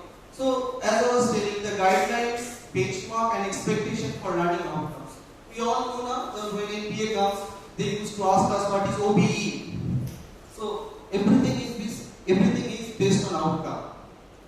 Because when we come to college, we have to set an outcome that we have to teach the students, we have to motivate them, or we have to take certain exams. So everything is based on outcome. Curriculum development and educational practices. I hope you can understand the last two parts. We have to develop the curriculum, but the curriculum, again I am telling, we have to follow the international standard, national standard, follow the international standard, state government will follow the central government standards, and we can carry forward. Then only the curriculum development in a synergized way is possible. Now, and educational practices. Slowly, when I will be covering the rest of the PPTs, I hope that you can understand what are the areas that we want to highlight. So, standardization, why we require standardization in education? So, first is that ensure quality, consistency across educational systems. So, quality and consistency across educational system means, here you see that BCREC College is a very good private institution in West Bengal. But other institutions are there in private engineering college.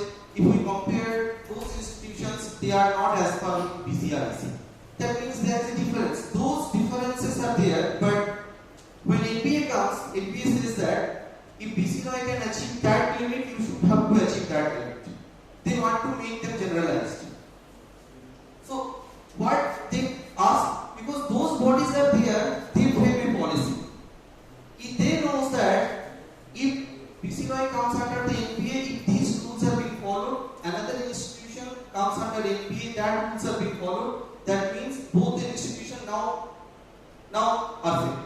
So, the consistencies in distribution of policies and evaluation is very required. So, first term, ensure quality and consistency across educational systems. Under this point, several sub areas are being covered.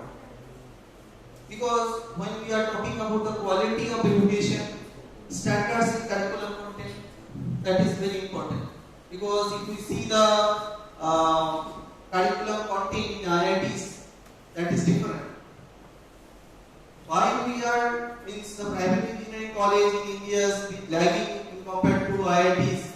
There is a reason is there, because when they are developing the curriculum content, they do the future aspect also. That what the students should be equipped with to face the upcoming challenges.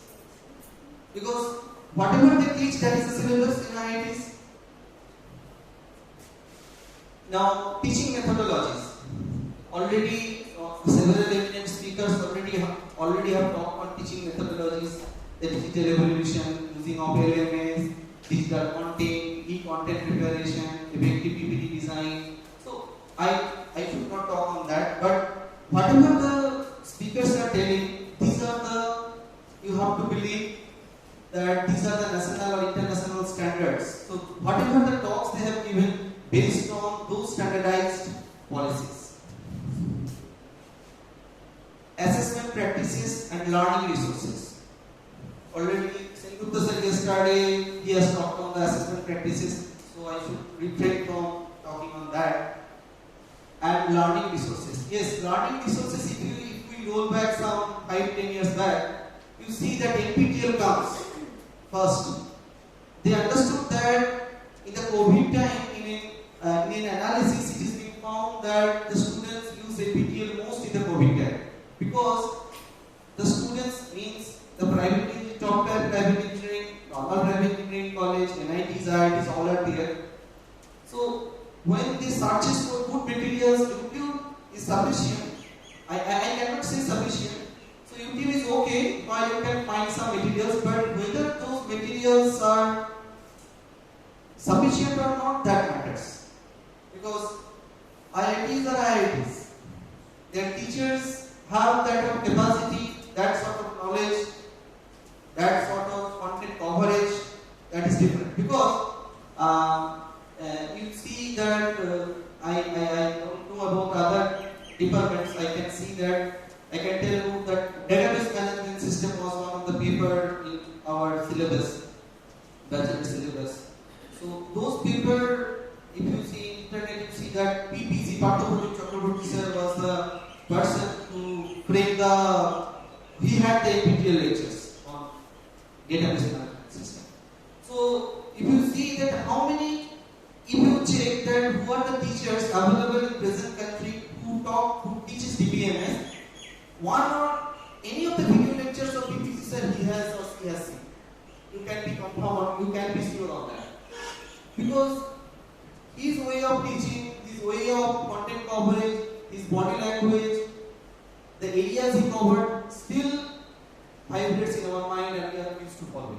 So the e-content and learning resources are necessary. And then in present scenario, learning resources are used because availability of internet, when the internet is available, because now 10-15 years back, internet was available, but not that much. Now, when internet is there, you can search anything and you can go on over there. Several resources are there.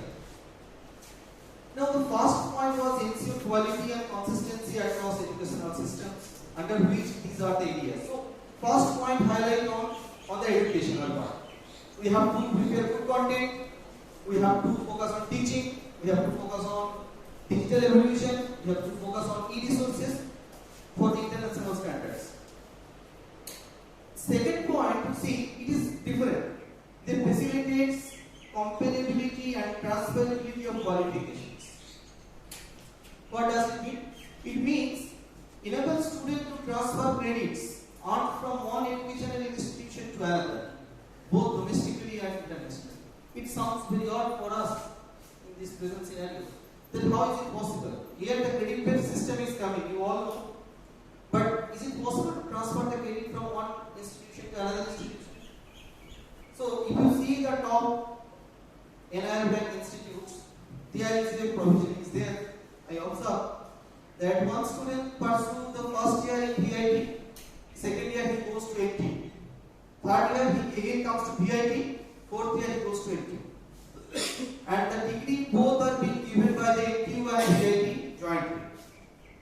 So they have a set of credit points, he has to earn or she has to earn, and it is mutually exchanged. So, but, and again I am telling, this is not the policy of VIT or SRM or like that type of institutions. These are the policy of international standards. They said that because you know that NTU is the top institution, NTU and in US that comes on the US World Ranking top 10. So they collaborate with those institutions and mutual credit transfer is possible. So why this point is there on standardization? Because they want that students can move here and there, can move. The boundary should not be there in education. If you go for Europe, there is a Schengen visa is there. You can go to any European country because they think that entire European Union comes under the all European countries are there. Anyone can move from one country to another country. In the same way, they think that the students should not have any barrier if he is able or she is able to collaborate with the international top tier institution. Using the credit point transfer, he can it is possible. Third is, it is completely different from the point 1, from a standardized standardization point of view. Third point is enhance accountability and transparency in education. This is not my sentences or your sentence, this is a sentence made by the international bodies. And what are the international bodies? I will be talking on that bit later. Here this says that enable stakeholders, including students, parents, educators, you see who are involved in transparency. Students, parents, educators, policymakers, and the general public to monitor and evaluate the effectiveness of educational system and institutions. Here what happens now? That we evaluate the papers of the students. But if the students want to see their papers, that is not possible. They cannot see in which section how many marks is given. Whether if they want to challenge the evaluation is not proper, that is not possible. If I have a problem with certain students, I can give less marks to students to a certain segment. So transparency is missing. But what the international standard says in education that we should have, which means the system should have a framework where everyone can see. Just I will be showing that one platform here. The parents in the transparent system, I have seen that parents can log in, students can log in, faculty can log in. They are accessing the same material, same results. They are accessing them. They are accessing their copies. Parents can see the faculties has evaluated the papers in which way, in how many sections they have given the marks. Now, at the end, when some visiting organization comes, like in B or NAC, then we go here and there to collect the data from the parents. We have to collect. But it should not be like that. We should have a standardized policy. If we have given the accessibility of the student database in the sense his or her son data to a parent in a transparent way, then we should not have bothered about the parents' feedback or their concerns. You see, just I am moving from here. I have opened. So here you can see that one URL I have given. So just in this URL, just sometimes back I have opened. So this is now in the examination system now, whether the India is changing or not. India is changing very rapidly. We are here, we are not adopting that system, that is different, but India is changing. In what we have seen, I have observed that to make the educational system transparent, how we can do? We can make a self-analysis that what we are not doing, but that is not a solution. So if we give money, we can avail the service. So you see, I am telling what the Code Tantra is doing. You see who are availing the service of Code Tantra. IIT Madras, IIT Bombay, IIT Kanpur, IIT Guwahati. You can see the list. Very big list is there. And you can see the very first that they have a move with the ICT. You can check. They have a move with the ICT. I hope that you can see. Later you can see that. You can search in Google and also you can see. But who are the collaborators? These are the collaborators. Already I am shown. Now, in this Code Tantra, what happens? I am talking about the transparency. That the examination system is completely digital. The paper evaluation process is digital. Credential is given parent, credential is given to students, credential is given to faculty. They can evaluate. In which section, how many marks are there, they can check. Even COP attainment, that we have to work now, that this is attainment calculation. Everything is being done in that platform. So, based how many marks the student is getting, they are scored in a certain area. Based on our attainment criteria, whatever the rules are being framed, that is being stored somewhere and being evaluated, a graph is being plotted. Some times back I was showing to my faculties in my department that how this is being auto-calculated. Very beautifully auto-calculated. There is a direct connectivity with this Code Tantra platform. With this, and entire examination system is digital.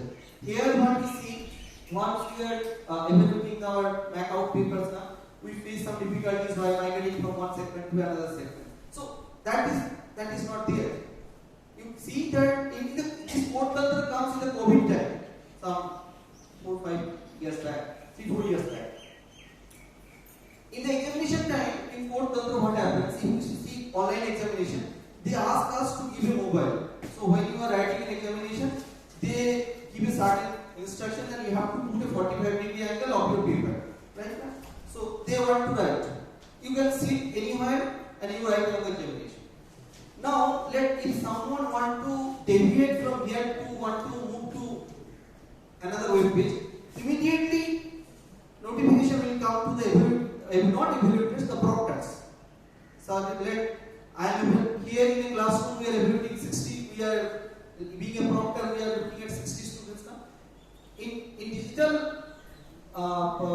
digital way also, there 20 students are there in my single window. If any student is doing anything wrong, then it is being marked, red color mark is coming. So they have incorporated the technology. Our system, we have not incorporated, that is different, but in the India, you see the IITs are adapted. Several top parent and other private organizations has adapted. The entire thing is digital, nothing is there. When the accrediting agency comes now, I have seen, they said that this is our digital resources. If you want to see the digital resources, paperwork, if you want to print, we can print. The printers are there, we can give the print. So everything is being ready. Our course file, the problem is that with our course file. So there also the lesson plan. Tomorrow also Nimol sir will be talking on the lesson plan, how to do. So here the big problem is there with the course file, that at the end of the semester we have to prepare the course file. That is not there. Every day we have to give what title, what topics I will be covering, which day, they automatically come, topic name will be coming, upload the materials. Then what the weak students means, online examination was there now, so already automatically the weak students being calculated, who are getting that much the percentage. The students having higher strength, that is also being calculated. So who needs the extra classes, weak student identification, remedial classes also being identified. So everything is built in digital. Here the problem comes because everything we want to do manually. That is the problem. So we have to trust those digital system and transparency matters. Because if the transparency is there, then there will be no problem in accreditations. Whatever the accrediting agency comes, we can pass it very smoothly. So if I talk on that, so it will go on. But I am stopping here on this third topic. Now, these points, first point was about educational system, second point was on credit transfer, the movement of students, cross-boundary movement, third point was the transparency in the system. So, if these three are there, then the education is perfect. Because we have a transparency, we have given liberty to the students, we have a nationalized, internationalized content. So that means it is a good content. Now, UNESCO, for example, UNESCO is a global education monitoring report setting benchmark for quality education worldwide. What UNESCO is doing, I have some slides, time permits, I will be showing here. At the time, if some graphs are there, I can show you some beautiful graphs I can explain. That you will see that Saudi Arabia is sitting in a different zone compared to the other countries. Whether we need secondary education, whether we need tertiary education, tertiary means beyond secondary education. But so why Saudi Arabia is here? What is the UNESCO report is telling? If time permits, I can talk on that.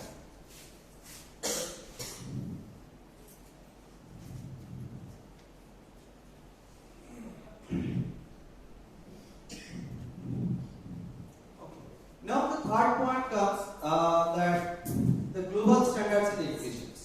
So the previous slides we talked on the criteria, that what is the demand. Now the global standards, organization setting standards. I said UNESCO is there, OECD is there, and World Bank is there. I hope that you are all familiar with World Bank because TQ funds came, TQ1, TQ2, TQ3 came now. They gave us money to go for presenting papers. They gave the for registration money we used to apply for under the TQ. So TQ program was there. But why the TQ was there? Because they thought TQ was not given to all the countries now by the World Bank. TQ was given to certain countries that requires. But how the evolution was being done? Because again, like if time permits, then I'll be coming to that point. So the first is that UNESCO initiative encompasses a wide range of educational areas, including curriculum development, teacher training. UNESCO, what they are telling? They are telling that you have to design a standardized curriculum. Teacher training, that this STTP is there. This is also a training platform. While FDP is there, that is also a training platform. So, lifelong learning is there. We have to be a lifelong learner. Under their policy, this is not my sentences. This sentence is being written by I will show you. They have given under the double quote that lifelong learning is a standardized benchmark under the UNESCO policy. Because if I say that I have to stop, my knowledge is sufficient, I should not be trained, that is wrong. Because as the scenario is changing, I have to, based on the changing scenario, I have to adapt the systems. Now, literacy, cultural understanding and international cooperation. International cooperation means, as I was telling now, that international credit transfer was possible. If NT was not accepting, then it was not possible. So international institute to institute cooperation is required. We have often seen Indo-US project proposal, Indo-German project proposals are there. So that means the government to government agreements are there, but the international institutions, in IIT, from IIT to another university in foreign, so they are collaborating and they are telling that we will exchange the students, we will exchange the faculties and project ideas. So the collaboration required. So these are the UNESCO standards, not our standards. They are telling that if you want to be a standardized mechanism, then you have to follow, you have to include the curriculum development, teacher training should be there. Literacy, why literacy comes? Again I am telling you that our focus is not on higher education. UNESCO follows that from pre-primary to post-graduation or beyond that degree, they follow that what are the benchmarks or how many percent of people from pre-primary to post-primary, primary to secondary. So that data they actually analyze. And I showed that why that Saudi Arabia was above the curve, because they are taking the data continuously and they are monitoring that why they are those persons, why the Saudi Arabia people are not that much of active in tertiary education. Now, program for international student assessment. This is a body. It assesses the performance of 15-year-old students in mathematics, science, reading literacy, providing valuable insight into the effectiveness of education system across countries. So, UNESCO is a standard. PISA is also from a standard who evaluates the student performance in international program. Why? Because they are testing the students, whether the students belong to a certain institution.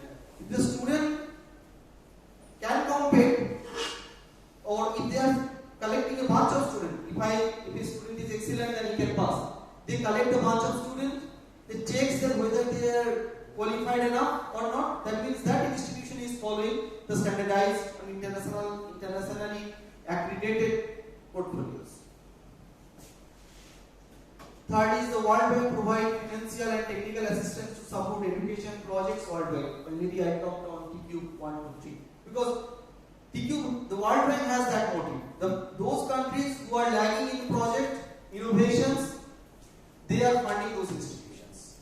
They are funding. Presently, their roadmap is being changed because they are not considering, because India is a developed has developed very fast, so they are putting India in a average among the developing nations category. That's why they said that we are stopping now. Now, what are the initiatives they are forming? Yesterday also, Selfie sir showed that education 2030 agenda is there. Sustainable development goal. These are the agendas are there in global standard education. So, what is the common framework? Common framework is there. Again, I am telling the same thing. The UNESCO Sustainable Goal 4, that is on quality education. Few years back, their goal was education for all. They are talking on literacy. But now they are changing. Sustainable Development Goal, this is 4. That means before that, it was 1, 2, 3 was there. You know that in NAC was established in 1994. In 1994, NAC was established, but NAC established on the base data produced of 1986. 1986, a bunch of educationists produced some data on why the title, if I am not wrong, why the Indian educational system is deteriorating. That was the main point. Based on that, they prepared a data, 1986. After that, in 1994, the NAC was being formed. They analyzed the data, and then onwards the NAC is going. So, in the same way, first, UNESCO has a policy 3 years back, education for all. Now they have an agenda, quality education. And OECD program for international student assessment. So these are the framework. Because institutions, if are coming this framework, then you can say the standardized institution. They have a standardized curriculum. They have standardized students. Everything is standardized. And those UNESCO policy or OECD policy are being carried forwarded by the central government. A Ministry of Education is there who are following their policies. They forwarded those rules to us.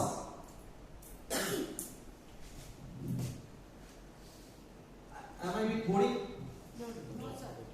I don't know that what I am telling you because I am talking on different agendas, so I might be bored. Okay.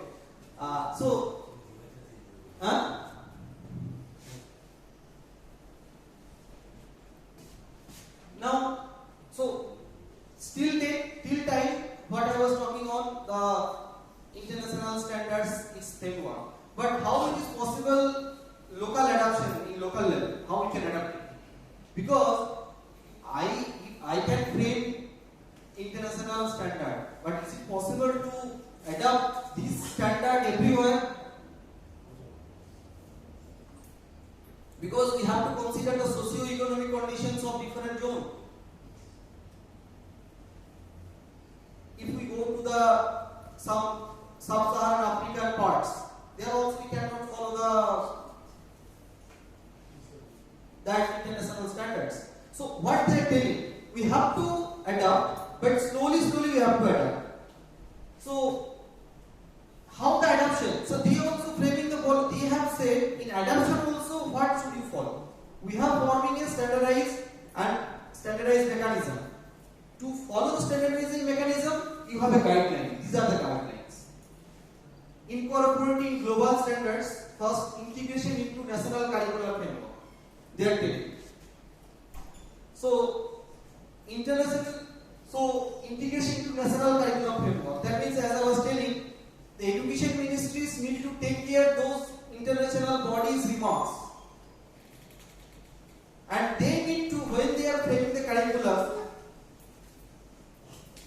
for autonomous institution or like that, they give the application to us, but they should give us a detailed guideline that you have to follow this set of rules. And actually they used to do. So integration into national curriculum framework, here the ministries, education ministries comes, role is very bigger. Alignment with local educational goals and priorities. I will be coming to that point. Local educational goals are, what is local educational goals and priorities? Because if I go to very remote area where internet connectivity is not there, if I ask them to adapt the digital educations, everything to be available digitally, that is not possible. So we need to take care we need the policy that we are going to adopt. We have to think on that in which zone we are focusing. Based on that, the adoption, the amount of adoption, we cannot adopt the 100%. The amount of adoption will be limited. And cultural relevance and sensitivity, that also matters. Here, India is a very plural society. Here that is not that much problematic. But if I go to Somalia, if I go to Nigeria, their problem comes. So we need to take care of, they are telling that cultural relevance and sensitivity matters. When you are going to adapt the international systems, look into that. Socio-economic disparities and inclusivity. This may involve implementing policies and programs aimed at reducing barrier to access, providing additional support for disadvantaged students, and fostering an inclusive learning environment where all students feel valued and supported. So these sentences are well constructed because these are not my sentences. These sentences are being framed by the policy makers. They are talking on that when you are adapting to the local adaptation is there. Mainly here they are telling the socio-economic point means the underprivileged, who are underprivileged, the government needs to fund. NGOs needs to come here. Private organization needs to come there. They need to fund. They need to develop the certain segment of students who don't have the internet facility, they have to give. Who cannot access the e-materials, they have to give. Who cannot have the books, they have to give. So the financial support need to be given. So here this three line means socio-economic disparity. When we are adapting the policies, because when we are adapting the policies, it puts a burden on the exchequer. Everything we are going to implement, we have to spend money. But whether the remote area, in a very remote area in India, if we are going to implement the international protocols, that is not possible. First, the government needs to intervene. For example, in some days back, or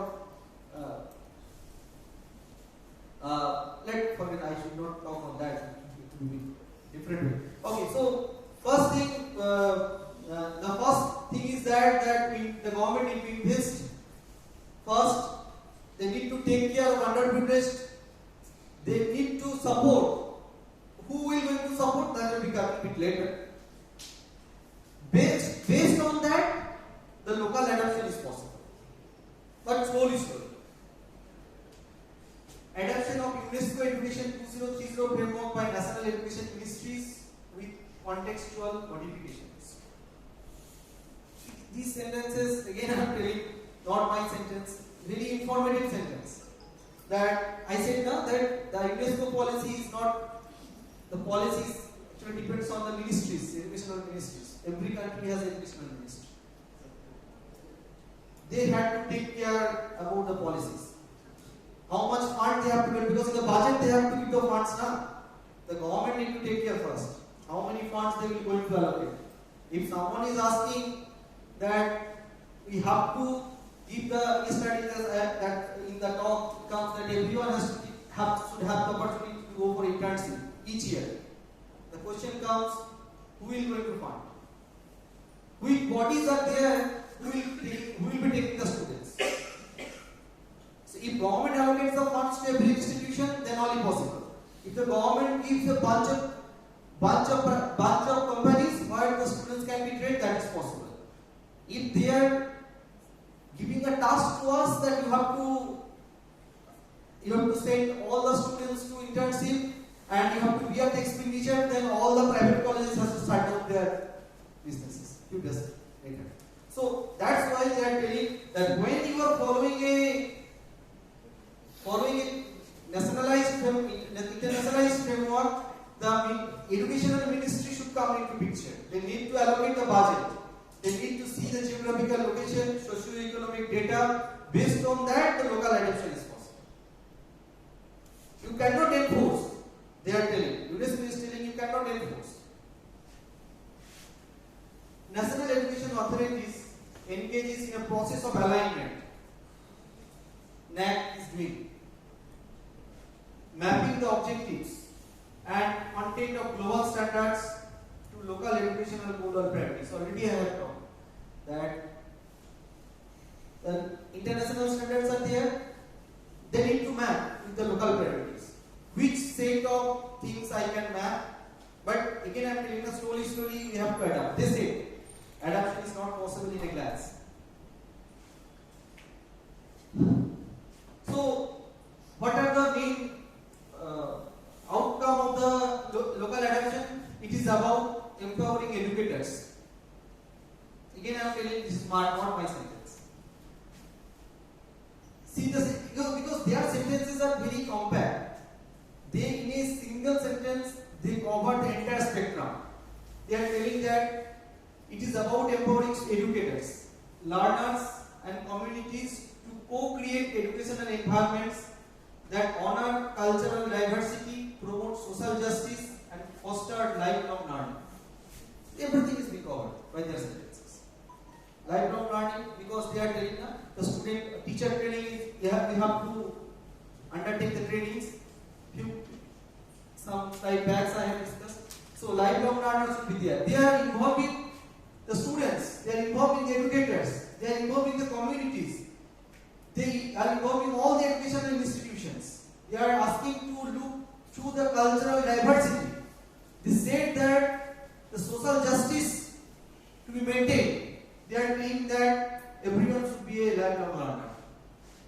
All aspects they are covering for local adoption. Now, technology and standardization. Because when we are adapting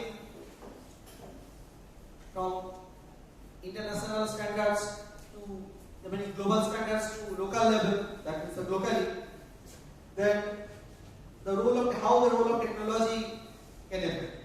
So, facilitating access to standardized educational resources. It is their sentences, not mine. Through digital platform, already all my speakers, Indian speakers, again tomorrow also they will be also will be talking on that through digital platforms, learner can access vast array of educational materials, including textbooks, video, simulations. I will be talking about simulations. Interactive learning modules to adhere established standards. So they are promoting that everything should be digital, because it cut down the expenses also when it is digital. Motivate the students, supporting assessment and monitoring of learning outcomes. Because I was telling them very fast that these are the outcomes that we used to make the COPO mapping. Because these are all the outcome based mapping. OB is there. Now, whether those mappings and objectives are done in pen and paper or whether they are being done in physical mode, that is very important. They are telling.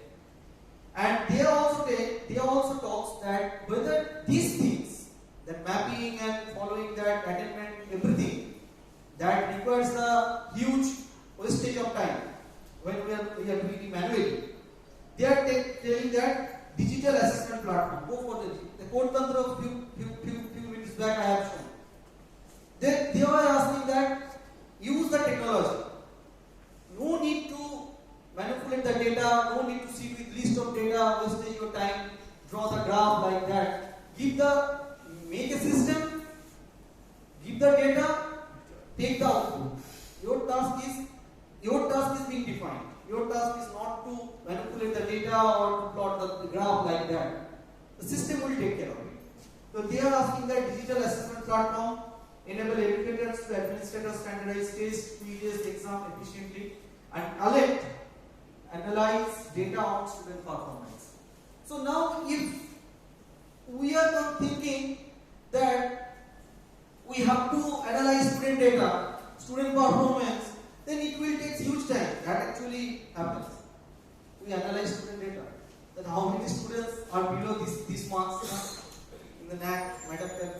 Sir Chandran sir is also there. So the students below that marks, that average, that amount of students we have to take care. But this needs time. We have to filter it out. They are telling that you have to use the technology. Go ahead with that, and we need to adopt that system. This is not my sentences. Again, I am telling these are the sentences being followed in nationalized, internationalized framework. Now, what are the challenges come to implement this part? Bridging the digital divide, because disparity is internet access. Because when the digital evolution, digital monitoring, everything is digital is there, the problem is there. Internet is accessibility of internet should be wide. And you see that in the government policies also, if you see the government budget, they are focusing on the internet for all. You see some few years, last 5-10 years back, you see the government is, for all the governments, for India also, the government is working on everyone should have internet access. The Geo 5, 5G, 6G, everything is rolling out. Why? Because they want, when they want to promote everything e-based, they need to keep the access. That's why they are allocating the budget. They are asking the big private institute, private organizations, companies to roll out internet facilities so that everyone can avail. Availability of devices. Yes, because if internet is there, the student don't have any mobile or laptop, then how he can access? You see in different elections, in different states, in the election agenda, it is there, the free laptops will be given, free mobile will be given. That is there, na? Some of the agendas. Why the agendas are there? Their agenda is there because they want to prove that we are supporting you in the digital process. It is not there, they are asking you to go to see the movies or go for gaming like that. They are saying that we are promoting the education, their main purposes. So availability of devices, digital literacy skill, particularly in undeserved and marginalized communities. So here, undeserved and marginalized communities, that mean that who have we know that who have a lower income level. For example, also we see now that in state government the Vivekananda scholarship is there. So Vivekananda scholarship, the students who are in weaker section they can have. Weaker section means financially weak. Whose parents are doing jobs they cannot have. Why they have set a benchmarks? Because they want to give the money to the needy people who requires. So it is not, government is taking the policy, but when they are looking in the guideline of the international roadmap, this is being written. That you have to give money, you have to give the facility to underprivileged students. Based on that, they frame the policy. And they think that why, you know now that why the Vivekananda scholarship comes. Because in the educational ministry in state, top persons are there. They see the UNESCO report, they see the World Bank report, they see that we have to do it, and then they go ahead. Another challenge is that ensuring data privacy, security, data privacy. Ensuring the data privacy and security. Yes. When we are on digital platform, that matters. Whether our data is being secured or not. Here in India, we don't bother on that. But in other countries, you see, the developed nations you go, it bothers. They don't want that my data to be public. One instance I can tell you that if you are telling that, if you are thinking that you will go a mutual cooperation, like you want to do research, interdisciplinary research in Mission Hospital, and you want some data on some diseases. So whether the Mission Hospital will give you? No.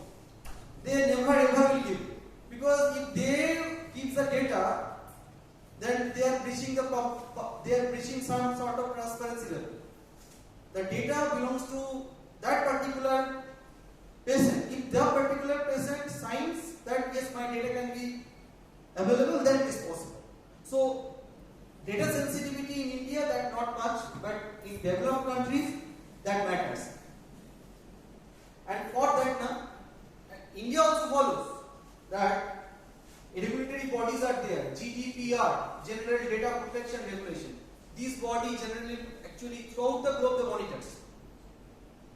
And another is there, Children Online Privacy Protection Act. This is also there. This is international bodies. They actually check that whether the data is let in your organizations, you are disclosing everything. We are following the in way to maintain the transparency, we have disclosed everything. If someone complains, then the COPA will come and COPA will ask you the questions. Have you taken any written or permissions from them to disclose the data? So before making the system transparent, we need to, that means the system, what making the transparent, we need to take care that what is the policies are. And that's why we should not make it public. We should take help of third party, like I said, a court tantra. They knows the policies. What should we reveal? What should we not reveal? We cannot reveal everything to everyone. Okay. Another point is there, sir. How much time is there? Okay. 10 minutes. Now, very important part is stakeholders involvement. Collaboration among governments, NGO, educators and communities. Here the roles of NGO comes.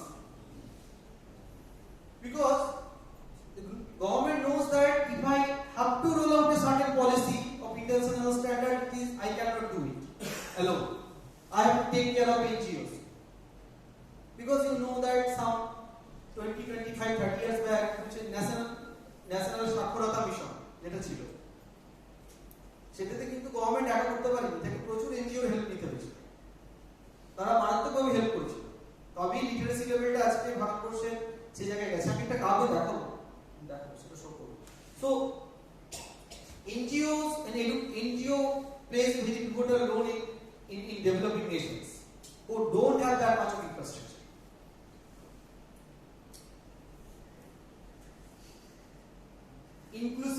Inclusivity through parental engagement and student protection and student participation. So in India, sometimes happen. For higher education, very rare happens. In secondary level or upper primary level, if you go to the in India schools, in state government schools, parents are in the governing body or like that. Because parents, when they are in the governing body now, they can contribute. What are the shortcomings of the institutions? Let, for example, my daughter is presently in Carmel. She is studying. But if I have any problem, all the guardians are discussing. These are the problems, because they don't allow the students to go to toilet. The girl students, they don't allow to go to toilet. If they don't allow. But this is a problem, because if some students, they are very small. If they have some problem, they should go. But how to highlight that issue? We can talk with the principals. Sometimes he listens, sometimes he may not. But if the parents are there in the governing body of the government, then it changes. They are telling that in the here in the governing body, if we involve the parents, then what the parents they are thinking, they are actually what they will tell, because their son and daughters are here, their problems, they are expressing their problems to their parents first. If those parents are being involved in the governing bodies, then the system will be having a tenacity to change. Otherwise, it will be monotonous. Monotonous means we are thinking, means we have to implement. You have to implement. We are thinking, you have to implement. No changes are there. I am giving the small example of Karnal.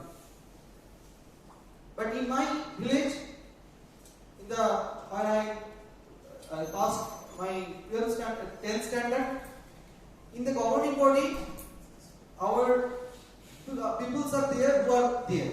If some problem happens, they raise the questions. In monthly, they raise the questions. Why this is there? Why this is not there? So that is because these are the policies of not a state, not a country. This is a policy of international standards. They are asking. You have to involve the parents, the guardians. What are the strategies? Establishing educational task force and committees, hosting community forums, and consultation initiations. I hope you can understand it. Example, involving parents and community leaders in curriculum development and school governance. Already I have said. You in foreign countries now, developed countries, this happens, curriculum development. We never thought that curriculum development parents never is being involved. But you see, some parents are there. If we see the 5,000 students are there in BCREC, some parents are there who have IIT background, who are top officers, IAS or IPS officers. Can we include them in our governing body? Because their thoughts we can incorporate. They are facing the challenges, they know the higher dimensions. Even someone are there whose parents are in abroad. I just a few days back I spoke one of them. He is in, I should not specify, but he is in top representative of India in abroad. When I was talking with him, he was telling so many things. So whether we cannot involve them, if we can, because again I am telling, we are very monotonous. We are thinking that someone will decide, we have to follow. But the lifelong learning is not happening. And lifelong learning is possible if the constant inputs are coming. And inputs are possible when some external things are coming here. External means those persons, those resources are coming. Because if you some days later, if you ask me to give a talk here in those dias, again I will be using the same PPT, some more data. But rather asking me, if you ask those parents who have those backgrounds, then they will be telling different things. If those are being implemented, that will change the system. And actually, that is the reality.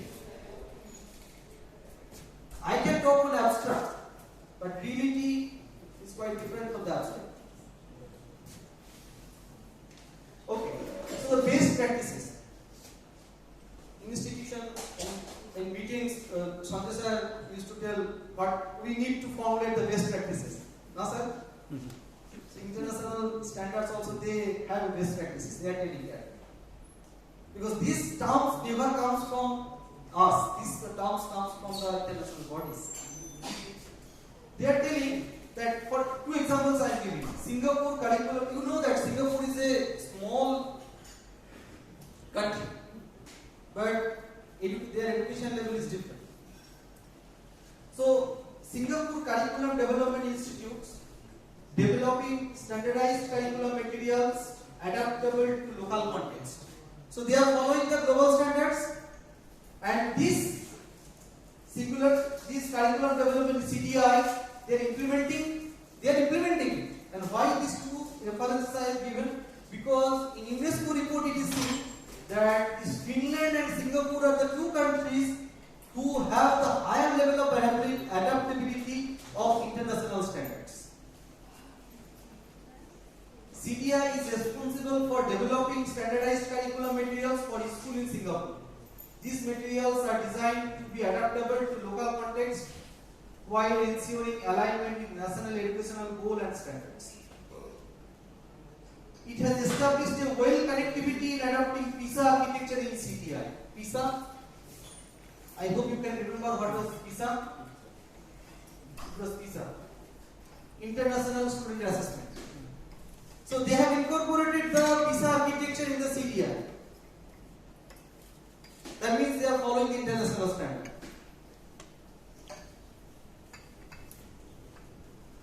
In the same way, Finland National Core Curriculum balancing autonomy with national standard, leading to high quality educational outcomes.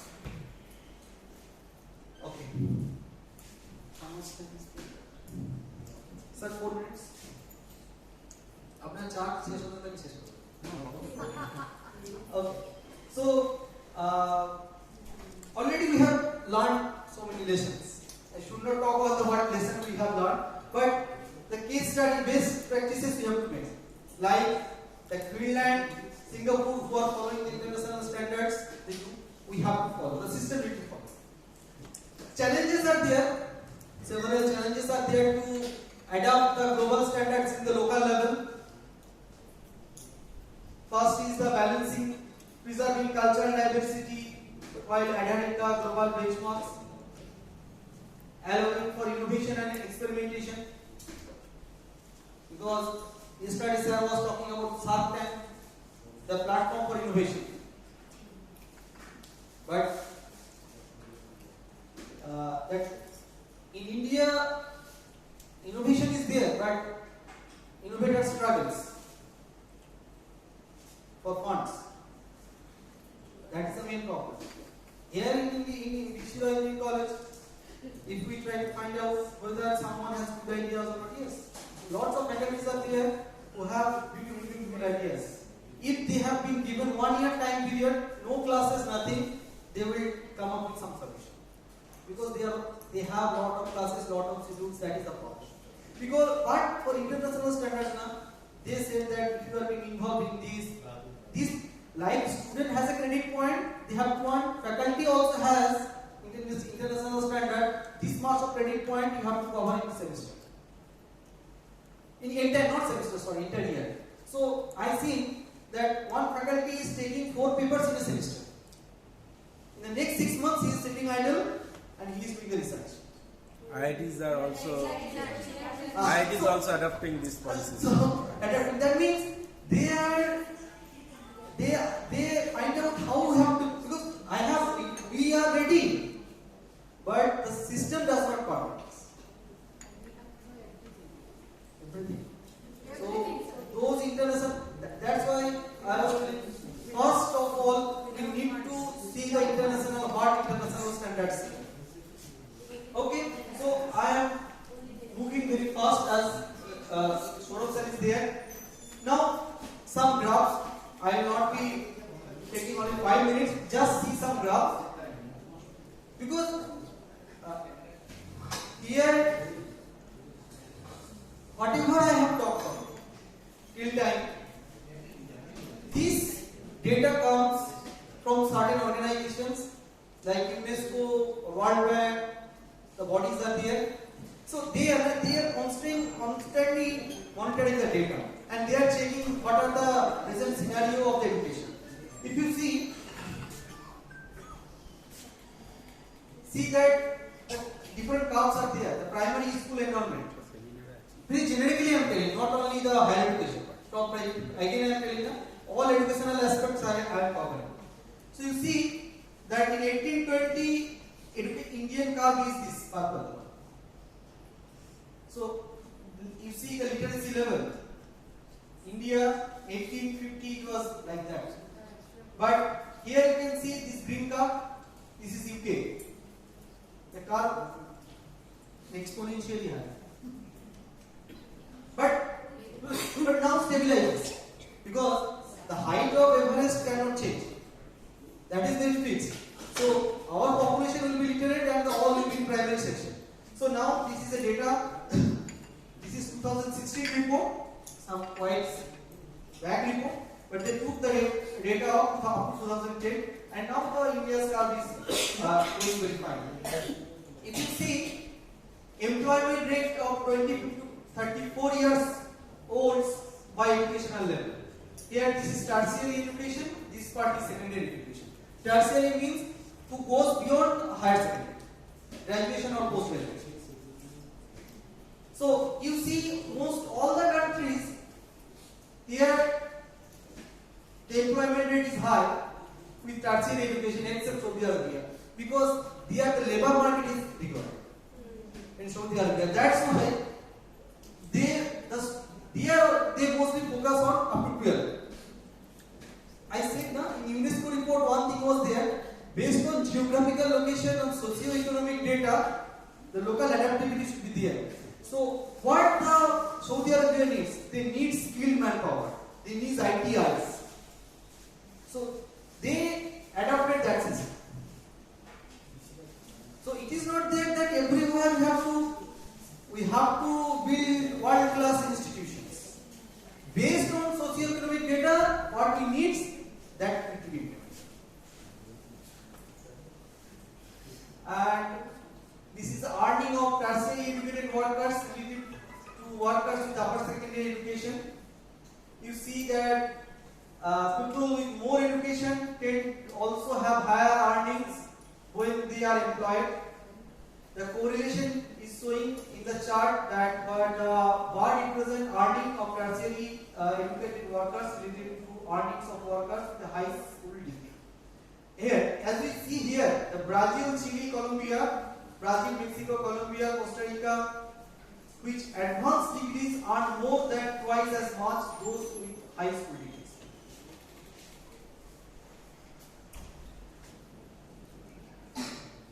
Another point that, because mostly government looks into this data, they checks that what is the average learning outcome versus GDP per capita, because it matters. When government allocates some budget, they look through the data, then what is our GDP and what is the national average learning outcome, because outcome is not only the syllabus specific course outcome. The outcome is also not only the institution outcome. The outcome comes, it is nationalized outcome. Now, what are the government investment is there and what is the national average learning? You see that India is here. This is 2018 report. India is sitting here. So we are investing this much. But you check, it means for per student. But here you see the other countries, Japan, Hong Kong, United States, they are investing much. That is the reason I said in the very beginning that when educational policies are being framing, the money matters. How much investment is coming from the government, how much being allocated to the budget, that matters. Because those international adoption requires that data. And it is another outcome, national average learning outcome, 1985 versus 2015. You can check. Because I am running out of time, that's why I cannot explain. The vertical axis shows that the students' outcome in 2015, while the horizontal axis shows outcome in 1985. Here another is there, national average learning outcome versus expenditure per student. Here again you see that India, per students, we are investing almost $500. That $500 we are investing. But you see in Japan, we are investing almost $9,000. So matters. It matters. It matters a lot. Okay. I have nothing to say more than that. Already I have taken time. I already have taken. Thank you very much for giving me the opportunity to talk here.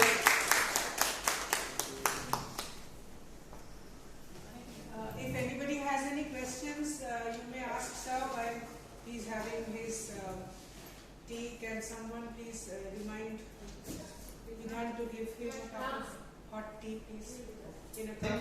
Thank you very much. কারণ কিছু জিজ্ঞেস করার থাকলে বলতে পারেন। আমি actually যেগুলো বলেছি সেগুলো আমার ডেটা না, আমি লাস্টে আবার বলছি সেগুলো যেগুলো ডেটাগুলো অ্যাভেলেবল ছিল ন্যাশনাল ইন্টারন্যাশনাল স্ট্যান্ডার্ডসে। তো আমাদের একটাই কথা যে আমরা আমাদের এভলিউশন করবো ঠিক কথা, কিন্তু আমাদেরকে ফার্স্টে আগে ওই ইন্টারন্যাশনাল ন্যাশনালিস্ট ফ্রেমওয়ার্কগুলো একটু পড়াশোনা করতে হবে। যে পড়াশোনা করে দেখতে হবে তারা কি বলছে এবং গভর্নমেন্টকেও সেটা দেখতে হবে, দেন তারপরে ইমপ্লিমেন্ট পসিবল। সবসময় এবং সবারই স্টেক হোল্ডার্স যারা, ওটা খুব গুরুত্বপূর্ণ।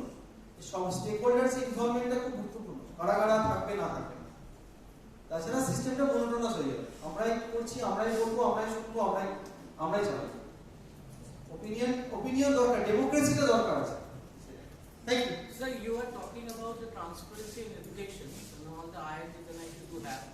Where we stand at the BCREC college? Here, this is a very controversial questions we ask. Here, the transparency. Here, the transparency comes when everything is in digital form. Here, nothing is here. Again, so something here. What is it here in this institution? There might be the problem with the funding. When it's in private institution, they lack. So, if someone want to go full-fledged digitally, money requires, training requires. So, here in BCREC, honestly speaking, we are not making that part of transparency in showing the student data, because also some foundations are there. When we are in state government, is under the state government, so there is not a policy to show the student copies to the students. That is not there.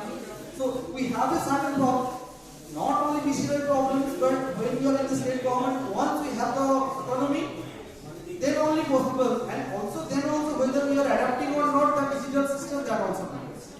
So at present, we are in a bad state.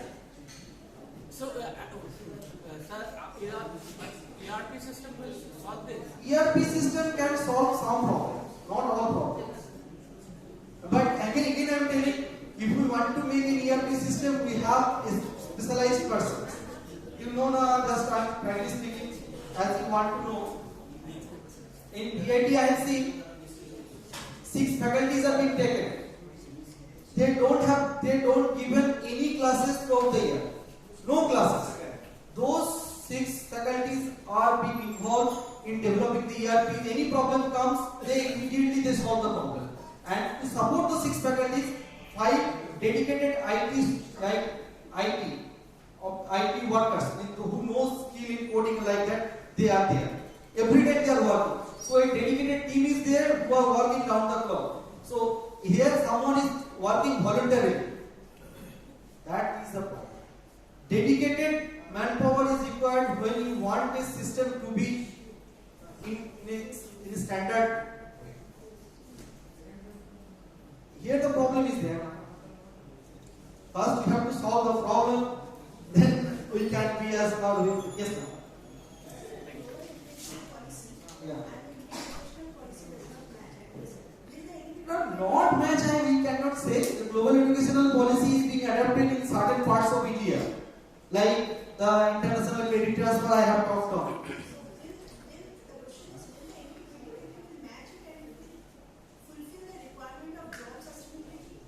No, NEP 2020, Sanjay sir talked on NEP 2020. So, NEP 2020 agenda is on UNESCO 2030 goal. I said now. So that matters, that how the what are the government policies, because you see now that few days back it was coming, all the accrediting agencies, there will be single accrediting agencies. So why the government is telling? Government is not telling. I'm asking that the government is telling by pressure, because they are looking at the international platform. They are telling the government is single authority. Based on that, the government is changing its mindset. So job sustainability matters. Job sustainability depends on the economical prosperity of a country. Now, if in West Bengal, if we allow industries, then possible. Why in Bangalore the job opportunity is higher compared to West Bengal? It matters. So it is the policies of the state government or the central government whether they want for industry or not. Because if no industries are there, if all are farmers, then where the jobs will come? If that matters. So the policies of the government matters. So that is a very controversial state government, central government policy differences. That is a controversial. I want not comment on that. It will be political. But the thing is that from our student perspective, we want to look. We need a job. For job, we need industry.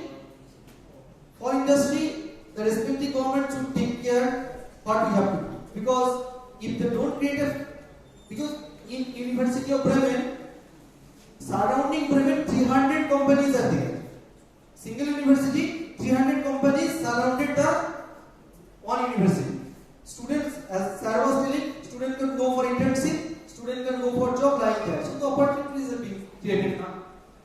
It is the policy of the government to create the policy. We are doing our task, government has to do their task. I should not comment on that. No, our job sustainability, it also depends on us, ma'am. I mean, nobody is duty bound to give us a job. The little bit that I understand about the world. The job sustainability, yes, because it's like, no, madam, honestly speaking, that job sustainability depends on the, again I am telling that economic condition of a country like economic condition of a college or university. If the economic condition of a college or institution deteriorates, definitely there will be layoffs. Like already happening in Google or Microsoft, in Meta, already happening. So, when they asked their CEO whether we have a job security in 2021, they said yes, you have a job security.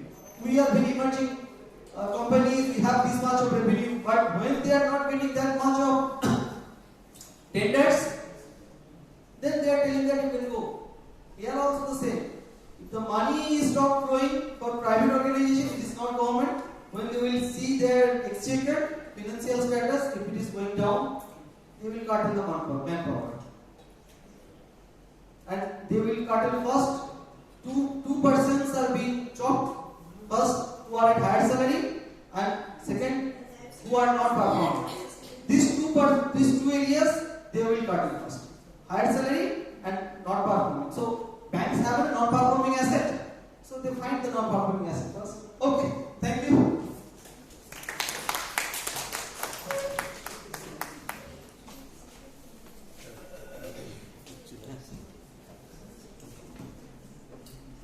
That was a very engaging and very well-researched talk given by Professor Dr. Chandran Bandyopadhyay. And thank you all for your extremely passionate engaging in question answer session. To continue with the next speaker, our next resource person, who will be talking about current trends in pedagogy and the use of technical tools, LMSs like Canvas, Active Presenter, etc. I am honored and privileged to call upon my HOD, Professor Dr. Durgapur Das. Sir, could come to the dais, please. Kinshuk sir, if you can please escort sir to the dais.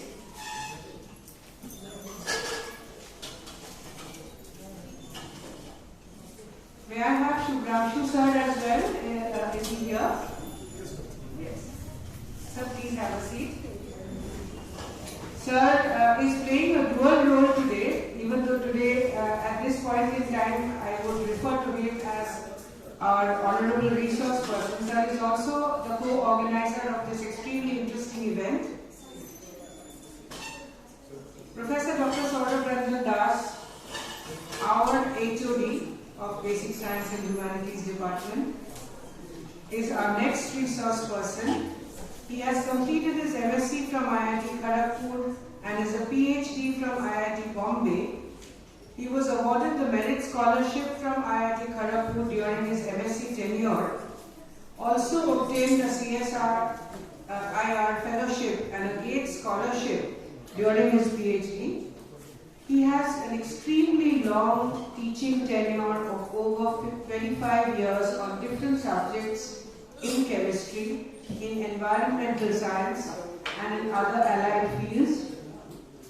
Sir also has research experiences in multiple fields of science and engineering, specifically in membrane technology, reaction engineering, and supercritical extraction, etc.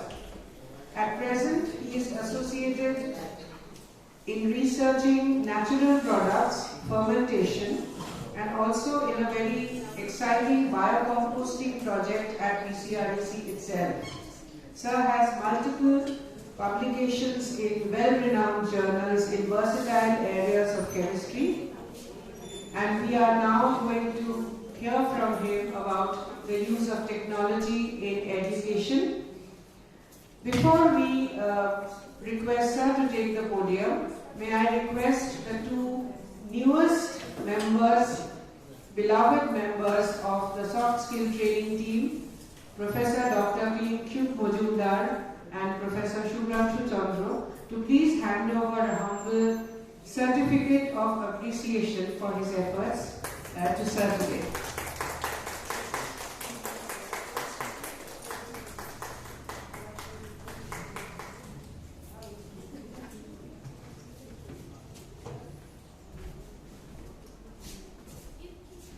So it is our honor to have you with us.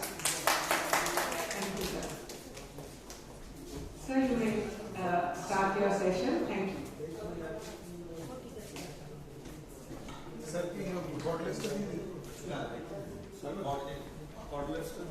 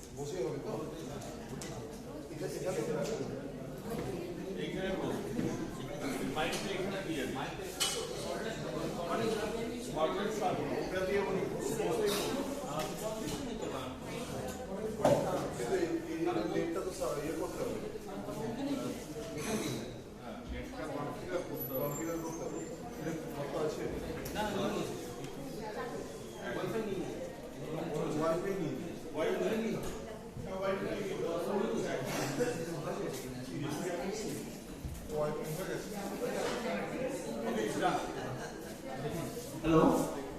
Just asking one thing.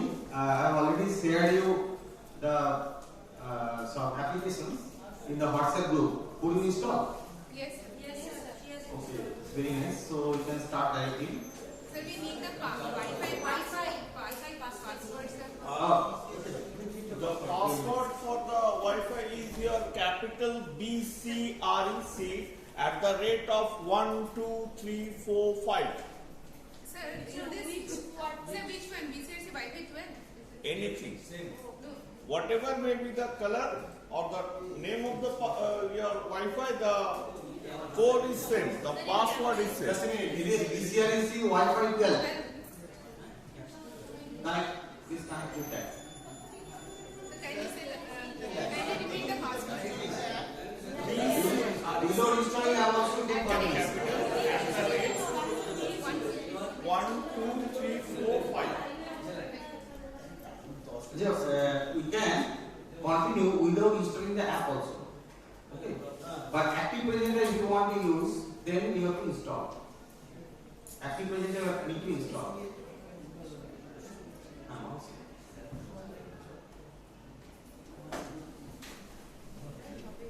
Okay, this is Active Presenter after installation, and here certain options you can find. Now, all these options are not equally important for us because here our purpose is to create starting materials, make it HTML5 version so that it can be displayed into the internet platform. This will be compatible to internet platform. So this software I need or we need for record screen purpose. Screen recording, yes.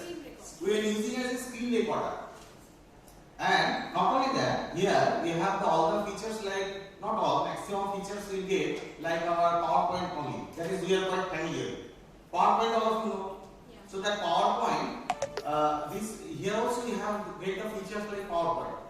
we can use it. Otherwise, you can use PowerPoint, and this we are using only as a screen recorder. Both possible. The benefit of the screen recorder is that if we use your microphone, you can talk. Your talk also will be recorded, and everything is whatever you show in the screen, whatever you talk. Suppose you are showing some YouTube video. That YouTube video, after some time, you can pause. Now you have to talk. Give some talk to the student, and after that, you continue the YouTube video. The pause is removed and you continue to play. So after that, the whole thing together will be you get it as a package. That is the benefit of it. You are showing some PowerPoint. That PowerPoint presentation you are doing. In between, you just change the screen, and when you are going into YouTube. Now in the YouTube, you are showing something and coming back to PowerPoint. Then after that, how you give this whole content to the student. That's why we need this. So what is the video option for? We will come to that. Okay. Here actually, we can take starting from here, full screen, custom. You can get the whole full screen recorded, or you can part of the screen can be recorded. Which part that you can customize. That only this part I want to record, other things I don't want to record. Because if you take the full screen recording, your size will be very large. So to reduce the size, sometimes we can do custom recording, and ultimately we can compress also in online. But compression for video I find it is very difficult because the whole thing you have to upload in the internet, and then only you can do it. Okay, now webcam right now is off. We can make it on also. You can add another extra webcam. If I have I could have a webcam, I could attach it and just focus it to you. And you also will be recorded simultaneously. So instead of when you are doing the class recording, this can be quite beneficial. You have suppose you have a camera. That camera is focused to the audience. Now you are giving the lecture. Now your audience is also being recorded in the screen, because you have to open some Google Meet platform. So in the Google Meet, sometimes you show the audience, so the whole thing can be recorded together. So separately, by any camera or any mobile phone recording will not be recorded. Got it or not? You are taking your camera focused to the audience. Now along with that, you are teaching. So teaching as well as the audience, both can be recorded in a single screen. And that can be done in small or big size, whatever you feel like. You can make it a full screen, you can make it a customized. Okay, let's go ahead. After this webcam, we have another thing, audio. Now basically the audio is on, but I have not started recording yet. Here I will show you one thing. In this audio on and off, you have other options also. See the options. Is it visible? See the options. Input devices can be your system, as well as you can have an extra microphone. I have microphone with me. If you want, I can attach. But right now I am just showing you, not recording. Otherwise it can be recorded. Okay, let's record something to show you. So in this way, I am not. If I want to record my voice, I can record. If I don't want to record my voice, in that case, we can switch it on, this on. Do not record microphone. This option, if you click, then it will not record your voice. It will only show the screen and other whatever you are doing the performance, that will be recorded. But if you are making this thing on,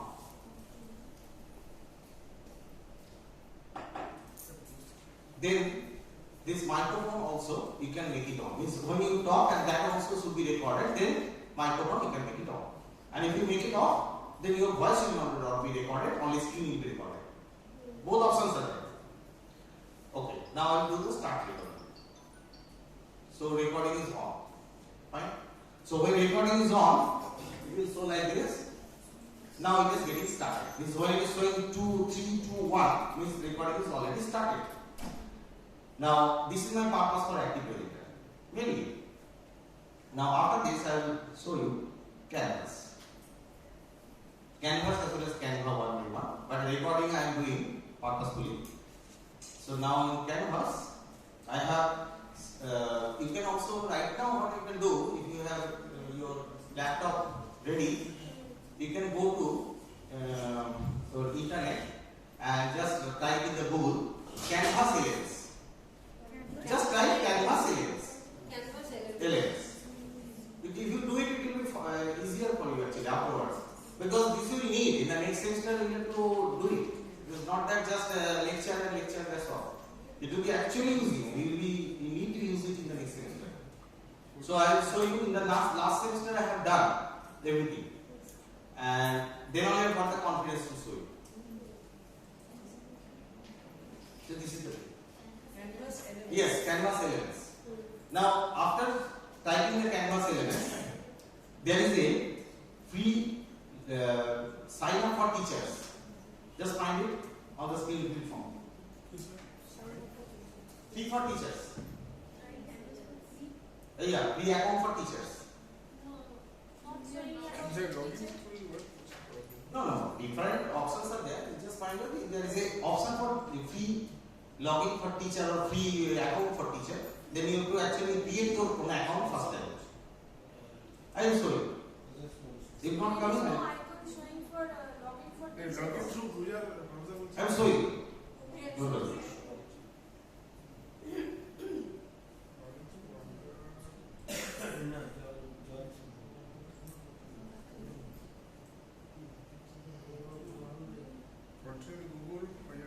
Okay, Canvas elements.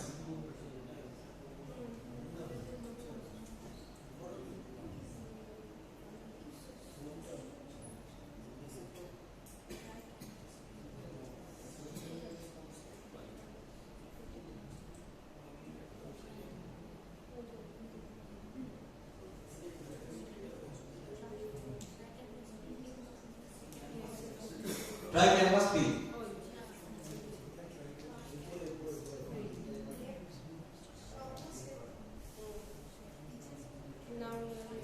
Create your account. This is actually for teacher only. So you can give your first name, last name, account type. Account type you have to choose teacher. Then submit. And your account will be created. And anyone can use it. You will need only one email account. It can be BCREC email account or maybe your private email, personal email account. Both will do. So this is the part. Now already I have an app.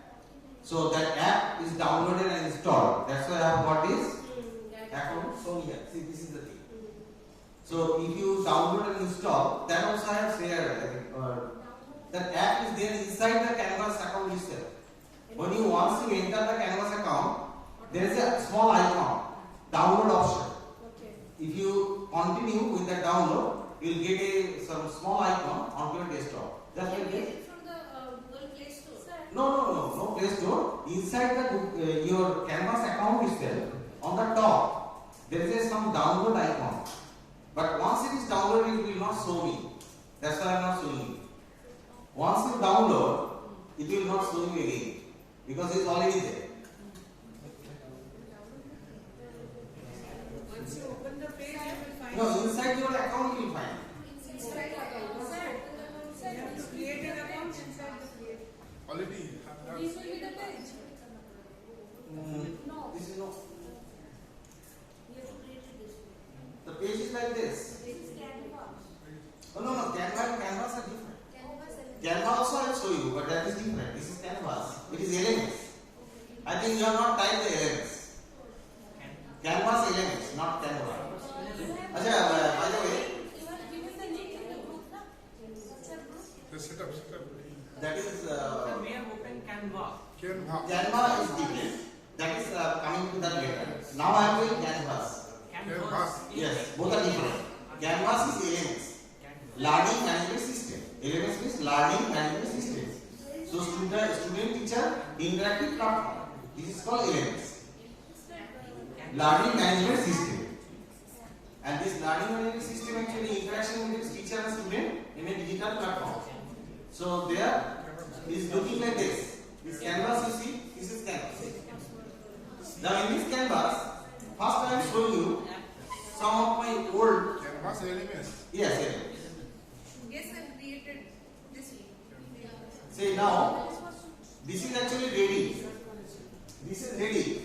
But I think it will be better if I show you something fresh which is not ready, so that you can get it ready, right? So I am showing you that I have already. There is a separate app for teachers. Canvas LMS app for teachers. Fee for teachers. App. No. App will come automatically. App. First of all, you create your. Sign in, the app will come automatically. First of all, you create your own account. Fee for teachers account. Inside the account, you find one download link. Download symbol, not link. Some symbol. If you click the symbol, it will be automatically downloaded to your desktop. You have to just allow. That's all. Got it? Only allow. So it will be down. Now, what will be better? I think instead of showing you something which is ready, if I just create something new, right? So I think I will close it and enter again with a new account which is not yet ready, so that I can make it ready with you. So this is a new account I have created in my daughter's name. So let's do it with this. Just this is for you only I have created. So this is blank, nothing there. So nothing there, how you can create something there and show you one by one. Okay, coming to the account details. This is the account. So you can create your profile. You have to give one time, you have to give your profile details, biography, whatever you want to give it. You have to give edit profile, and then your account will. After your this account you have created, your account will be verified. Your email address will be verified. Right. So you will go to your email, and then you have to click that email. Inside that email account, you will get some email, and then you have to click it to certify that your account is okay or that your email is actually existing. And after that, you can come back to the account. Now, you can give anytime any notification to the student. Those who are your pupils, your student, you can give any notification from here. Some due date, the policy, whatever you want to, just at the beginning you want to give some instruction, that you can give as a notification. So we need the student's email ID, sir. That I am coming to. Next, I am showing you. Yes, obviously, student will be. But before that, we will create some course. Before going to student, you have to create some course. So let's go back to dashboard.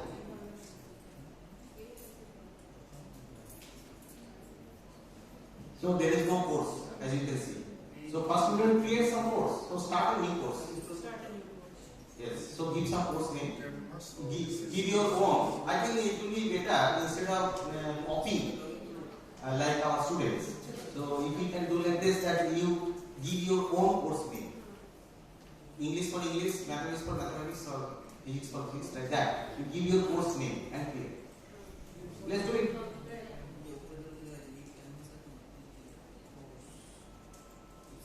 So I will do chemistry, obviously. So create chemistry 1. So you give your own name. Now it will be created actually. Afterwards you don't have to do. Right now you do it. It's like Google Classroom. This is not Google Classroom. This is Canvas. Huh? Just like that one. Yeah. Obviously, a lot of similarity there. Google Classroom is also a similar platform, but Canvas LMS is much more versatile. This is what I am showing you is a Canvas is a part of Canvas. Lot of things can be embedded to it. This Canvas can be combined with Active Presenter. That sort of benefit you don't get from Google Classroom. Google Classroom is only for Google, only because of Google. Google Meet, Google some suite that is there, this is a fixed one. But Canvas is much more versatile. Slowly you will come to know that it is much more versatile. Now, let's continue here. But here you can do assignment, discussion, grades. No, one by one. First of all, you make your course. First you have to create your course. Then only your assignment, pupils, student will come. So let's complete this part first. So time zone. time zone should be Calcutta because Durgapur time zone is not there. So you can go to Kolkata time zone. Find out Kolkata. It is there.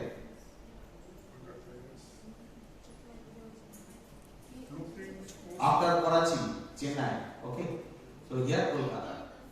Sir, course template? Template. Course template not required. Course template you can create, but it is not mandatory. It is not important. Without course template also you can continue. So now participation can be done or for the course. The whole course. So I create a course. Participation you make it course. Then start. Start means when you are starting. Maybe today. Today you are starting. So we can start today. So there is no problem. You can give your any day. You can change also of course. And end, obviously it will be end of our semester. So make it like that. Let it be 30th June or something like that, or July. Make it maybe July. No problem. So make it July 31st. So obviously our semester will be ended by that time.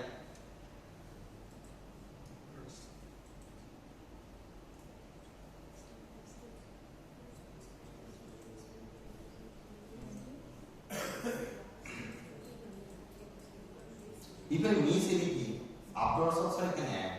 So update course you can follow. And we are getting 1500 megabyte space free. And in this 1500 megabyte, I think our whatever course content, if you give PowerPoint presentation, all these things will be enough. And we don't need any. This 3 is good enough for us. See these choose image, you can give this choose image. It will give quite good impression. If your subject related some image, if you can upload, that will look good. This upload image, you can download from internet and keep it somewhere in the machine, and afterwards you can do it. Means choose image, upload image. So your subject related image, you create, get some image and then do it. Get some image from Google from internet. or from internet. From internet, download it, keep it in somewhere, and then afterwards you upload it.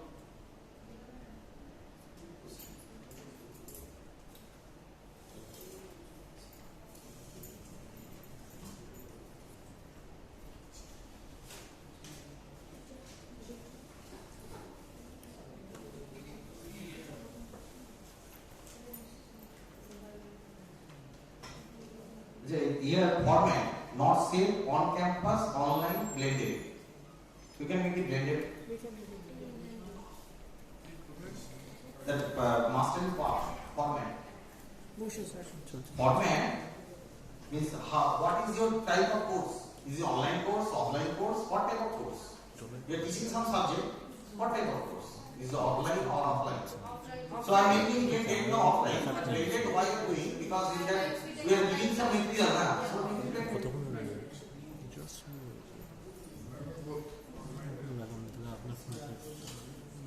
language not yet set, so you have to set the language also. Language English, you can make it UK language or US, UK or US, whatever you feel like.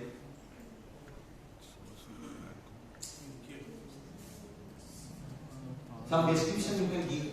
What is your content material? What type of course you have? Is it language course? If you have a science course or technology course, so you can give some description over it. If you feel like it, it's not mandatory.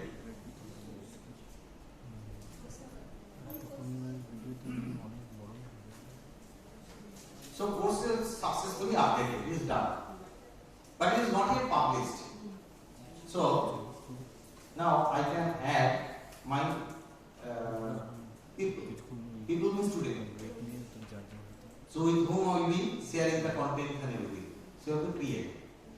So first of all, BTC does is the teacher. This is my daughter.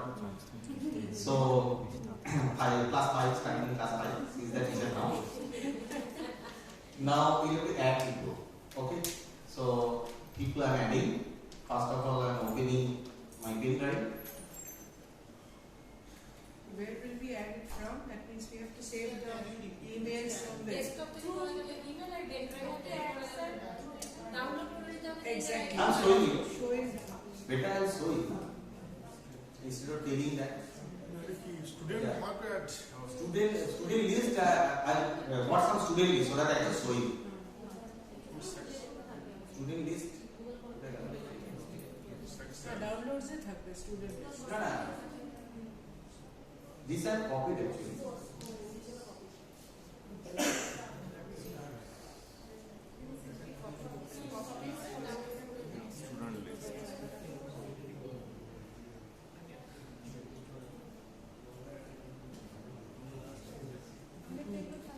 This is my student list. So right now I will copy only a few because it will otherwise take more time. So I am only taking 7 as example. Now coming back to canvas. Yes, canvas is different.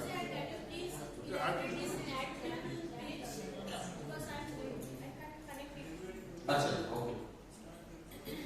Can we save and then go forward or backward? Is it in an auto save mode, sir? No, you have to. Keep on saving. I'm showing you. No, you do not keep on saving. Okay. So in the people, plus means plus people. Means I'm going to add people now. Sir, you can add people, the email address or login how? You can. No, here people, plus symbol, there are people. So there you will just click that. You get this page open. Add people. Add people are You have got the add people? my email address. Then you have to just paste it. I have copied it from there. Only 7 I have copied. You can copy the entire thing. Yes. Role as a student. They are all students. So role is student. This role can be teacher also. TA, teacher, all options are there. So here in my case it will be student. So I am just adding as a student. And next. And lot of options are there actually. So when you use, you will come to know. You will be more confident. Now after this, you have to do one thing. The name I need to know. What are the names I have added? So this name is there here. Let's make this small.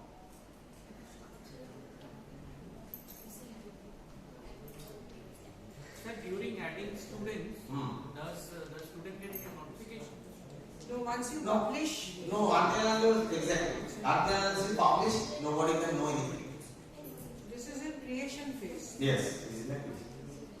Sir, once you publish, they will get a notification. Yes. Once like on Google, yes, classrooms. Now just you do like this. I'm doing 7, 5, 7. SST organized. If I provide this. We have to select one by one. Yeah. If I provide the login ID or SSID, the student can also join in. Student will join obviously. Without joining, what will you do with this? If student is not joining, then you have no benefit. You have to actually tell the student to join. That is the main job. Okay, I will do only few and we will save it. Sir, how are you saving it? I am saving as a Control V, Control C and Control V. Here I have doing Control C. That is faster actually. Normal saving. Yeah, but don't use mouse. Control C and Control V is better. Use mouse. Instead of click and click, I think Control C and Control V will be faster. So it is done. Next, people are added. So my purpose is over. So now after that, you use add users. Once you click the add users, continue this. Otherwise, you will be lost. Simply lost. Just see here, you get this page, add people, then finally you use add users. And if you do the add users, automatically it will come in the list. But why it is showing pending? Because students have not got any notification yet. They could not join, that's why it is showing pending. And after that, when you publish, then it will go to the particular email address, and then student can join with that. And they will, by the way, they don't need any apps or any sort of account. Separately, they don't need account also. That is the beauty of it. They can log in from their They can log in their mobile. In the mobile, the account will come. Mobile or WhatsApp? Laptop. So when they submit their assignment. Afterwards assignment. I have not come to the assignment. No. At the time also they don't have. Yes, they will get notification that your assignment has come. They will enter, submit the assignment and log out. They don't need any other extra gadget or any device coming. They are only mobile is enough. By the way, so we have already created the group. Now, next is coming assignment part. Okay. So assignment we have to create because now it is everything is pending, nothing is created. So first assignment is here. Class assignment. So you have to create the assignment. Assignment name you give some random name. Reading. No, you do it. No, sorry, not you. Those who have laptop, they only can do it. No, I think allowing me, you also perform the same thing. Yes. So then only this is called hands-on practice. If you go at home and then you try, maybe you will forget by that time. But if you do it by hand, obviously you will learn better. Okay, so I am writing the name. Suppose atomic structure.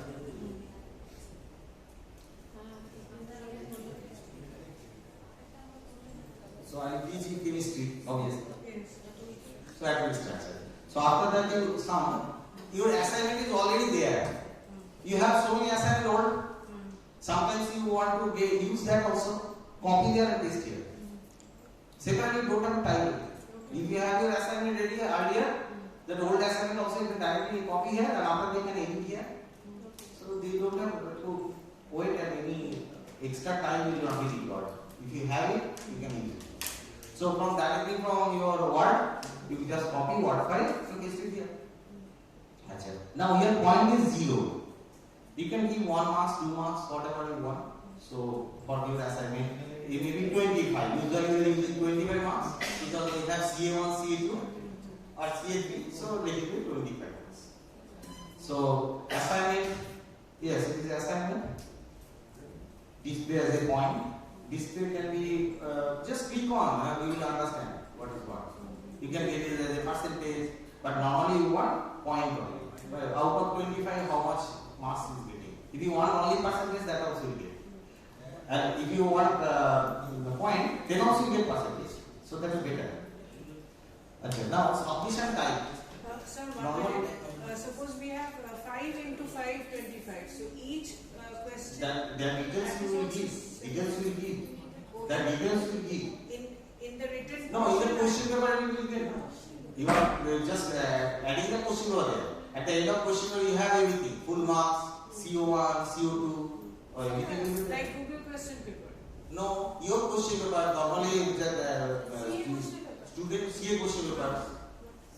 Google question, not Google question. I understand. We have to paste the question paper. Yes, directly copy and paste here. What you have? 5 questions. 5 questions. Question number 1, how much marks? So it is there at the end of question paper. Na? Each question at the end you have the marks. Okay. That whole thing you copy here. The same question they will see the question and they answer. After reading, writing in their paper, they take photo and then upload as video. The whole thing you get here. Achha, that is the very good. Achha, now here, submission type online. Sir, what is this assignment group? Assignment group also you can create. You can give small assignment That group. means out of 60 students or 60 5 students you can make one question. In that case you have to make more number of questions. Achha, now here, question how do you want answer? Text one, you want text type or you want different ways are there. File upload. Normally we want file upload. PDF, isn't it? Because otherwise how you will upload in the university. So that's why we want PDF. So online, now file upload. So this I will click file upload. Now restrict upload type. Allow file extension. You can make it PPT or PDF, whatever you feel like. Just write it down. That will take. Not required. Extension will be PPT. Sir, I have. Okay. Oh, introduce to accept extension. For example, I will take example. Sir has a question. Dog or Already received, sir, and by separating them commas. Multiple file types. no, anyone, not all. No. These or this, for example. Say I need a doc also, I need a PDF also, then Comma. Both things. No, same student will give both. Yes. You want that same student will give both. Text also as well as PPT also. Then you can give comma. But doc is not required. Dot PDF not required. Only PDF is used. PDF comma doc. PDF comma TXT can be. Acha, allow patterns make it limited. Then how many number of use cases? One only. Normally we do that. If it is a group assignment, you have to teach here. As if someone is telling the group assignment, so you have to teach it here. Group assignment means. Group assignment is you are making small groups and giving assignments. Individual assignments, separate. Only 5 groups. Sir, beside the PDF, if I am also asking them to upload a PPT, let's say PDF, comma PPT. PPT, in that case, the number of restrictions will be 1. Then your number will be 2. Right. Exactly. Group assignment means I need like 25 students into 5. Ask you to create the group, then only you can do it here. And Ask you to create the group because group I have not created. You have to create the groups, five, you have to create set of groups, and then you have to group 1, group 2, group 3, you have to allow. and separate question papers are separate, but different question papers for different groups. Yes. Then the question paper must be different. Or same question also can be given in groups, but that is meaningless. That is meaningless. Meaningless. Why will you do that? You see, here it is written allow assign to so many. You can individually also can give assignment. Instead of group, every student you can give separate assignment. If you can do that. Practically impossible. 60 questions per batch. How many batch will have? 200, 300 questions were able to make. Okay. Now, let it be everyone only. You can make course section, and that particular section also you can assign the assignment. And then save. Acha, by the way, due date. When you give the question and when you want the answer, that you have to give here. Okay, suppose I am giving question now only, but due must be afterwards, so it will be suppose 28. So due date is last date of submission. Available from today and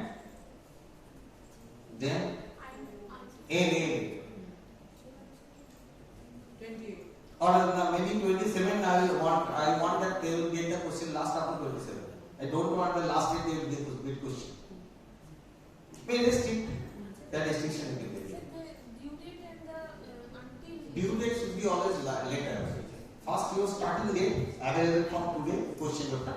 Suppose question paper you want to make it available after 27. Then 20 you want submission. Then your due date means your submission date available from today and until 27 they will get the question. Means today to 27 they will get the question and 28 they will submit. Got the idea? Then save. Oh, I think I made some mistake. Before due date. Oh, this is log date actually. Log date. Let me save date. 20. Then that problem will not come. It is done.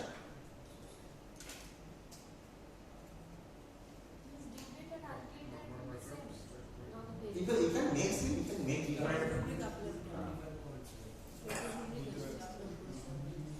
Acha, if you make mistake, you can edit again. How to lock the Lock is saved already.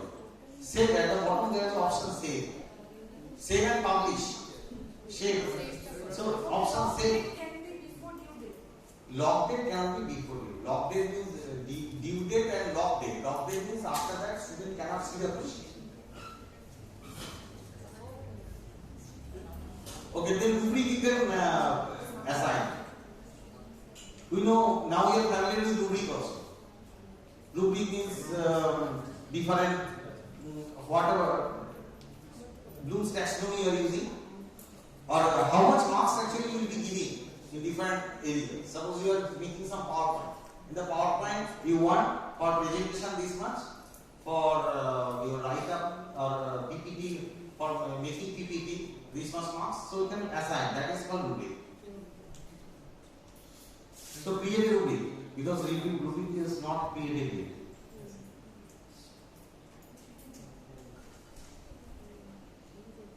Some details of assignment also you can give. Sciences and BCREC Institute of Polytechnic.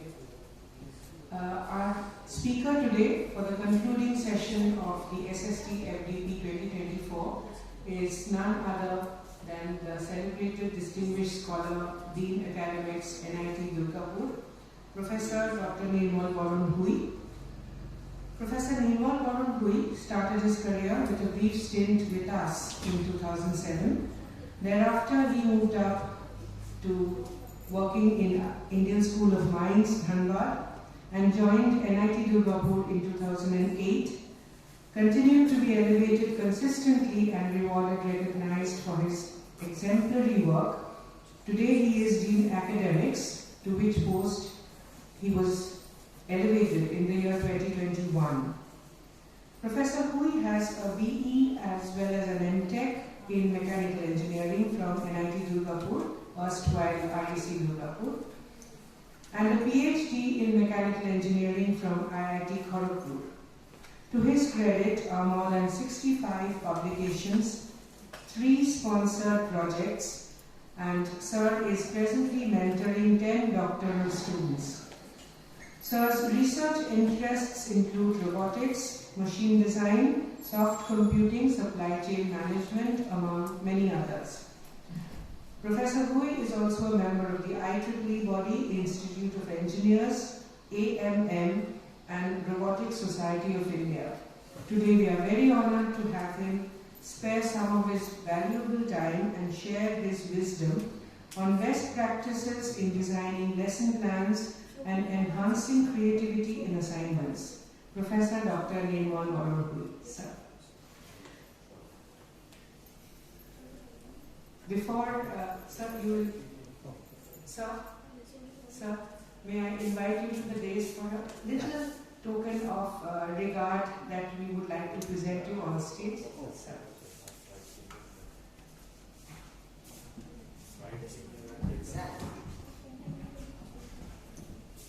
I request HOD Basic Science, Professor Dr. Saurabh Ranjan Das, to kindly felicitate Dr. Hui with a humble bouquet of flowers.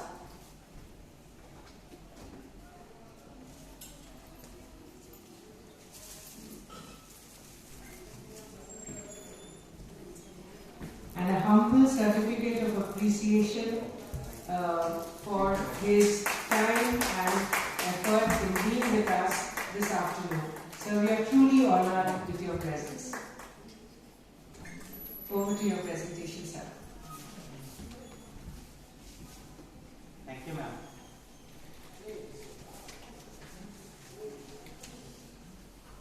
So why can't it be like you all come here? Yes, please let us join in the first row till the first row is absolutely full. Come please, ma'am.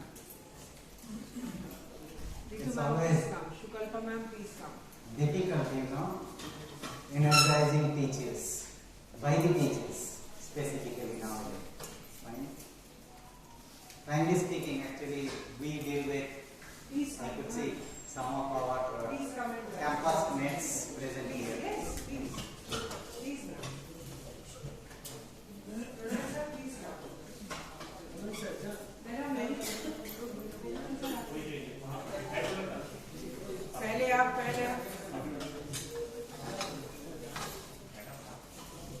Ma'am I could say a couple of my campus mates here. In my campus, around 4,900 students are residing. We always avoid the doors near to them. Okay. So I understand that might be you all are not, you all might not like the lecture the way you want. Okay. So you are free to fly, no problem at all. Free to come in, have a cup of tea, as ma'am has already announced. Like interim tea will be supplied to you. My thing is already out. Okay, I already received envelope. Okay, so even though I leave, no problem at all.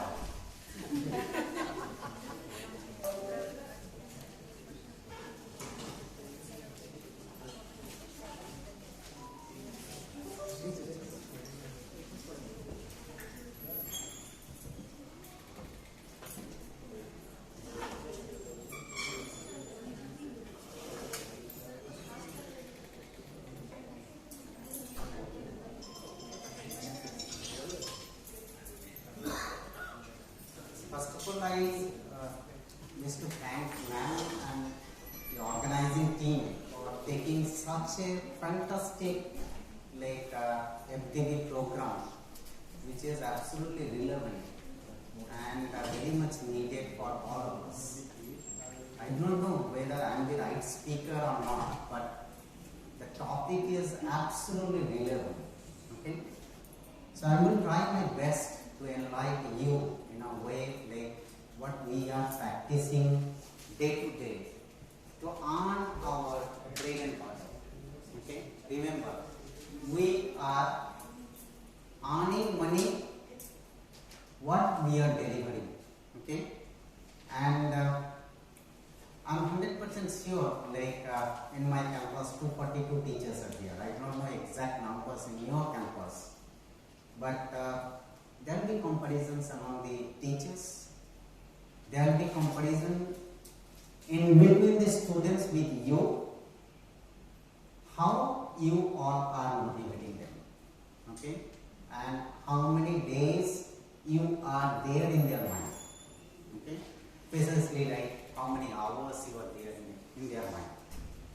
Like this February, 29, one of my teacher is going to retire, Professor Sumit Mukherjee from my department.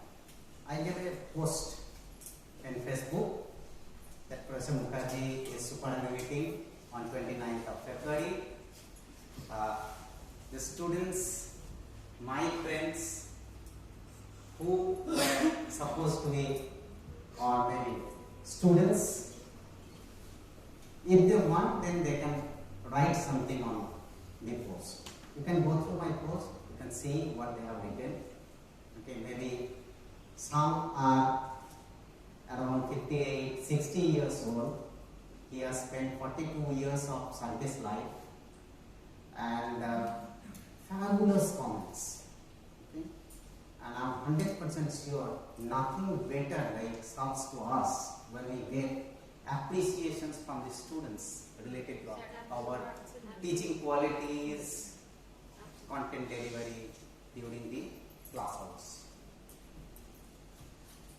And I'm thrilled, I'm overjoyed to be in the part of this particular MDP program. Let us straightway.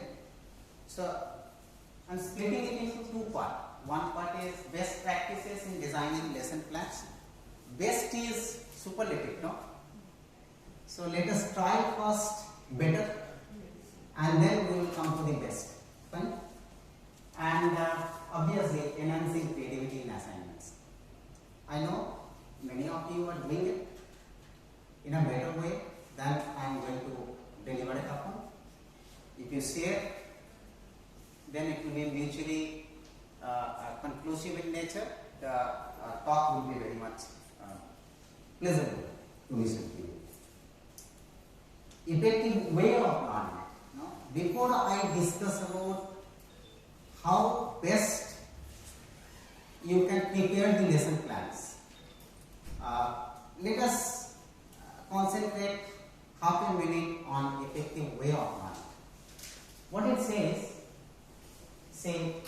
contiguous said, remember, I hear and I forget. I see and I remember. I do and I understand. Look at how many of you, though like I could see Kim Suk was adjusting all such gadgets in MS Teams, how many of you during Corona time enjoyed online teaching? How many of you? May I get the idea? Yeah, very few maybe. How many? Have you asked this question to the students? How many of them enjoyed? Yes, very few. Very few. Okay? Like in my institute, no, 8th semester undergraduate students are free to join to company. They can attend classes online. Okay? And whenever they come for appearing into the examinations, maybe say, sir, Hindi to class attend nahi kiya. Okay? How could you manage in the examinations? I said, okay, class notes to mil jayega. Okay? So what happens, say suppose you are carrying out mathematical derivations. Just a minute, sorry.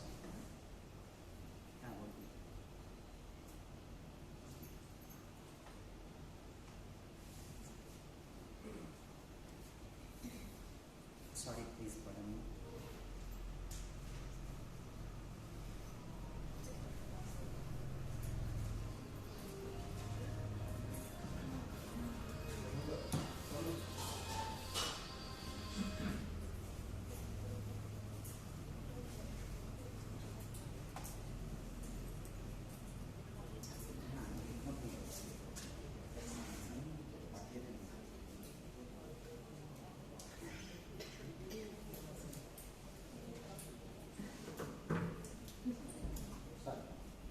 So, say you are carrying out a mathematical derivations. Fine. Now, until or unless you are doing it in the board, I could remember, let's talk it.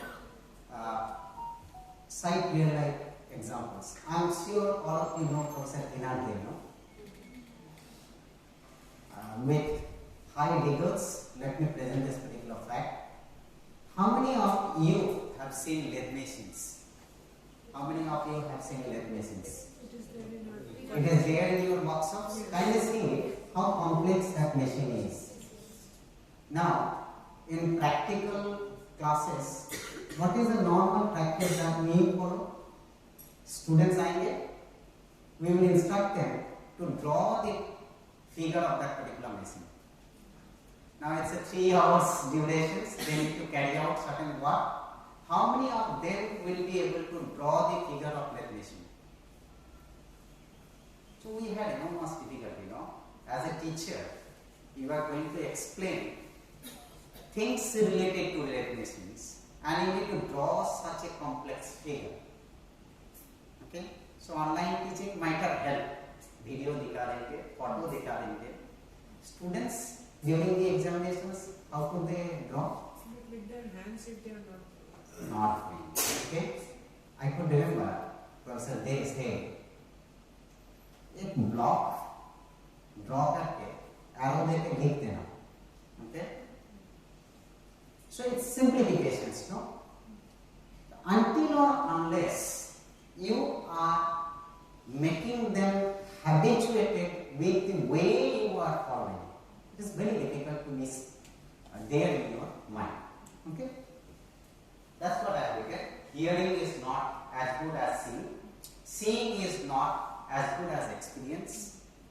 And true learning is only evident when experience produces an action. Okay? Now, let's see. Say, I am going back to the school days.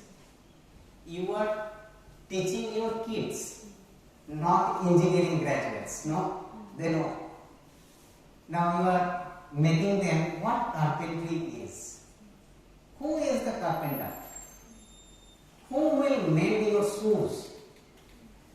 Rather, if you take them and take them to the carpentry shop, this is carpentry, and the people who are carrying out the work, they are called carpenter. Purpose is over. Okay? Purpose is over. So with this motto, remember, say many a time it happened to my previous director, to my present director, they say, और क्या है, professor बन गया, अभी सिर्फ मेरे पास ही बैठे रहना. Like last semester, I had 8 hours of theory class, 6 hours of lab class, and then administrative responsibilities. Okay? So sir, जब भी बुला रहे हैं, I'm saying, sir, I have class. Sir is saying that dean is having so much of class. What is going on? Okay? Actually, because of this, I teach, I learn. Okay?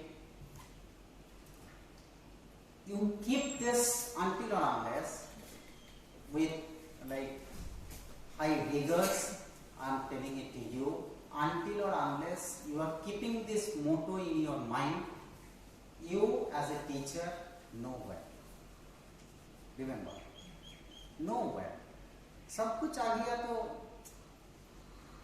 you just superintendent. Fine? So with this matter, I am moving to quickly to lesson plans. No? Lesson plans, needless to mention, lesson plan, stepwise document. Now, to make that stepwise document, is it very easy? Let us look into this figure. What you are thinking about this figure? Tell me. Huh? Writing with both hands. Okay, fine. A lot of references are required. Lot of references is required. Appreciate it, ma'am. Okay. Fact is, it is not so easy to make a lesson plan. If you are thinking, कल मेरा class है 8 बजे, आज going back to the evening, अभी तो थोड़ा सा मजाक मस्ती कर लेते हैं, okay? And then in the evening, I am having 3 hours, 4 hours time, okay? I will go through the books, Google it, download certain PPTs, prepare the lesson plan. It's not so easy. Okay? This lady was thinking of, like I'm citing a reference, Dipti ma'am was asking me while traveling, no? Sir, हमारा convocations कब होगा? Okay? And then I'm relating it. We were thinking of inviting President of India as the chief guest. Now if I give you the task, write a letter inviting President of India as the chief guest for the convocations. How many of you, let's say I'm giving you 15 minutes of time, 1 hour of time, 1 hour, 1 hour of time, will that be sufficient to write the letter? This is a symbolic matter. Her husband is working in railway. She does not know where her husband is at present. She is writing a letter, scribbling it, throwing it out. ये ठीक रहेगा या नहीं रहेगा? Okay? So lesson plan is like that. Multiple iterations are required to make the lesson plan ready. Remember. Okay? But it's not so difficult also, complex also. In a nutshell, if you think of, you need to answer 3 questions. What, why, and how. What means what? Content. Okay? Content, definitely content. But what content means? What means what do I want that my students would learn? Okay? What do I want that my students would learn? Like for you, I understand little bit may be difficult, okay, because the syllabus is prepared by the university. Question paper is somebody setting, you are delivering the content. Maybe little bit difficult. For us it is pretty easy, you know. We are setting the syllabus, we are deliberating in front of the students, we are setting the question paper, we are checking the answer scripts. Anytime मैं तो exam नहीं लेके भी उसको 10 marks दे सकते, okay? Maybe some guidelines, regulations are there, but my purpose, majority of these two teachers are not being so. We are thinking how much and what level learning outcome shall be. Okay? And next two, I kept them parallel. In a sense, these are actually the answers of how. How? Every time it comes into our mind, no? How means the way I am going to deliver. No. That is not the only answer. I need to also check, no, whether the candidate has understood learning outcome hua kya nahi hua. Okay? I need to ensure, no. But again, no, fallacy of the education system, little fallacy. I am not talking of India is moving in right directions, but still, I must say little fallacy. I don't have so much time. Galaxy of peoples sitting, like I do not know how many, what is the student strength of yours? In my case it is 187, sorry. Mechanical 187 is the student strength. Now when I am taking the class, it is very difficult. I could cite one example, no? One student, he was topper in class 10 from St. Xavier's School, few years back. He is pursuing PhD in MIT right now. So in third semester solid mechanics class, every day's class after 20-25 minutes, it's a 50-55 minutes class, 1 hour class, 20-25 minutes class, Bamchara. And I have never noticed that phenomenon. It's a 150 seater class, 4-5 to load honge, piche se Bamchara. Then someday I saw there is a gossip going on in my departmental office room. एक बंदा है, सबके class में बदमाशी करते रहता है. Every day he is saying, I need to go to toilet. भाग जा रहा है. Then I called him. Next day I noticed and called him. He said, sir, आप क्लास में सिर्फ 3 प्रॉब्लम सॉल्व कराते हैं, and those 3 problems you are solving within 25 minutes of time. After that, again you are repeating, you are checking the answer scripts. मैं क्या करूँगा sir? Okay? So it has given me an impetus to think on something to be added in my lesson plan for the brilliant students. Okay? So that way, how will I check for understanding is important. Okay, very much important. Next, what is included? Let's look at it. Lesson planning for young learners. Like you all are experienced learners. Okay? मेरा mummy को हर रोज बोलते रहता हूँ, spice मत डालो खाना में. She will never listen. We need to understand. We need to adjust. Okay? 100 ग्राम की मछली खाएंगे क्या नहीं खाएंगे? 65 grams की खा लेते to maintain our health. No. So remember that young learners को एक्सपीरियंस बंदा को एलिवेट करना बहुत इजी है, बहुत इजी है. Okay, so you need to look at little bit or trust on little bit the backgrounds are there before going to the class. Okay, and accordingly you need to prepare the lesson plan. Now, basically the lesson plan includes 5 factors. What are those? Lesson activities. What are the things that we are going to do during the class? Lesson activities. We will solve certain problems. The students will undertake this laboratory experiment. Okay, and then I will take their interviews. Okay, by and then lesson materials. Say suppose elaborate them little bit. Lesson objectives, lesson goals, and lesson feedback. These 5 factors we need to only consider. I am not going into this slide. NBA differs little bit elaborate manner.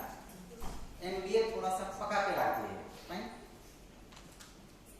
I am going in details. What I said 5 factors. I mean going little details to understand the matter with certain examples. Okay, with certain examples. The example is you are taking a class. I know it was very difficult for me to prepare on 10 where cross-culture people are present. Okay.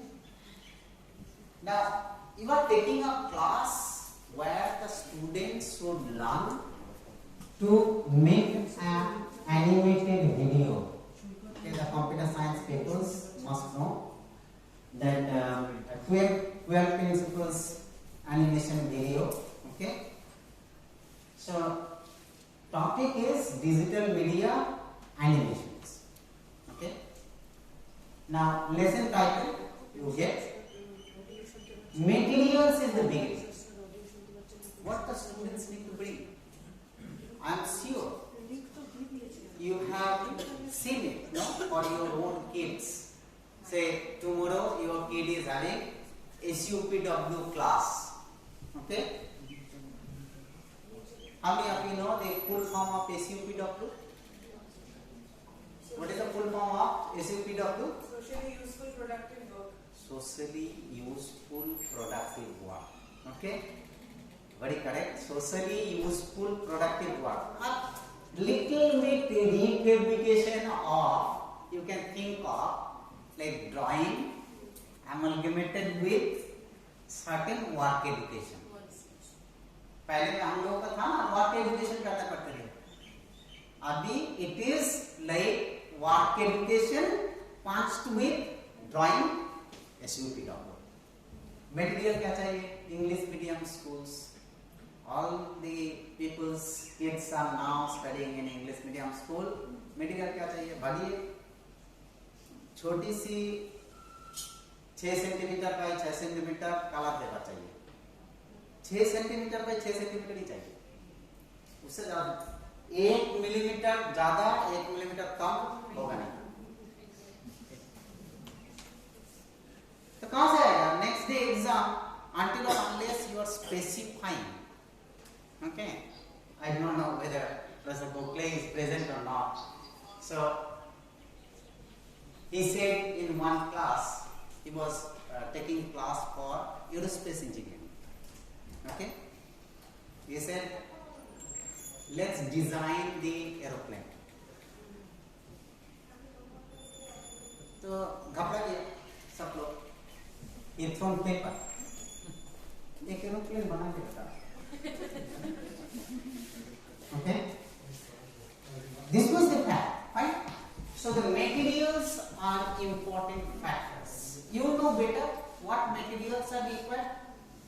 Okay, what materials are required? Kindly mention them. Okay, kindly mention them. The length of the class. Length of the class is also very much important. You know, nowadays everybody is having precious time. Okay, बाहर पे girlfriend wait कर रहा है. Okay, mummy का phone block करके रखे.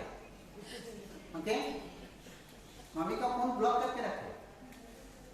And how could it be like you are expecting, no? You must stay in sky. You are expecting that him or her to be in your class. They are so busy in mind. Please specify within a flexible time limit. Don't make it the class is of 1 hour. It's a vague concept. Okay? Little bit relaxations. 40 minutes to 55 minutes. 50 minutes to 60 minutes, so that a student can get an idea. Yes, after 50 minutes I have a liberty, 10 minutes bhag ja sakte. Okay, then standards. Look, whatever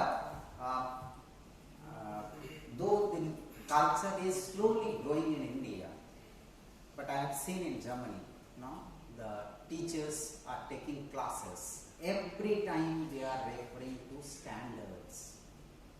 If you are telling them to make an animated video, like I was chatting with Dola today, Mickey Mouse figure everybody knows.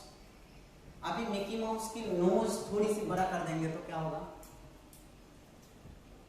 Mickey mouse की knows elephant जैसे कर देंगे तो क्या होगा? We hate the Mickey Mouse. क्या बोलेंगे? नाम क्या देंगे? You understand? So, like, you will have to every time think of teaching which are relevant, definitely, exploring the fundamental concept, definitely, but matching with the standards. Okay? You think of like, no, the water bottle, and it's move itna like a big cylinder. Fine? No use. करके लेके आएंगे तो लेके जाओ. I do not allow any of my students, like I give them a fantastic task sitting at my dean's office. Whenever a student comes to say anything, sir भूखा है, exam नहीं दे पाएंगे, बेटा एक चिट्ठी लिख के देना. लिख के I never say addressing it to me. It is him or his responsibility whom to address. वो क्या लिखेगा? सिर्फ डीन लिख के छोड़ देगा. उसको मालूम नहीं है डीन क्या होता है. Right? So all those things will be going on. So make them, refer them in a way like they meet to the standards. Okay, then they will be ready for the industry. Then objectives, instruction. Yes, instruction. See, instruction means what you are going to deliver it upon. Now, instruction may be little bit clue देना जरूरी है. A student nowadays, no. So, I am citing an example related to this anticipatory set. What does it mean? So now you are attending this lecture, no? Some way, ma'am said, no? When is the date? Like BOG meeting is there tomorrow, no? Tomorrow BOG meeting is there. Now, principal sir is very busy. Many administrative people are very busy. Somehow you got a phone call from principal's office. Principal sir, what will be your next answer? Next, or a question to the person who made you the call. Will you be asking, do you know what is the purpose of this call? What is the purpose of this call? So, this is like anticipatory set. Fine? क्या करेंगे? मेरे को क्या question पूछा जा सकता है? Okay? Like you say, at the beginning, at the introductory class, you say, if you come to the laboratory class, after the drawing, after taking the observations, on the observation page, as well as on the drawing page, you need to take the signature of the teacher. This is anticipatory step. Okay? You need to mention the scale, anticipatory step. Okay? तो क्या question पूछा जा सकता है, इसके बारे में आप थोड़ी सी बताते रखिए, एक लाइन भी बताते रखिए. Next, and the main activity you all are master. Okay, I don't need to tell you what is to be written here, but again I want to give you a clue. Like, you know, whenever it comes into preparing a good lesson plan, as a teacher, no, we normally concentrate on the main activity. तो क्या करेंगे, main activity पे 10, 12, 20 point लगा देंगे. Then the importance to each and every point will fly. Sir, there is a slight problem. Principals and advisors, sir, they want to hear the audio. There are some who are not getting the audio. Can you give us 2 minutes time, sir? Let us try to reconfigure it once. Yeah. Yeah. So sorry to interrupt. No. Sir.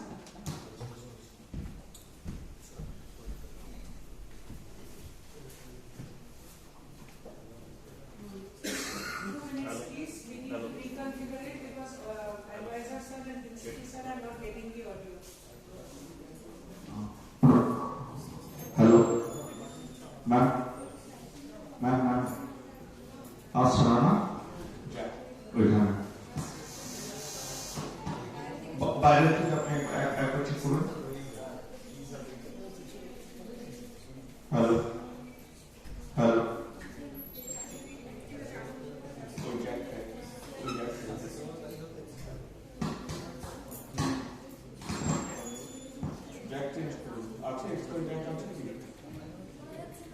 শোনা যাচ্ছে না তো? একটা bypass করছে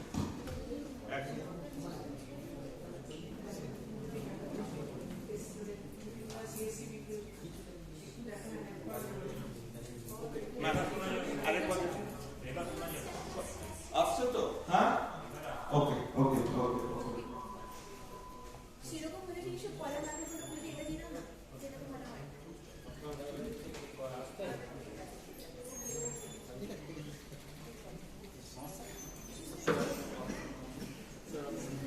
So sorry for the interruption, sir. Am I audible?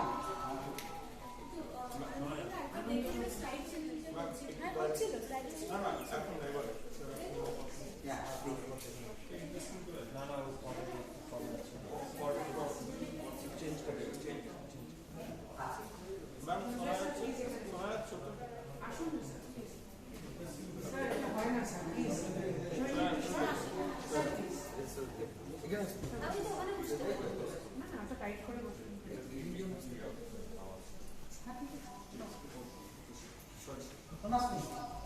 Extremely sorry for the disturbance.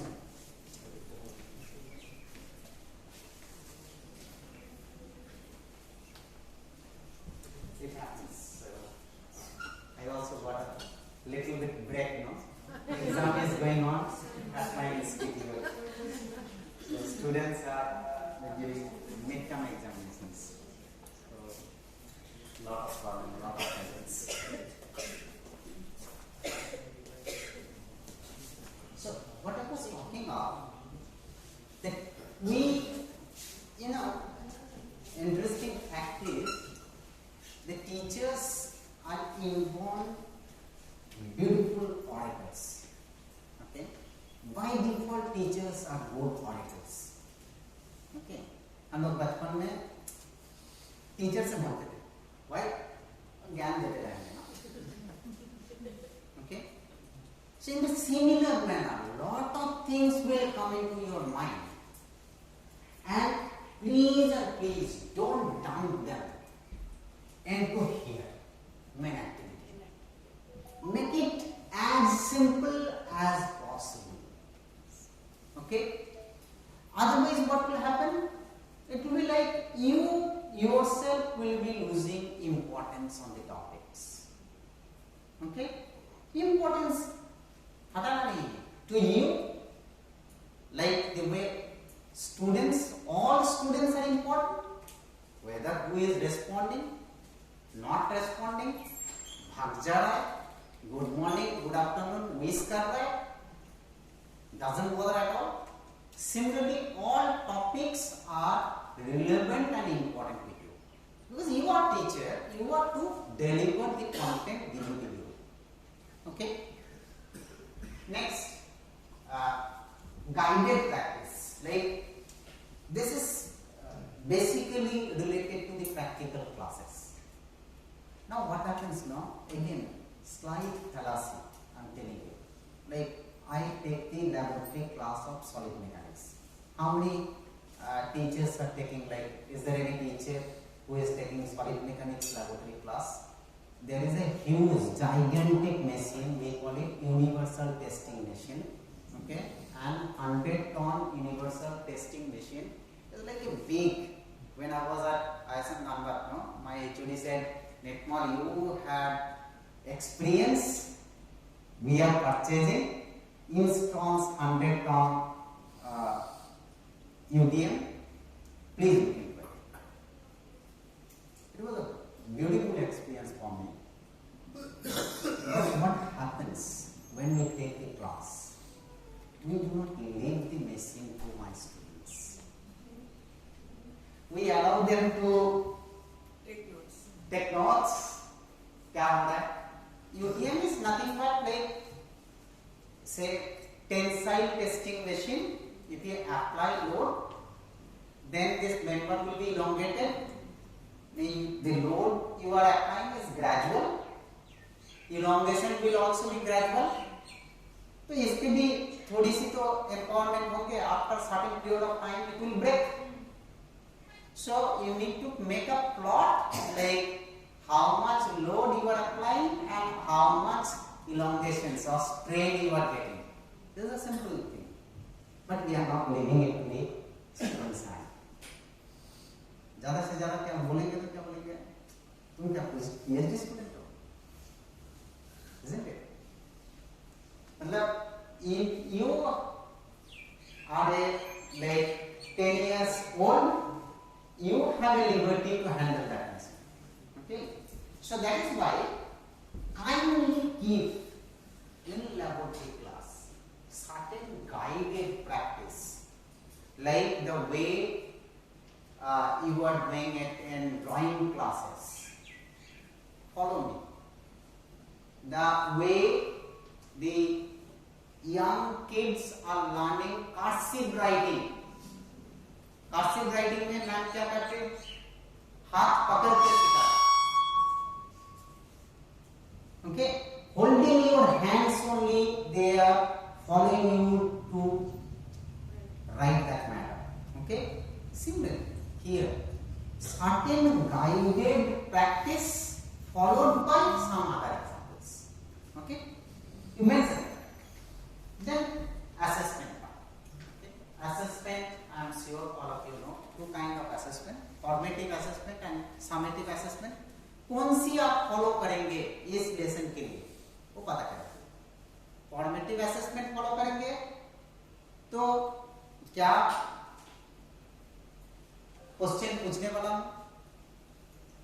Summative assessment follow करेंगे तो क्या question पूछने वाला हूं. Okay, another interesting story I'm telling you. Like you have given this task, no, that the students need to make a sketch. Make a sketch. Now what is our normal practice? ठीक है, during the class only I will roam around, observe, see, and then I will leave.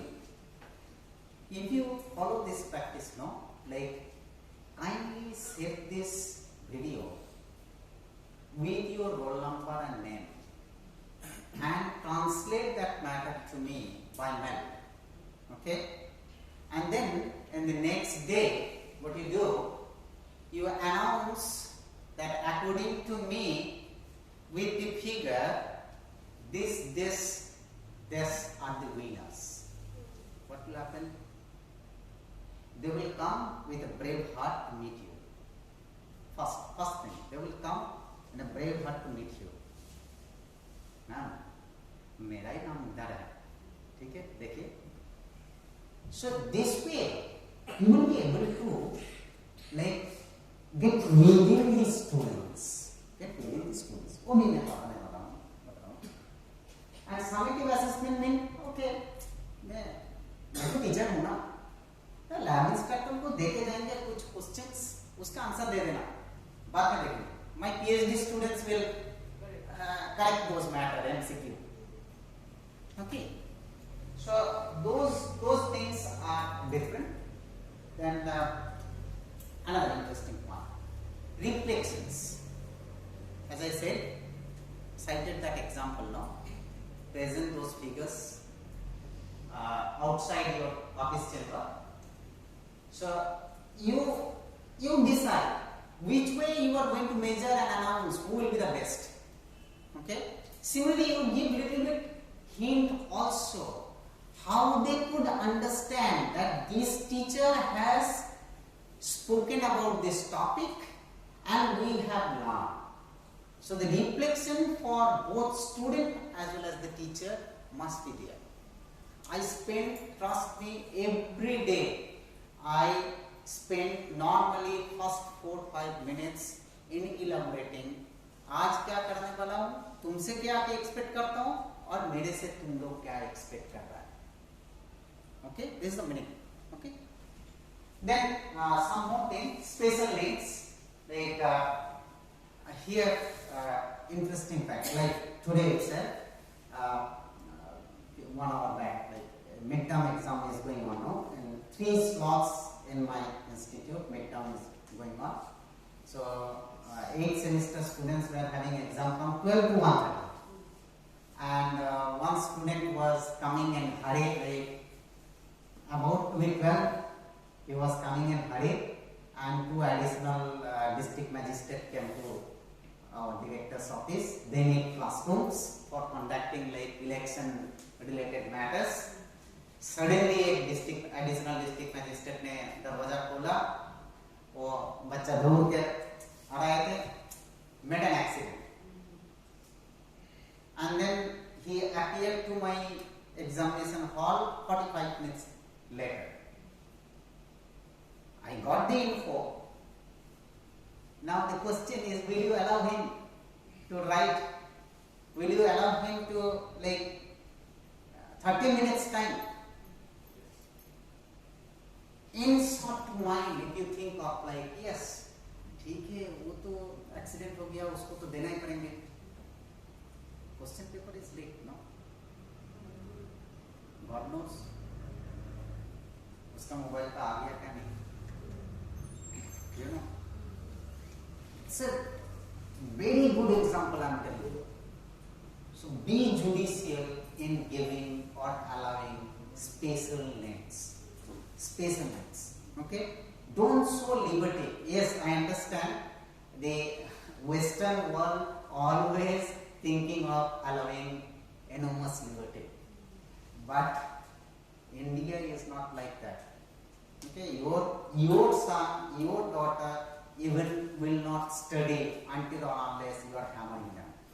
Okay, I'm not telling don't allow, but giving special names is normally restricted.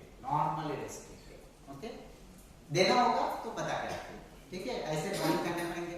Okay, but इसके लिए मैं support document, step by step document, right, I will not give you.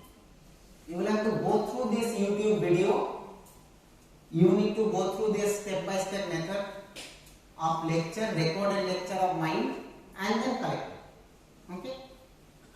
So these are the things. Now coming to the fact, like as I said, the standards, no, related to this problem, I will explain.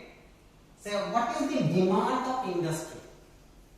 Now in quoted sense, no, the things are going on. Our engineers are not today industry ready. Now why they are not industry ready? So let us understand. So industry demand is certain skill set. Okay, what are the skill set for this particular problem? Students are able to explain the skills, education and experience needed for specific industry problem. That is the skill set. Now when they will say okay, it is absolutely fit, when not, okay, they are categorizing in this manner, right? Exceeds means fully understanding, okay, though I could will remember my English teacher said, like fully बोल के कुछ नहीं होता है. Okay? No term like fully, no term like absolutely. Okay? होता ही नहीं है जिंदगी में. Okay? Then also to tell you, like student fully understand industry requirements. Student understand industry requirements. Okay? And then somewhat the student is able to say. यहाँ तक चलेंगे. Okay, not like 35 marks, 36 marks, 37 marks, 38 marks. So we are categorizing them into quality terms. How? In this case, fully understand means student is able to apply those 12 principle animation video concept into certain exercises. I will treat them as fully understood. Student mostly understand, okay, mostly understand. They are able to just tell you all the 12 principles, but they are not able to apply all those 12 principles in the problems. Okay? And then next is not 12 principles, maybe 10 principles they are able to understand. We give them grace marks, no? Fine. Okay? So accordingly, you can design a project problems, classifying those students into different groups and give them certain assignments and set certain improvement classes in smaller micro classes. We call it micro classes. Like in my institute, a long time we are thinking. वो class आपने तो बहुत बार बोला कि micro classes are mandatory. Okay, nowadays micro classes are mandatory. I know the scope is very limited, but that is required. That is the need of the hour. Okay, हम लोग करते हैं ना. बेटा को स्कूल में कुछ नहीं आया. What we are thinking of? Giving them tuition. Tuition is nothing but the micro class. But as a teacher in engineering colleges, no micro class. जो मैं क्लास में बोलता है वही फाइनल है. You understand? Then, citing another beautiful example. Actually, again, Professor Gokhale prompted. I cited that example. No? Aeroplane banana. Look, it is similar like this. Lesson plan is bridge banana. मैं एक जगह से उठाया हूँ, reference देंगे और provide you the reference. Now, objective is to make a bridge. You are mentioning the dimension also. This much centimeter long. Bridge, I am 100% sure whether you are civil engineer, computer science, electrical, electronics, physics, chemistry, mathematics, humanities, no matter at all of you know bridge की purpose क्या है, bridge कैसा है. Okay? Now, I am just giving you the beautifulness of this problem. Look at the material the teacher has given, mentioned here. Spaghetti noodles. Because bridge की पहला concept क्या है? What is the first concept? Bridge structure is stability. The first phase itself be able to stable. वो खुद की खड़ा होना चाहिए ना. Bridge shall be able to stand by themselves. Spaghetti से बना के दिखाओ. पेपर दे दिया. Now cross structures, ropeways, many solutions can come out. Okay? So that is why I said this is highly important. Okay, remember this. I have cited, given. I have taken it from evergreenelementary.com/science. You can go through this. You will be getting many examples, many examples. Right? Another example like noun. Okay. Something you can prepare. Like if you are not getting enough papers, computers, not able to prepare a lesson plan, computer printed, handwritten also, but he used different color pencils, no? Pens. थोड़ी सी cartoon draw कर दिए, okay? How, like, I could remember how many, I also see the same amount of spirit and joy in my son's face when I see, Papa, आज मेरे को 1 star मिला. Madam ने कुछ नहीं की. Madam checked everything correct. She has not marked it like 20 out of 20, 19 out of 20. She has given only 1 star. एक लाभ सिंबल दे दिया. Okay? These all matters. These all matters. Fine? Make it little bit lucrative. Okay? Little bit lucrative. In nutshell, as I said, is a blank format. I will share you a PDF. Okay? You can go through that, a blank format. And again, I am just requesting you, don't use your knowledge, your like wisdom to make this like a gigantic one. This cartoon is the representation of this. Okay? Only for the purpose, whatever is needed, that much is sufficient. Okay? Another like Skill India program is very much popular, no? I will give you the demonstration plan or lesson plan format PDF copy, share you of Skill India, which is very popular nowadays, and accordingly you can make them ready. Okay? It will be very, very useful. Now, whatever I said, I have mentioned here, documented here, and we go through those things. And writing the learning outcomes, I hope all of you know the Bloom's taxonomy. But, you know, lesson plan तो अभी पता चल गया कैसे लिखेंगे, क्या रहना चाहिए. Okay. But what are the ways that I could make them extremely lucrative? So some idea. To make a beautiful lesson plan, you know, you will have to make a survey about the students. कैसे survey करेंगे? I normally do not like start my class from the first day or derivation of a problem. Please and please don't do it. This is absolutely like those who have like B.Ed degree, no?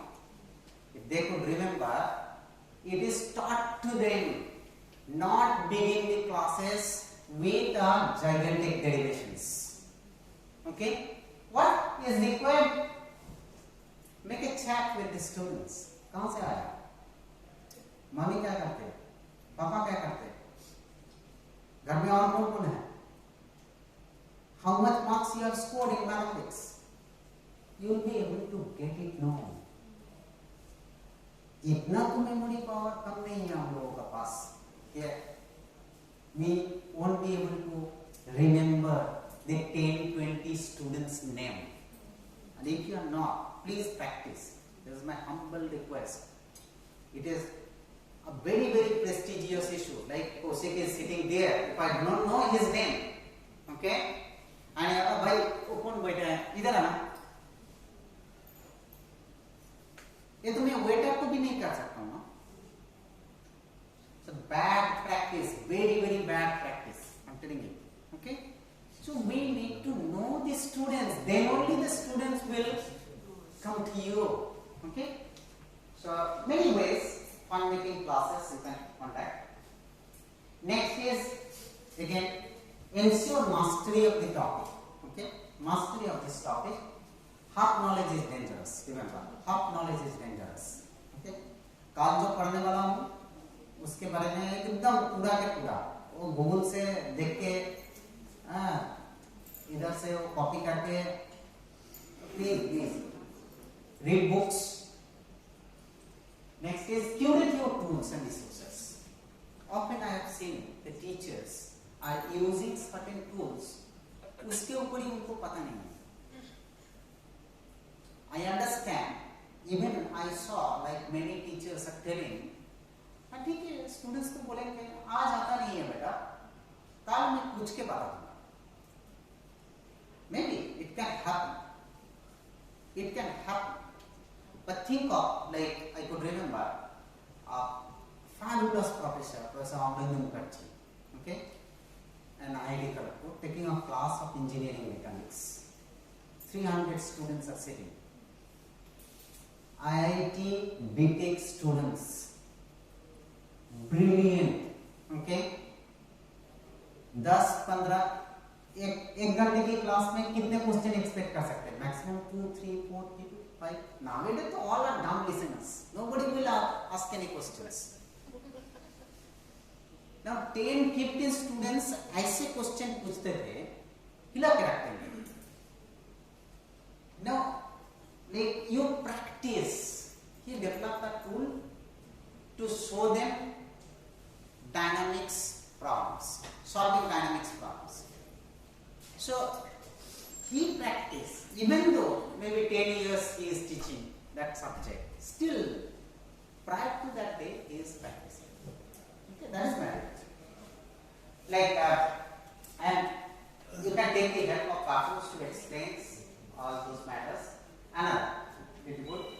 Always have a backup plan. Remember this. मैं तो PPT लेके आया था. 2 लाख तो दे दिए थे.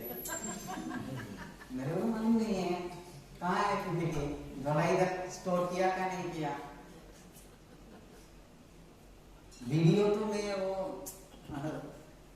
इस format पे लेके आया था. चलेंगे क्या नहीं चलेंगे मेरे को पता नहीं है. Okay, always have a backup plan. Have a backup plan. Okay. Then some useful tips also, some useful tips like engaging students into class. Follow students randomly, not just those who are raising hands. ठीक है? उनको पूछेंगे तो नाम तो पता ही देगा. Then utilize think pair share. Okay, think pair share means question you are asking and immediately you want that answer is not possible. You allow certain time, 2 minutes time, half a minute time at least. Then ask follow-ups. This you do, I am 100% sure all the teachers are doing. Why do you agree with this fact? Can you elaborate? Tell me more, cite certain examples. Okay? Without judgment, yes, this is another interesting story. It is derogative, I am telling you. You are teaching your students. All are lovable to you. Don't judge them. Judgmental, if you are judgmental, I am 100% sure students will not remember you. Students will be able to know. Ma'am तो बहुत judgemental है. हाँ उल्टा सीधा बोलते हैं. Don't be judgmental. Okay. Ask for a summary. Like at the end of the class, front bench, back bench, doesn't matter at all. If you ask them by 30 seconds पे तुम बोल सकते हैं क्या आज क्या पढ़ा है? Okay. You'll be able to engage them. Survey the class. Like thumbs up, thumbs down. Another interesting story. Like class 1, class 2 students, if you ask any questions and tell them to raise hands.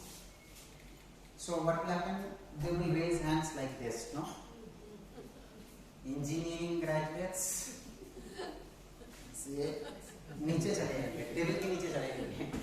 Don't count them. Don't count them. You tell them if you raise hands like this. Then only I will give you a count. Fine.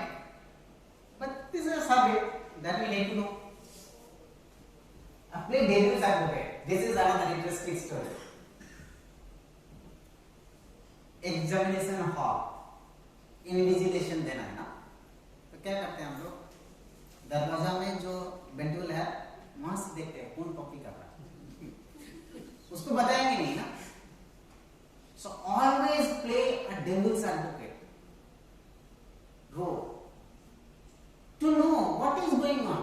पीछे भी कुछ बातें चल रहा है. I am writing something on the board. I shall be able to hear them. Okay? आपके बारे में बुराई बोल रहा है, अच्छे बोल रहा है, doesn't matter at all. All shall be there to prepare a beautiful lesson plan. I'm telling you. Okay? Then key student responses. This is like two way. One is there you can find some students are extremely energetic, no? All the time आप work करते रहेंगे, all the time attention seeker. Okay? You give them certain time. उसके तरफ देखेंगे ही नहीं, attention ही नहीं देंगे. और जो पीछे छुप के बैठे हैं, taking preparation for CAT exam. You are taking a class of 8 semester students, no? Taking preparation for CAT exam. Okay? So you get to know something is going on. Mobile पे WhatsApp चल रहा है. Okay? Get to know. Ask them. Okay? So these are the things. I'm not citing them like randomly from my own mind. These are taken from the literature like prepared by Middle and State Department of Education. If you follow, then you'll be able to engage them in a better manner. Next part, then after the teacher? Yes, yeah. Sure.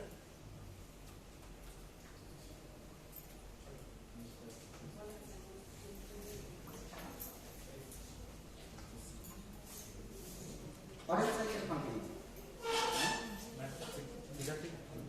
3:30, okay. Sir, I have called for the tea to come. As soon Yeah, as the tea sorry. comes, we will. Yeah, fine. No problem. Now,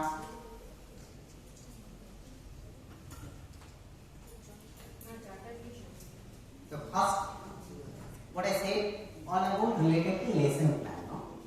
And the next part is like indulging creativity in assignment making. Okay? I'm very happy.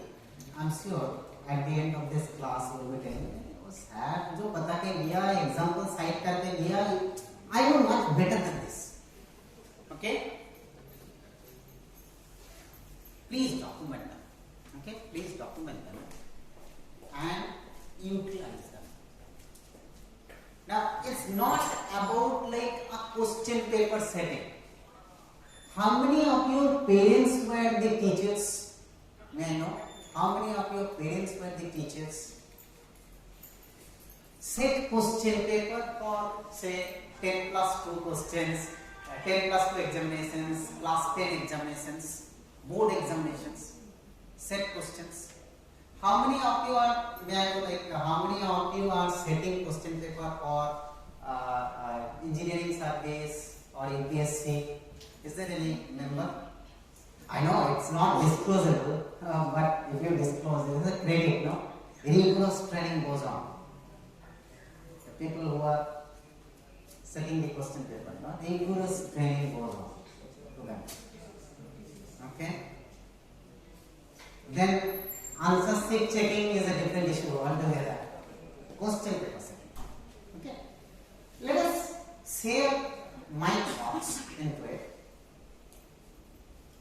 Before we talk about like enhancing creativity in assignments, let us talk about little bit creativity. What does it mean? See, all those things that we are discussing, or maybe the discussion has happened on last 3-4 days, were all qualitative in terms, no? Qualitative in terms. But we are engineers.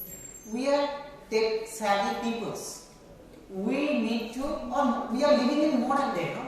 Quality देख के क्या होगा? मेरे को 2-4 शब्द बोल दिए principal director ने आया तो बहुत अच्छे हो, इससे मैंने नहीं लगता है सर कुछ तो दीजिए, एक प्रमोशन दे दीजिए, है ना? एक इंक्रीमेंट दे दीजिए एटलीस्ट, इंटरिम इंक्रीमेंट. सर बोलेंगे, डायरेक्टर बोलेंगे, अरे इंटरिम इंक्रीमेंट तो जिंदगी भर तक हुआ नहीं है. गवर्नमेंट की पॉलिसी आएगी. So our purpose is nothing but to translate the qualitative matter into the quantitative matter. So in that perspective, let me tell you what does this creativity means. Okay, creativity does not mean like 10 students are there, same problem, you are only changing the data. Okay, for 10 problems same force देके मास value दिया हुआ है, acceleration निकालना पड़ेगा. किसी के लिए 10 Newton, किसी के लिए 8 Newton, 6 Newton, 7 Newton, 5 Newton. No creativity. Okay. So what does it mean then? How could I like inject creativity into assignment making or question paper making? Okay. Let us slightly concentrate on it. The first is like we call it, let us look into the benefits of creativity, 12 benefits. To have creativity, to indulge creativity into it, it has to be multidisciplinary. Multidisciplinary, remember this. पहला एक topic पढ़ा लिए, until or unless you are correlating that a question on that topic which has previous relationship, creativity will never come. Does that matter? Okay. So like your introduction, okay, introducing a problem and general introductions you are talking of, it is very difficult to indulge or very difficult to set a question having certain creativity. Okay, you are asking a question, right? State the principles, state the theorem. No creativity into it. Fine, no creativity into it. But if you are able to relate them, so what led you to write this statement? Why that scientist wrote that theorem? Okay. There are enormous debate going on now. Huge group who say Newton's law is not at all valid. Do you agree? Why don't you agree? Why don't you agree? Force equals to mass into acceleration. Okay? That was the concept given by the Newton. People are saying, no, I do not agree. You understand? So if you ask them, state Newton's law, no creativity. But if you tell them, do you agree that Newton's law is valid? Some creativity is there. Okay? In that concept, creativity is multidisciplinary. Okay? Creativity allows you to express yourself, promotes thinking and problem solving. Creativity reduces stress and anxiety. Stress and anxiety. If you are creative, then come stress honge ki nahi. But if you are like straightforward, only you know the answers of 1 plus 1 equals to how much, stresses to zindagi mein aayenge. Okay? Creativity allows you to enter your happy zone. आप देखेंगे, say I am telling you, I have seen the people's like think of जिन लोग घर बना रहे हैं, painting. Okay. If you ask them, okay, they are seeing, my mother has like comment, घर होंगे तो वहाँ पे एक ट्री जैसा स्ट्रक्चर होना चाहिए. नहीं तो water tank shall be like a balloon. Okay? If they say no, मेरे को आता नहीं है, you shall be fired, no? He is enjoying, he is happily like sleeping every night, and he will come next day with a solution. Sir, इतना kilo cement लगेंगे, okay, ऐसे ऐसे बना देंगे। अब चिंता मत करो, you understand? So it is 100% guaranteed that creativity allows you to enter into your happy zone and have fun. Creativity gives you a sense of purpose. Creativity leads to feeling of accomplishment and pride. If you have creativity, किसी के ऊपर बदनेशन नहीं है। मैं बहुत सारे को देखा हूँ जिसके क्रिएटिविटी है और डायरेक्टर की प्रेज की बारे में सोचते ही नहीं है, ओके, क्या बोलेंगे क्या नहीं बोलेंगे परवाह नहीं करते। I am able to generate. I am citing another example. Could you remember, since you all are teachers, could you remember the day when you published your first paper, the joy you had? Okay? Could you remember, like जिन लोग खेलते football खेलते, could you remember the joy you had when you first scored the goal? That's what is creativity. Okay? So then creativity can link you to others with the same passion. Okay? Same passion. Creativity improves your ability to focus, more concentration.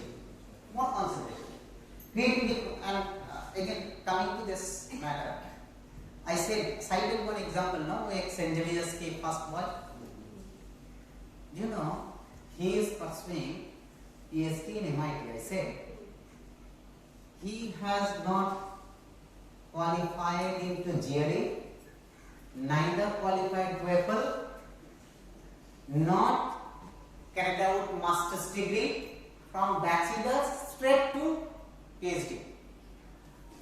I'm citing you. Why? He gifted me a robot with a tongue twister. Okay? What kind of robot? You know how steep are they? They're like spongy, no? So they have their own stiffness, springiness action. He has attenuated this. It's like a hopping robot. Simply a hopping robot. Pulling them when automatically getting released, jumping in. I was absolutely amazed. I told him, I know one person, okay? I know one person who works in hopping robot, okay? And soft actuators. Soft actuators are beautiful things, no? Like look at what is there, the membrane between these two fingers. Think of how many of you have played like marbles, no? हाँ? तो ये नहीं होते, तो क्या होता? और भी मैं पीछे कर सकते थे ना? So if you think of like a sword, no? That amount of you will pull will be much more reactions. So in that perspective, it was fantastic thing. I said, why can't it be you write a mail to Fumiya Ida and upload this video, mention that I have presented this to Wizard. Trust me, you can search in name Fumiya Ida is such a fan personality. And I know, like you all might be receiving hundreds of mails daily. They are maybe receiving thousands of mails. On the same night, he received a mail. Please join my group. Wow. That was the answer. Okay. So that's what I say. Creativity improves your ability to focus, concentrate. Creativity promotes risk-taking ideations. Creativity is a prerequisite for innovations. Creativity encourages us to be lifelong learners. Okay? Creativity नहीं होंगे, you are watching them, no? Binaman, 71 years old, hopeless है, close to 80. How agile they are. Okay, I could see my father-in-law at home scribbling throughout the day. He does not need any TV, does not need any mobile phone, scribbling, writing. Okay, so lifelong learners. Now with this, actually, question paper creativity, that's all about creativity. Okay, now our purpose is to indulge creativity into the question paper circuit. Okay, so like give break. No, he will go on. I will sit. No problem. We So, can have a 5 minutes break, sir. We can you can also sit down. yeah, no problem. If they all of you are tired, then No, we are not tired. otherwise we can continue because I know what's going on at my end. On the other side. Big tension. No? Just have the tea. Please have your tea also. Yeah. So basically, the problem nowadays is nothing is teacher centric. Okay? I hope you have seen this cartoon, no? पहले क्या था? आपने बोल दिया खेल. Just I am telling you one story. This Tuesday only, during morning time, afternoon time, a first year student was appearing exam, and he is having certain nervous disturbance. Okay, जो हम लोग कहते हैं ना बांग्ला में कहते हैं डिगी हो. During the examination itself, he started shivering heavily, almost like to break the table in which he was sitting. And 45 minutes it lasted. 45 minutes it lasted. I was in big tensions. It was like ambulance was standing. 3-4 आदमी हम लोग खड़े हैं. 60-70 students are appearing examinations. They were panicked. What's going on? With that in mind, I made a phone call. I was trying to reach to his parent in that evening. Milani. Next day, morning, I called to his roommates. Bhai, Papa ko phone nahi uta raha hai. Bola sir, gaँव में रहते. Phone number 11 o'clock around, I could connect them. Next day. And then the first reaction of his parent is nothing. Like, कुछ तो नहीं होता है. मेरा घर में तो कभी नहीं हुआ. You understand? That's what is student centric. Previously, it was like you were telling, it will become a Berber team. Teacher ने बता दिया. I could remember, Anwar sir said to my maternal uncle, Nepal में पढ़ाई नहीं कर रहा है. It became a Berber team to my family. मैं पढ़ता नहीं. Now, immediately, family member will react. क्यों? घर में तो पढ़ते हैं. Isn't it? As if like they are blaming you. You understand? It has become like a problem to you to make them pass. Okay? It has become like it is your responsibility to train them to have this learning outcome. Is it so? Like this institute has opened up कि कुछ दवा मिल जाएगा, खिला देंगे, blast. Okay? No. Then like it's changing, but the scenario is it is changing. It is changing. Okay? I know another story, like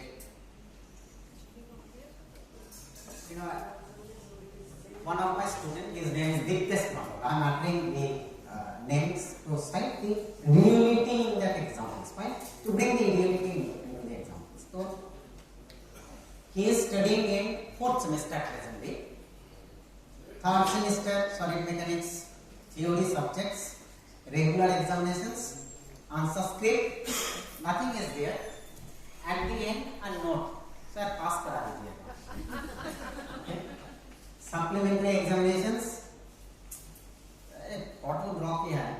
Auto draw करके is like auto भी like scribble saluting to me, praying to me. Sir, pass करा दीजिए. Then this thing goes on. Last week he came with a paper. Sir, from Monday midterm examination is there. And he normally comes around 6:30, 6:45, 7 o'clock to my office. उस time कोई नहीं रहेंगे. Race to my office with that letter stating, sir, the bill ठीक नहीं है. Please permit me not to appear in midterm exam. I was very angry. I said, leave this institute because you are now in 4th semester. Maybe till date you studied 18, 17 subjects, out of which 7 subjects were backlog lage हुए. So you won't be able to get the degree. Please leave. Next day morning, I saw his parent is standing in front of my office. I got to know. Trust me, in my office, CCTV is there. Okay, I know the purpose. In my office, bag full of chocolates are also there. Okay, it plays beautiful role. Both plays beautiful role. You cannot be arrogant. You cannot be so harsh. And if you be so mild, have chocolates and live. Okay? So, my point to say is, I am admitting that the scenario is changing. Okay? Now, let us look into it. What do you mean? What is there inside? What is there? Nobody likes koala, no? So, what is there inside? What do you think? What is there inside? Koala meat. Koala meat. Huh? Food for koalas. Maybe. Chocolates. Chocolates? Chocolates? Koala chocolates? Koala flavor chocolates. Okay, could be.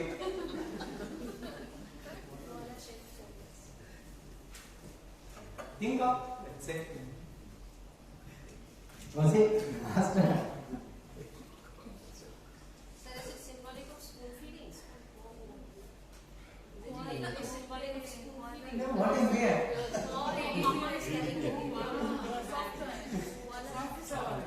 Actually, I think that these said chocolates. Yes,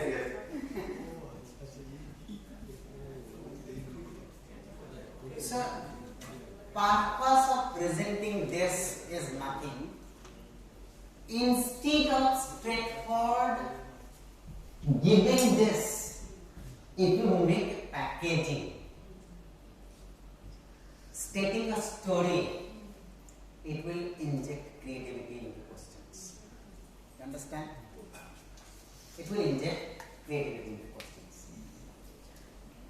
Another. Cite 7 examples. Drawing, again coming back.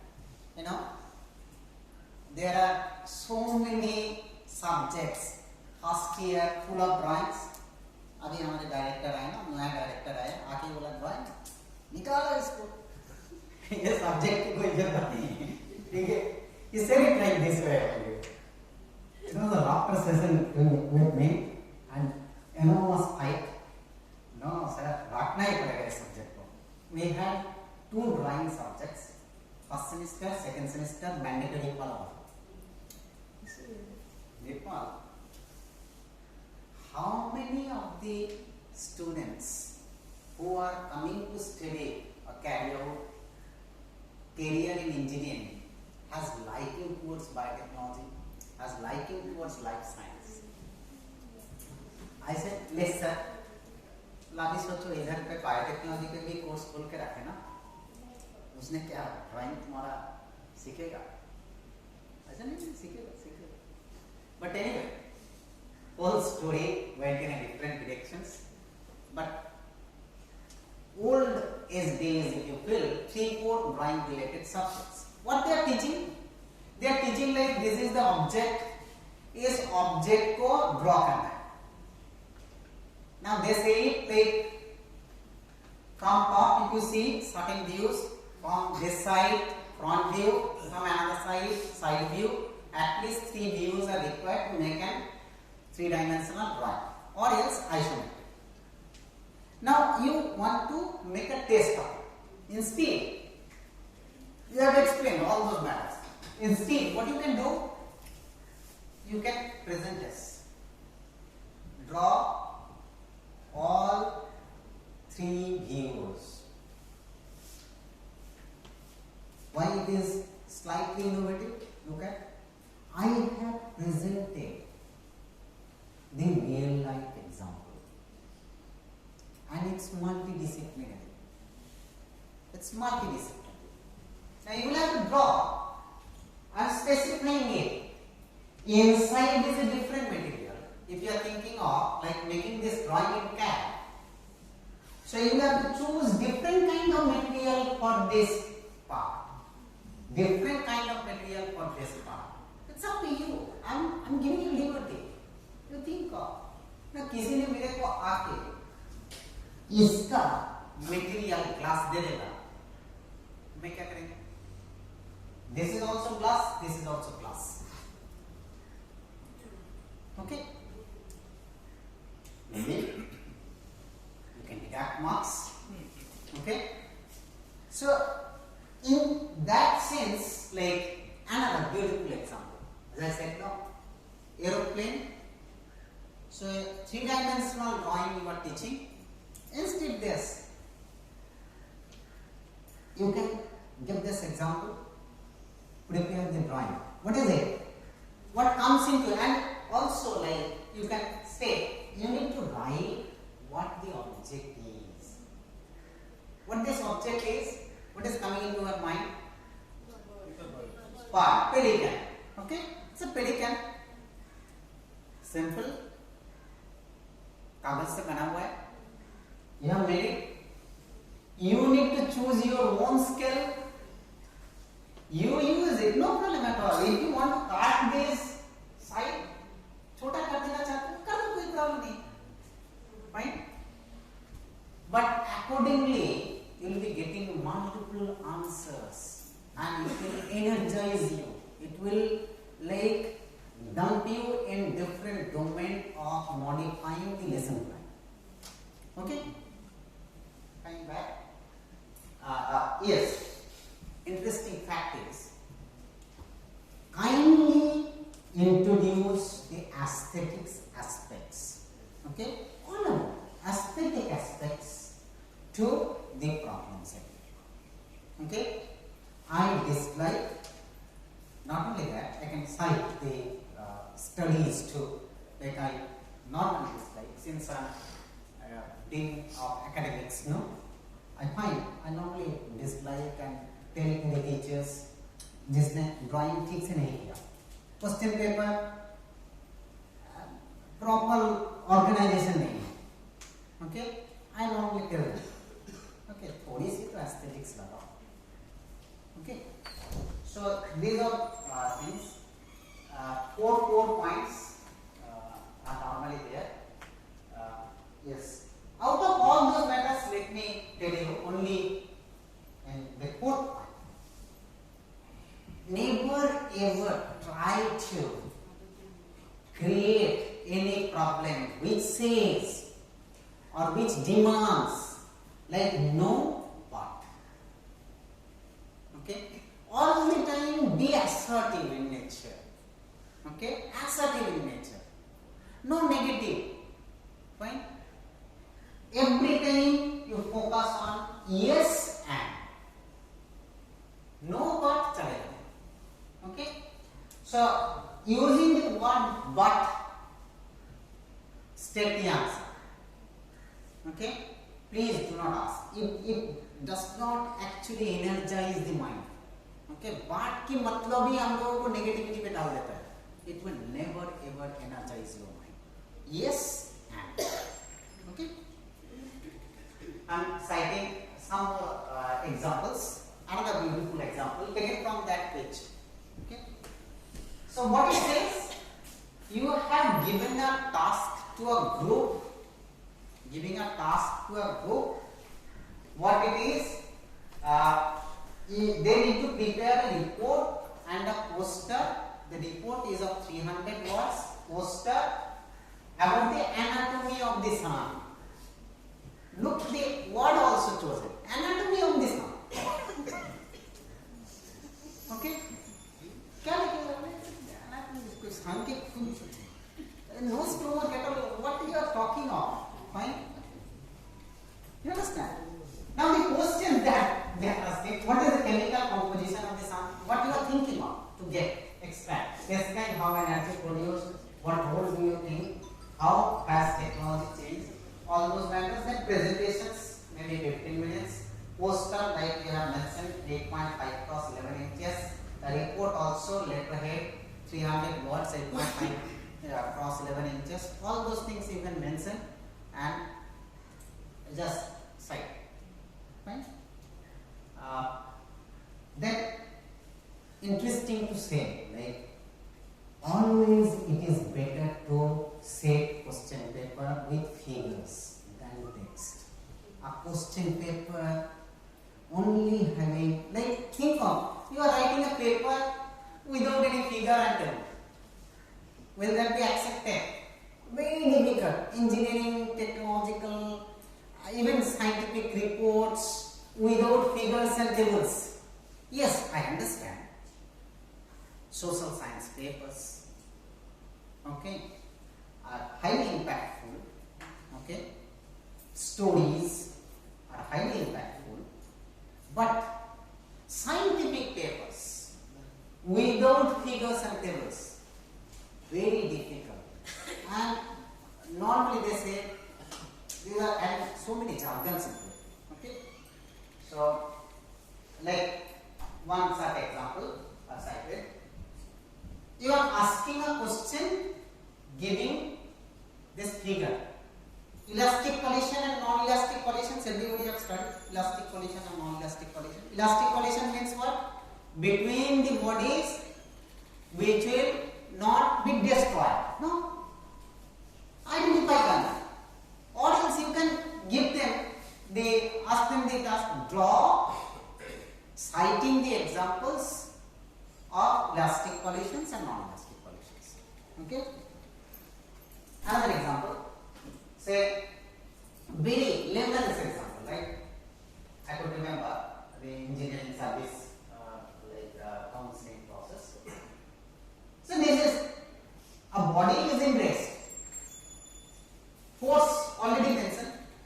Now if I straightforward give the coefficient of friction and ask you to calculate frictional force, how much time you will take? Half a minute? Okay? Rather, it says the body is at rest, determine the coefficient of friction. Okay? In a different manner, they will have to think why the body is in rest, what is the free body diagram of this body, and then they will be able to calculate the coefficient of friction. Then another interesting story, cartoons, fabulous, okay, fabulous. सिर्फ post graduate course छोड़ के under graduate के course होंगे, mathematical के course होंगे, तो मेरा PPT में कार्टून्स तो बनता है, बोर्ड वर्क पे भी कार्टून बनता है, fine. Cartoon plays beautiful role. Cartoon plays beautiful role, I'm telling you. Okay? Please use them. Let us look into it. What it says. Look into this cartoon. What it says.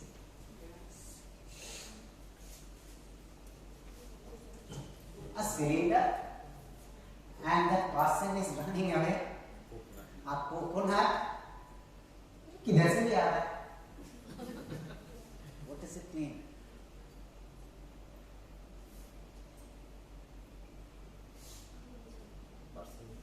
Huh? The person is flying. Burning example, today's burning examples, escalating cost of living. Fuel price, increase in fuel price. Okay? Increase in fuel price increases the cost of living. Simple example. Economics class. Another example. Let's say, I know nobody likes it. That is why maybe I'm skipping this example. You can go through this site to find out more cartoons relevant to it. This is like again, political बातें करना. In today's domain, I'm telling you, talking about politics, people normally compartmentalizes. I'm giving you an idea. Like if you talk so. Okay? Leave the politics. Politics is nothing but what? You can in a nutshell think of like two parties. You are affiliated to certain party, unaffiliated to certain other party. I am not liking your party's motto. You are not liking my party's motto. Think of the quarrel between one button and sprinkle. Is it not like the quarrel between two parties? What is the position of East Bengal in present ISL league? 11th or 12th, no? 12. ये भी कुछ दिन पहले मोहन बगान को हरा दिए थे. कितना हंगामा हुआ था ना? हल्ला. We could bet one. The same spirit is surviving what was there 50 years back. Debate energizes mind. Kindly set question paper which are debatable in nature.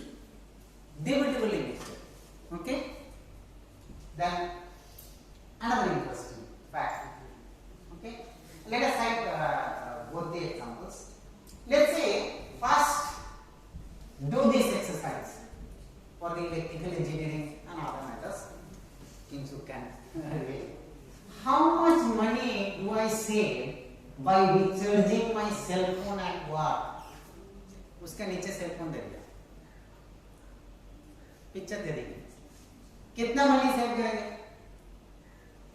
एक कंजूस अभी हर रोज काम पे आता है, आके मोबाइल रिचार्ज में डाल दिया. I need to like calculate now how much is the consumption, electrical consumption. Okay? What is the charger that I have used? Is it super fast charger? 100 watt. Okay? How much time? 10 seconds time, 30 minutes time. 30 minutes पे electrical consumption कितना हुआ? उतना अगर मैं घर पे करते उतना तो खर्चा मेरा हो जाता ना? घर पे तो हो जाता ना? Look the beauty. Electrical has a subject, no?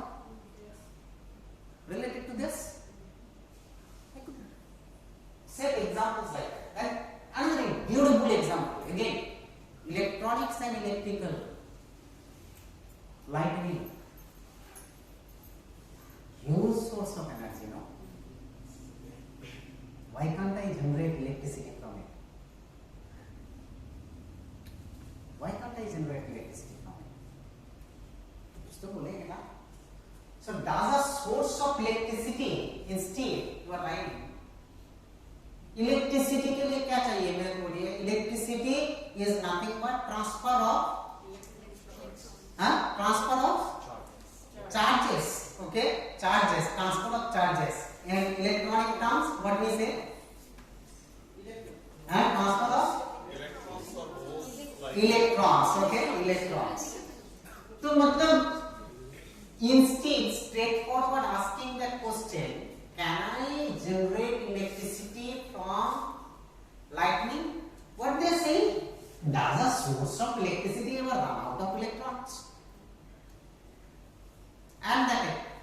What? Okay? And another things to indulge creativity. And courtesy to GTB, let us look into it. What problem it has? How many of you know this chart? How many of you know this chart? Now it is very popular. Very, very popular. How many of you watch like Saregama? Okay, I am very lucky, my wife is a good singer, so practices and a lot of goes on. No? What problem is there in this case? What is the problem? Think of spend 15 minutes time, 15 seconds time. What problem is there? You feel? The sound of the musical instrument is higher than his voice. Sound of the musical system. Sound? Musical instrument. Mic is facing upstairs or upkeep. Mic is facing up. He doesn't know how to use microphone. He does not know how to use microphone. Following mobiles. Huh? Following mobile phones. No, the sound will come out of the boards. So that is where probably the sound will not come from the keys, it will come from the board. So probably Okay. Thank you very much for all those lovely answers. Yes, Let us look into it. He is also very popular, no? Yeah. He is known as Mini Mannade. Okay? Now, I hope you will be able to understand where the problem was. Size of the harmonium was not commensurable to him. His father, no? He brought it by his own hand. This little man brought to this stage with his own hand that harmonica, and Sankar Mahadevan was laughing. And he was asking, what has happened? He said, मेरे को तो इसको carry करके लेके जाना है ना sir. So my father made it for me, customized solution. Nothing else, all. It's not like 6-reed harmonica. It's not possible. Okay? All same is there. He is having difficulty in pulling those below. He is not. Okay? So kindly think of, like don't like dump a first semester student or 8th semester students question paper. Okay? So and think of always from the point of a salesman. Okay? I talk about now salesman means, have you seen, I hope you all are purchasing instruments, no? Equipments. Purchasing books for the library, recommending books for the library. Have you seen the booksellers coming to your chamber? What do they do? Sir, मेरा सब बात हो गया library में. आपसे किधर sign कर देंगे तो हो जाएगा. यही ना?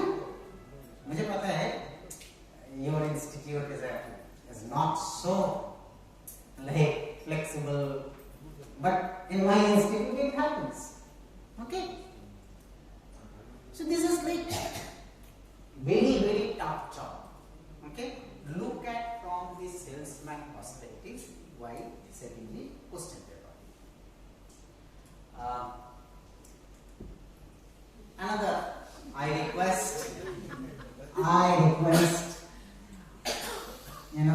literature is always required. I could remember one of my teachers at Durgapur, in our time was Professor Durgapur. He was teaching us operation research. Okay? And if you go through his books also, he will never ever come with a straightforward questions on linear programming problem, maximize this subject to such and such, and x, y limits are given. He will come with a story.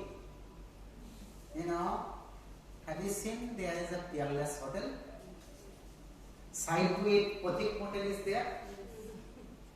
PRLS Hotel is giving discount on Wednesday if you take a drink on that day. Okay? Potik Hotel, in continuation to this, they said, okay, discount is permissible if you come with your girlfriend. Okay? This kind of story actually energizes you. So, humanities and social sciences actually attenuates your brain cells. Fine? Kindly induce them. Kindly induce them while setting the question paper. उसको तो society के ऊपर चलना पड़ेगा ना. आप society को ही छोड़ते दे रहे. ओके, मेरे को पूछा जाता है, ओह रोबोटिक्स मतलब electrical, mechanical, electronics, computer science engineers are working. I said no sir. Biotechnologists, social science people are also working into it. So, like, what it matters? Citing a beautiful example. STEM is what? It is like you are holding the knowledge, but humanity is actually giving you a stick to stand. Okay? So if you amalgamate them, it will be enjoyable. Okay? It will be enjoyable.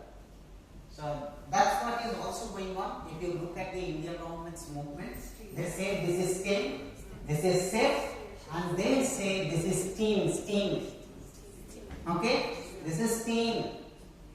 Please concentrate on this, and I humbly request all of you to use humanities. Right?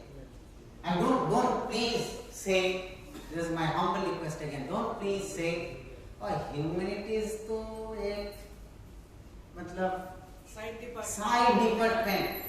No, they are pillar. Okay, they are pillar. Fine. India is progressive.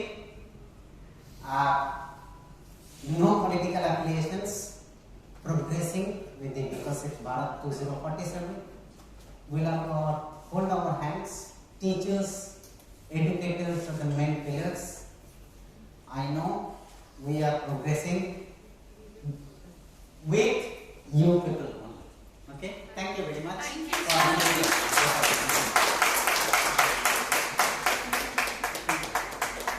If you have any questions or answers? The floor is open for any questions. If any of you, sir, madam.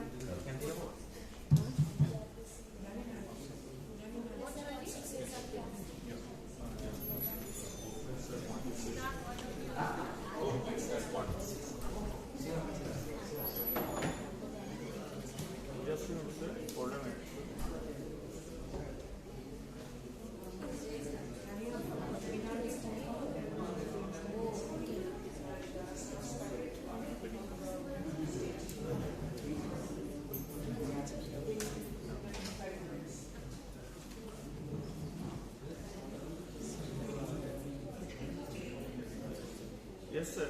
Please speak. Go please, sir.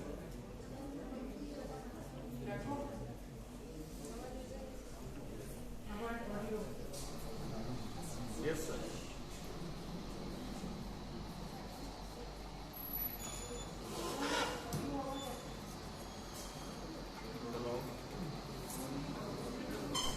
Can I have new downloads? Yes, sir. Yes, sir. You are audible, sir. You are audible. Yes, please. I am audible. I am visible also. Is sir visible? Sir is not. Am I visible? No.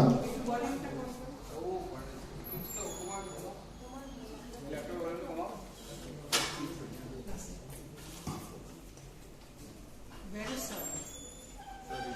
Yes, sir. You are visible. I think we lost the audio again. Again, sir, we are lost. No, sir, please say something. Sir, please say something. Mute হয়ে গেছেন ওখানটার থেকে unmute সাউন্ডটা বাড়াতে হবে আরো sound plug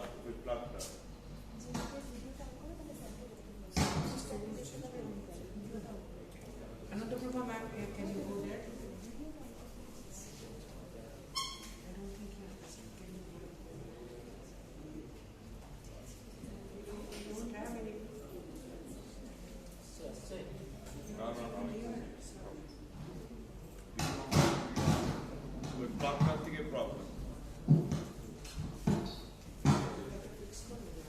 Good afternoon, sir. Compliments to you. Your presentation was excellent. I enjoyed it.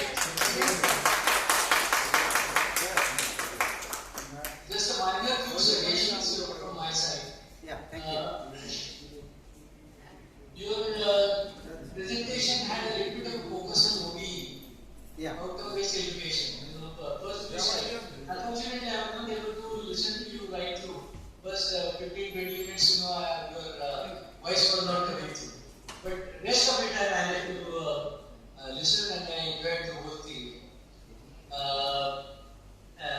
I had just a couple of suggestions, that you can work it on. One is that the challenges associated with the chat GPT, AI, and the social media. Because everybody is insisting, that chat GPT or AI would be used in education. So how so? And whether the students are going to be smarter than the teacher. That is going to be one of the issues, that you can really think about, and then incorporate a few slides on that, or at least your thoughts on that. That was point number one. You also mentioned, creativity in sort of enhancing creativity in assignment. In my opinion, this is a challenge for the teacher. Yeah. Okay. Now I am going to throw the ball back. In the sense, that you ask the student, to have some creative assignment he designs for himself. I'll give you the reasoning for that. This is from Andhra Pradesh. Colleges, the students have a vacation and all that, right? So the students go for the vacation to their villages. Just like our LIT system, where the students are coming from all over the place, they will be able to pick up some interesting topics from their own environment. Yes. And that, for that particular challenge, they have to provide a technical solution, technology solution. Identifying a problem should be given to them, and that would be the challenge, that they have to figure it out. So you want to have a creativity in the sentence and so on, have them to take their own assignment. Absolutely no problem. And they will be able to come up and they will be able to entertain all the students. Because no two problems are going to be same. Whereas if the teacher is going to give this particular task of having creativity in the framing of the assignment, then there is a problem. Because teacher is going to think only in one particular fashion and everybody will be essentially focusing on that. So that was another question that I had. As far as the creativity is concerned, are the students, or even for that matter the teachers, to read a book called Random Curiosity. Random Curiosity. This is by Yashpal. And over there, any and all sorts of absurd questions that high school student would be asking their parents or the teacher, they are categorized in the random fashion. That's why it is called the Random Curiosity. And the very final point, from my side, is that you say, that we need to, irrespective of the branch and discipline and specialization, everybody should be taught certain things, I agree with you entirely. I would like to just add into that, 2 or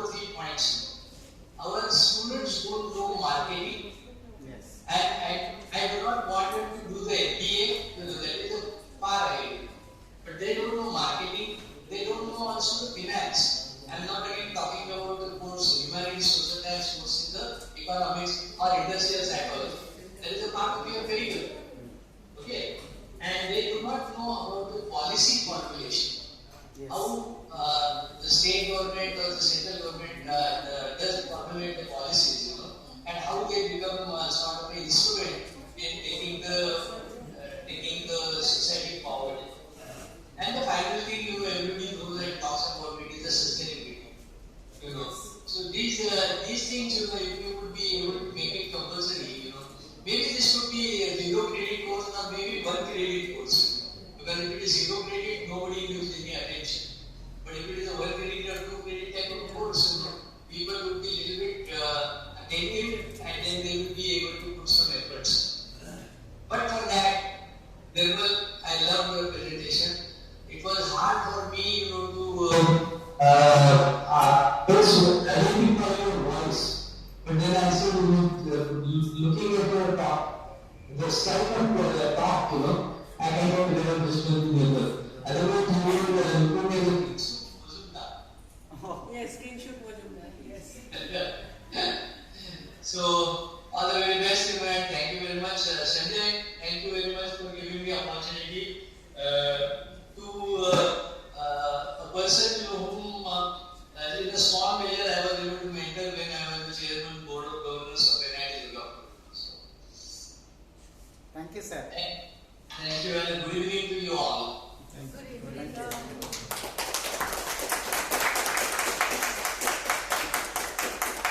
Thank you so much, Gokhale sir. It's truly an honor for you to be with us today, not only listen through the entire session, but also comment on it and enrich sir's session in a way that only you can, sir, honestly.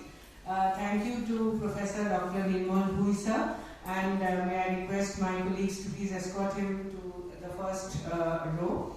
And this is a request to Sanjay sir, who I understand is online with us. Sir, would you like to make some concluding comments?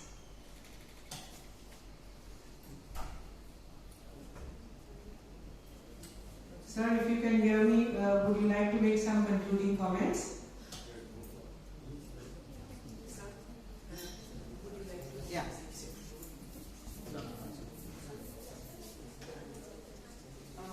Will somebody call Shukita ma'am and find her? We will just take a minute to find out if our principal sir would like to make a few comments, or if he's otherwise busy. We will continue with a vote of thanks, and after that I am happy to announce that we have a little bit of snack for you waiting outside. But before that, a minute if sir wants to join us briefly.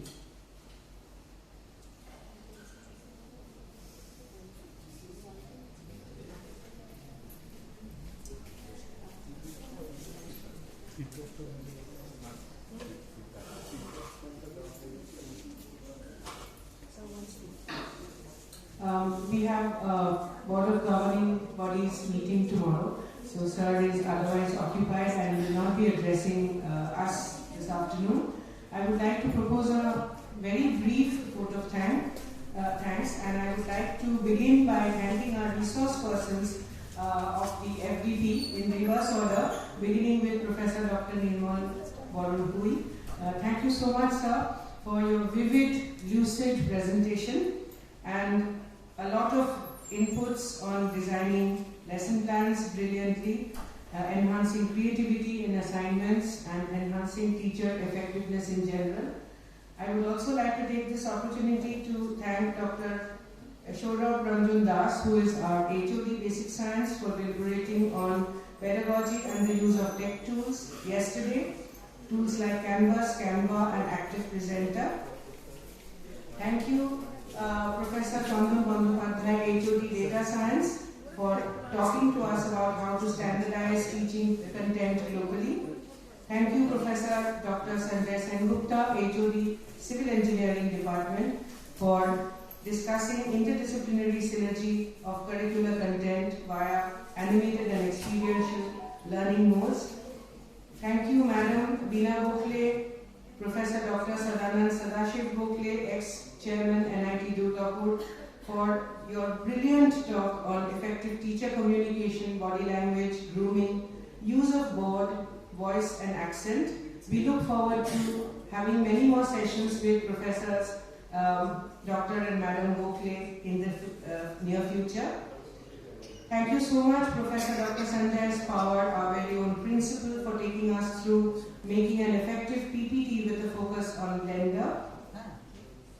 And most of all, thank you so much, Professor Dr. Shoikat Moitro, our advisor, BCREC Group of Institutions, for starting the SST FDP on the terrific note advising us how to build confidence-building measures in students and promoting student interactiveness in class despite his very busy schedule on the day of the FDP's commencement.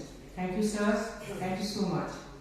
I would also like to offer my humble gratefulness to our Chief Patron, Mr. Tarun Bhattacharya, sir, who is our General Secretary, our Patron, Mr. Janmal Singh, sir, who is our Treasurer, the Advisory Committee comprising the Advisor, sir, Principal, sir, Vice Principal, Professor Dr. K.M. Hussain, Registrar, sir,